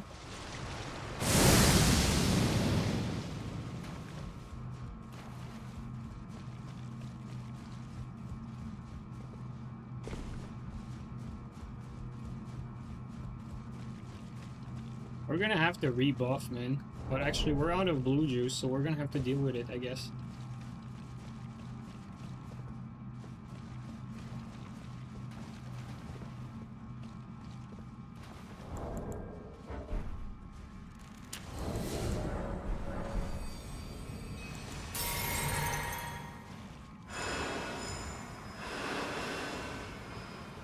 Okay, let's go in there.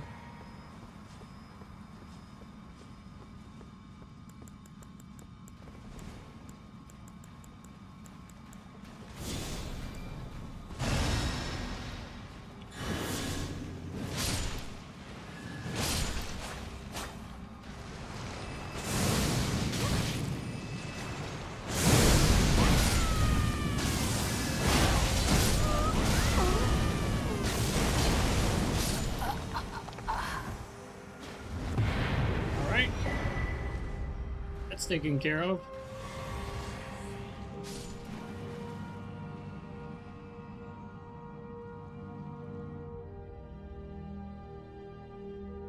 Physical media would be impossible to make for games once 4K becomes native. I don't know about impossible, but I get exactly what you mean. It's like, you know, like people always think for themselves and only for themselves. They don't realize that, you know, I really don't want to be like one of these like corporate apologetic, but you know, the devs and the platform makers and everyone still has to get money in there, otherwise the business doesn't work.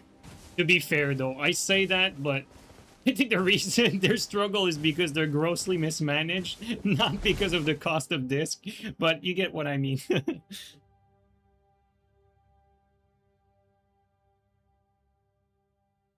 Let's just say that on paper, if they had a brain, if they were for consumer, it wouldn't really matter for the disc to be like physical or digital, or if for the games to be digital or physical, if it was, you know, handled properly.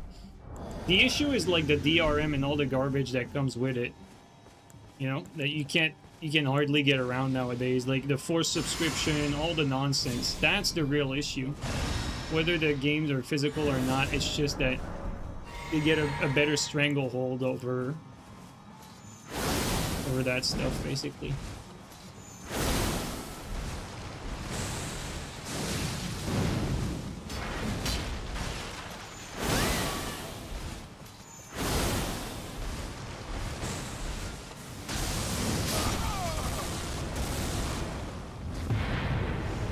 Paid actor again. It's like, I'm sure you guys actually wouldn't mind to have like all your games on a hard drive. If I told you that you actually own all of these games, there was no DRM on any of that stuff. Yeah, you just owned it, period. Like, there wouldn't be any issue. But that's the issue, you know, like, games nowadays have like these kernel level anti-cheat, this DRM garbage for single player games, you know, like, yada yada, like these. When it comes to software too, like, this aggressive, like, predatory, like, subscription model, like Adobe, who's eating the dust right now. Fucking hate that company.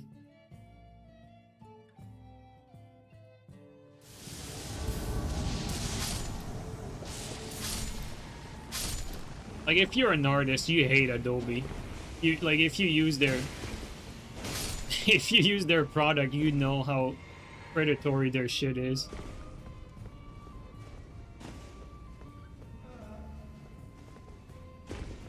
I'm really not surprised whatsoever to see their stock crashing like crazy. Oh, that's where they are. Been hiding there.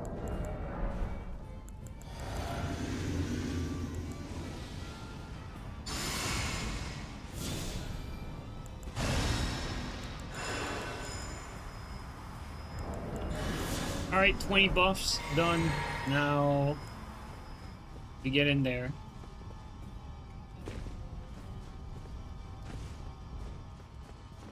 Wait.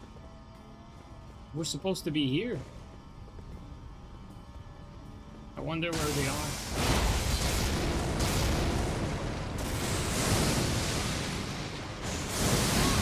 That's it for you, though.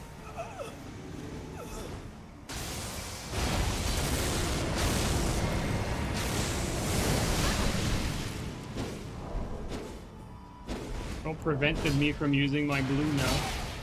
Just realized.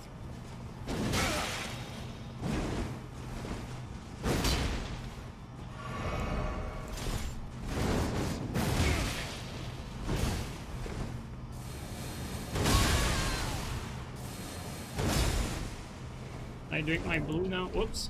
You stupid game, no! Oh my god, that almost got me killed. That's just evil. Alright, now we can use our blue. Alright. Now we spam this over and over until it's over.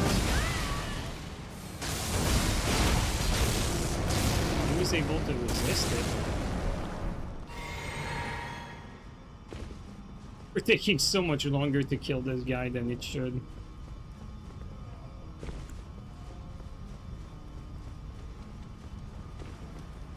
Maybe jump.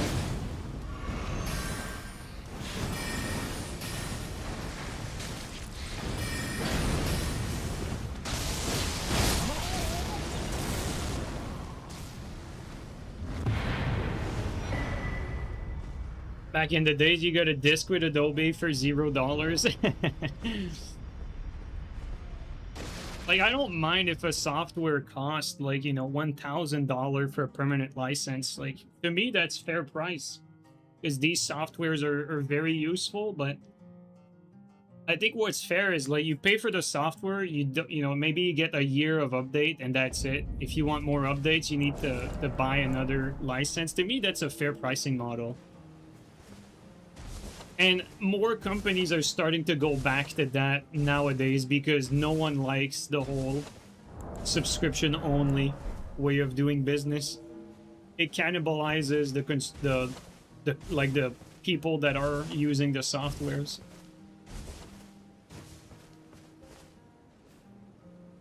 Lifelong license always get revoked when it benefits the company. That's why when you have permanent license, it cannot be licenses that are that require a server authentication for it to work. They need to make it so the software that you have a permanent license for can be used offline. That way no one can screw you over. That's the thing. That's another thing with these licenses. Like, when they require an internet connection, it's just like you said. When they require an internet connection, they can screw you over at any time because it's in their terms of service anyway. So you're absolutely right.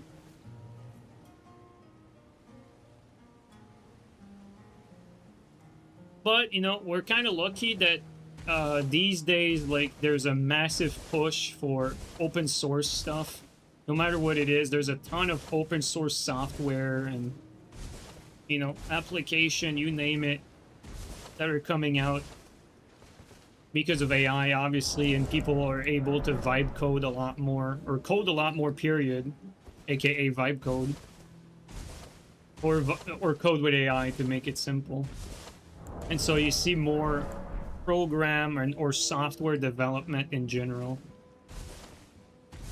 And a lot of these programs just end up being like better solutions than the predatory, like, available software, like, you know, the Adobe suite and stuff like that. Although, to be fair, like, right now, if you are to go for like Adobe alternative, for instance, like, instead of using Premiere, you'd be looking at DaVinci Resolve. Instead of using Photoshop, you'd be looking at like Krita.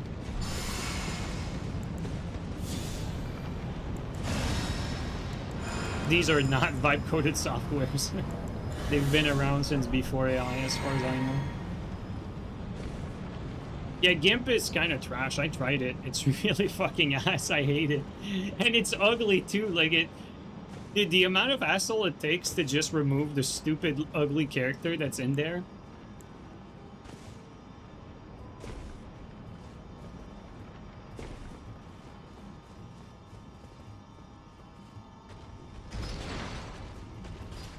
Bro, he went down and died. What the hell? Where's the host at? Bro, he went down too. Where is he? He just went down and... what the hell they're doing?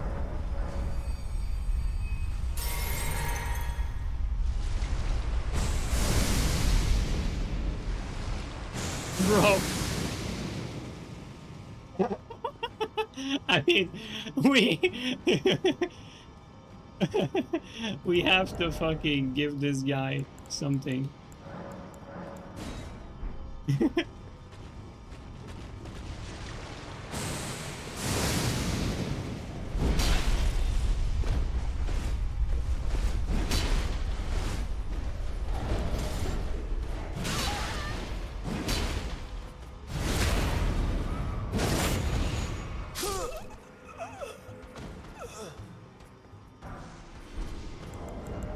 Dude, this house is funny, man. Let's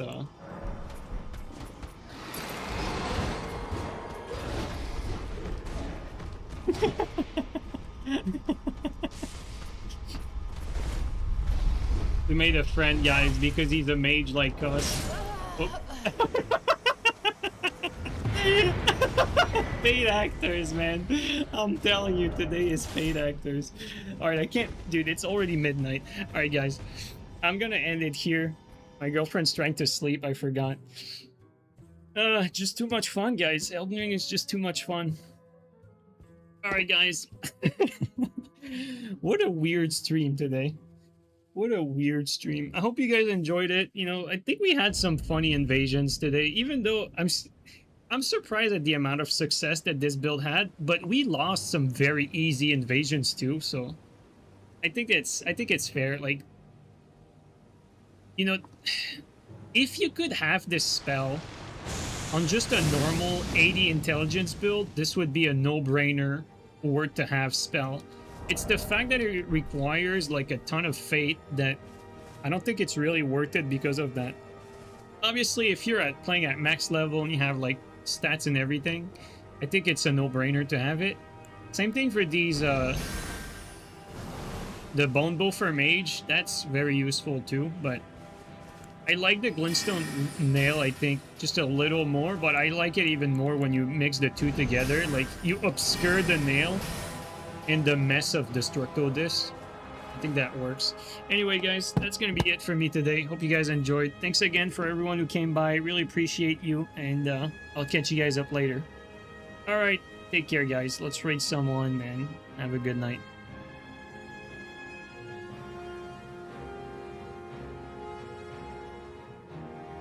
Okay, we got Oroboro playing... Oh, he's playing a mod. We got Gopher on PC. We got... Ooh, we got Cleve? No way.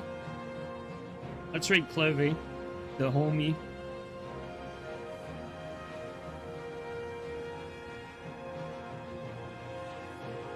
We're gonna raid the homie. I'll send you to Cleve. Should be fun. Alright, guys. Have a good night.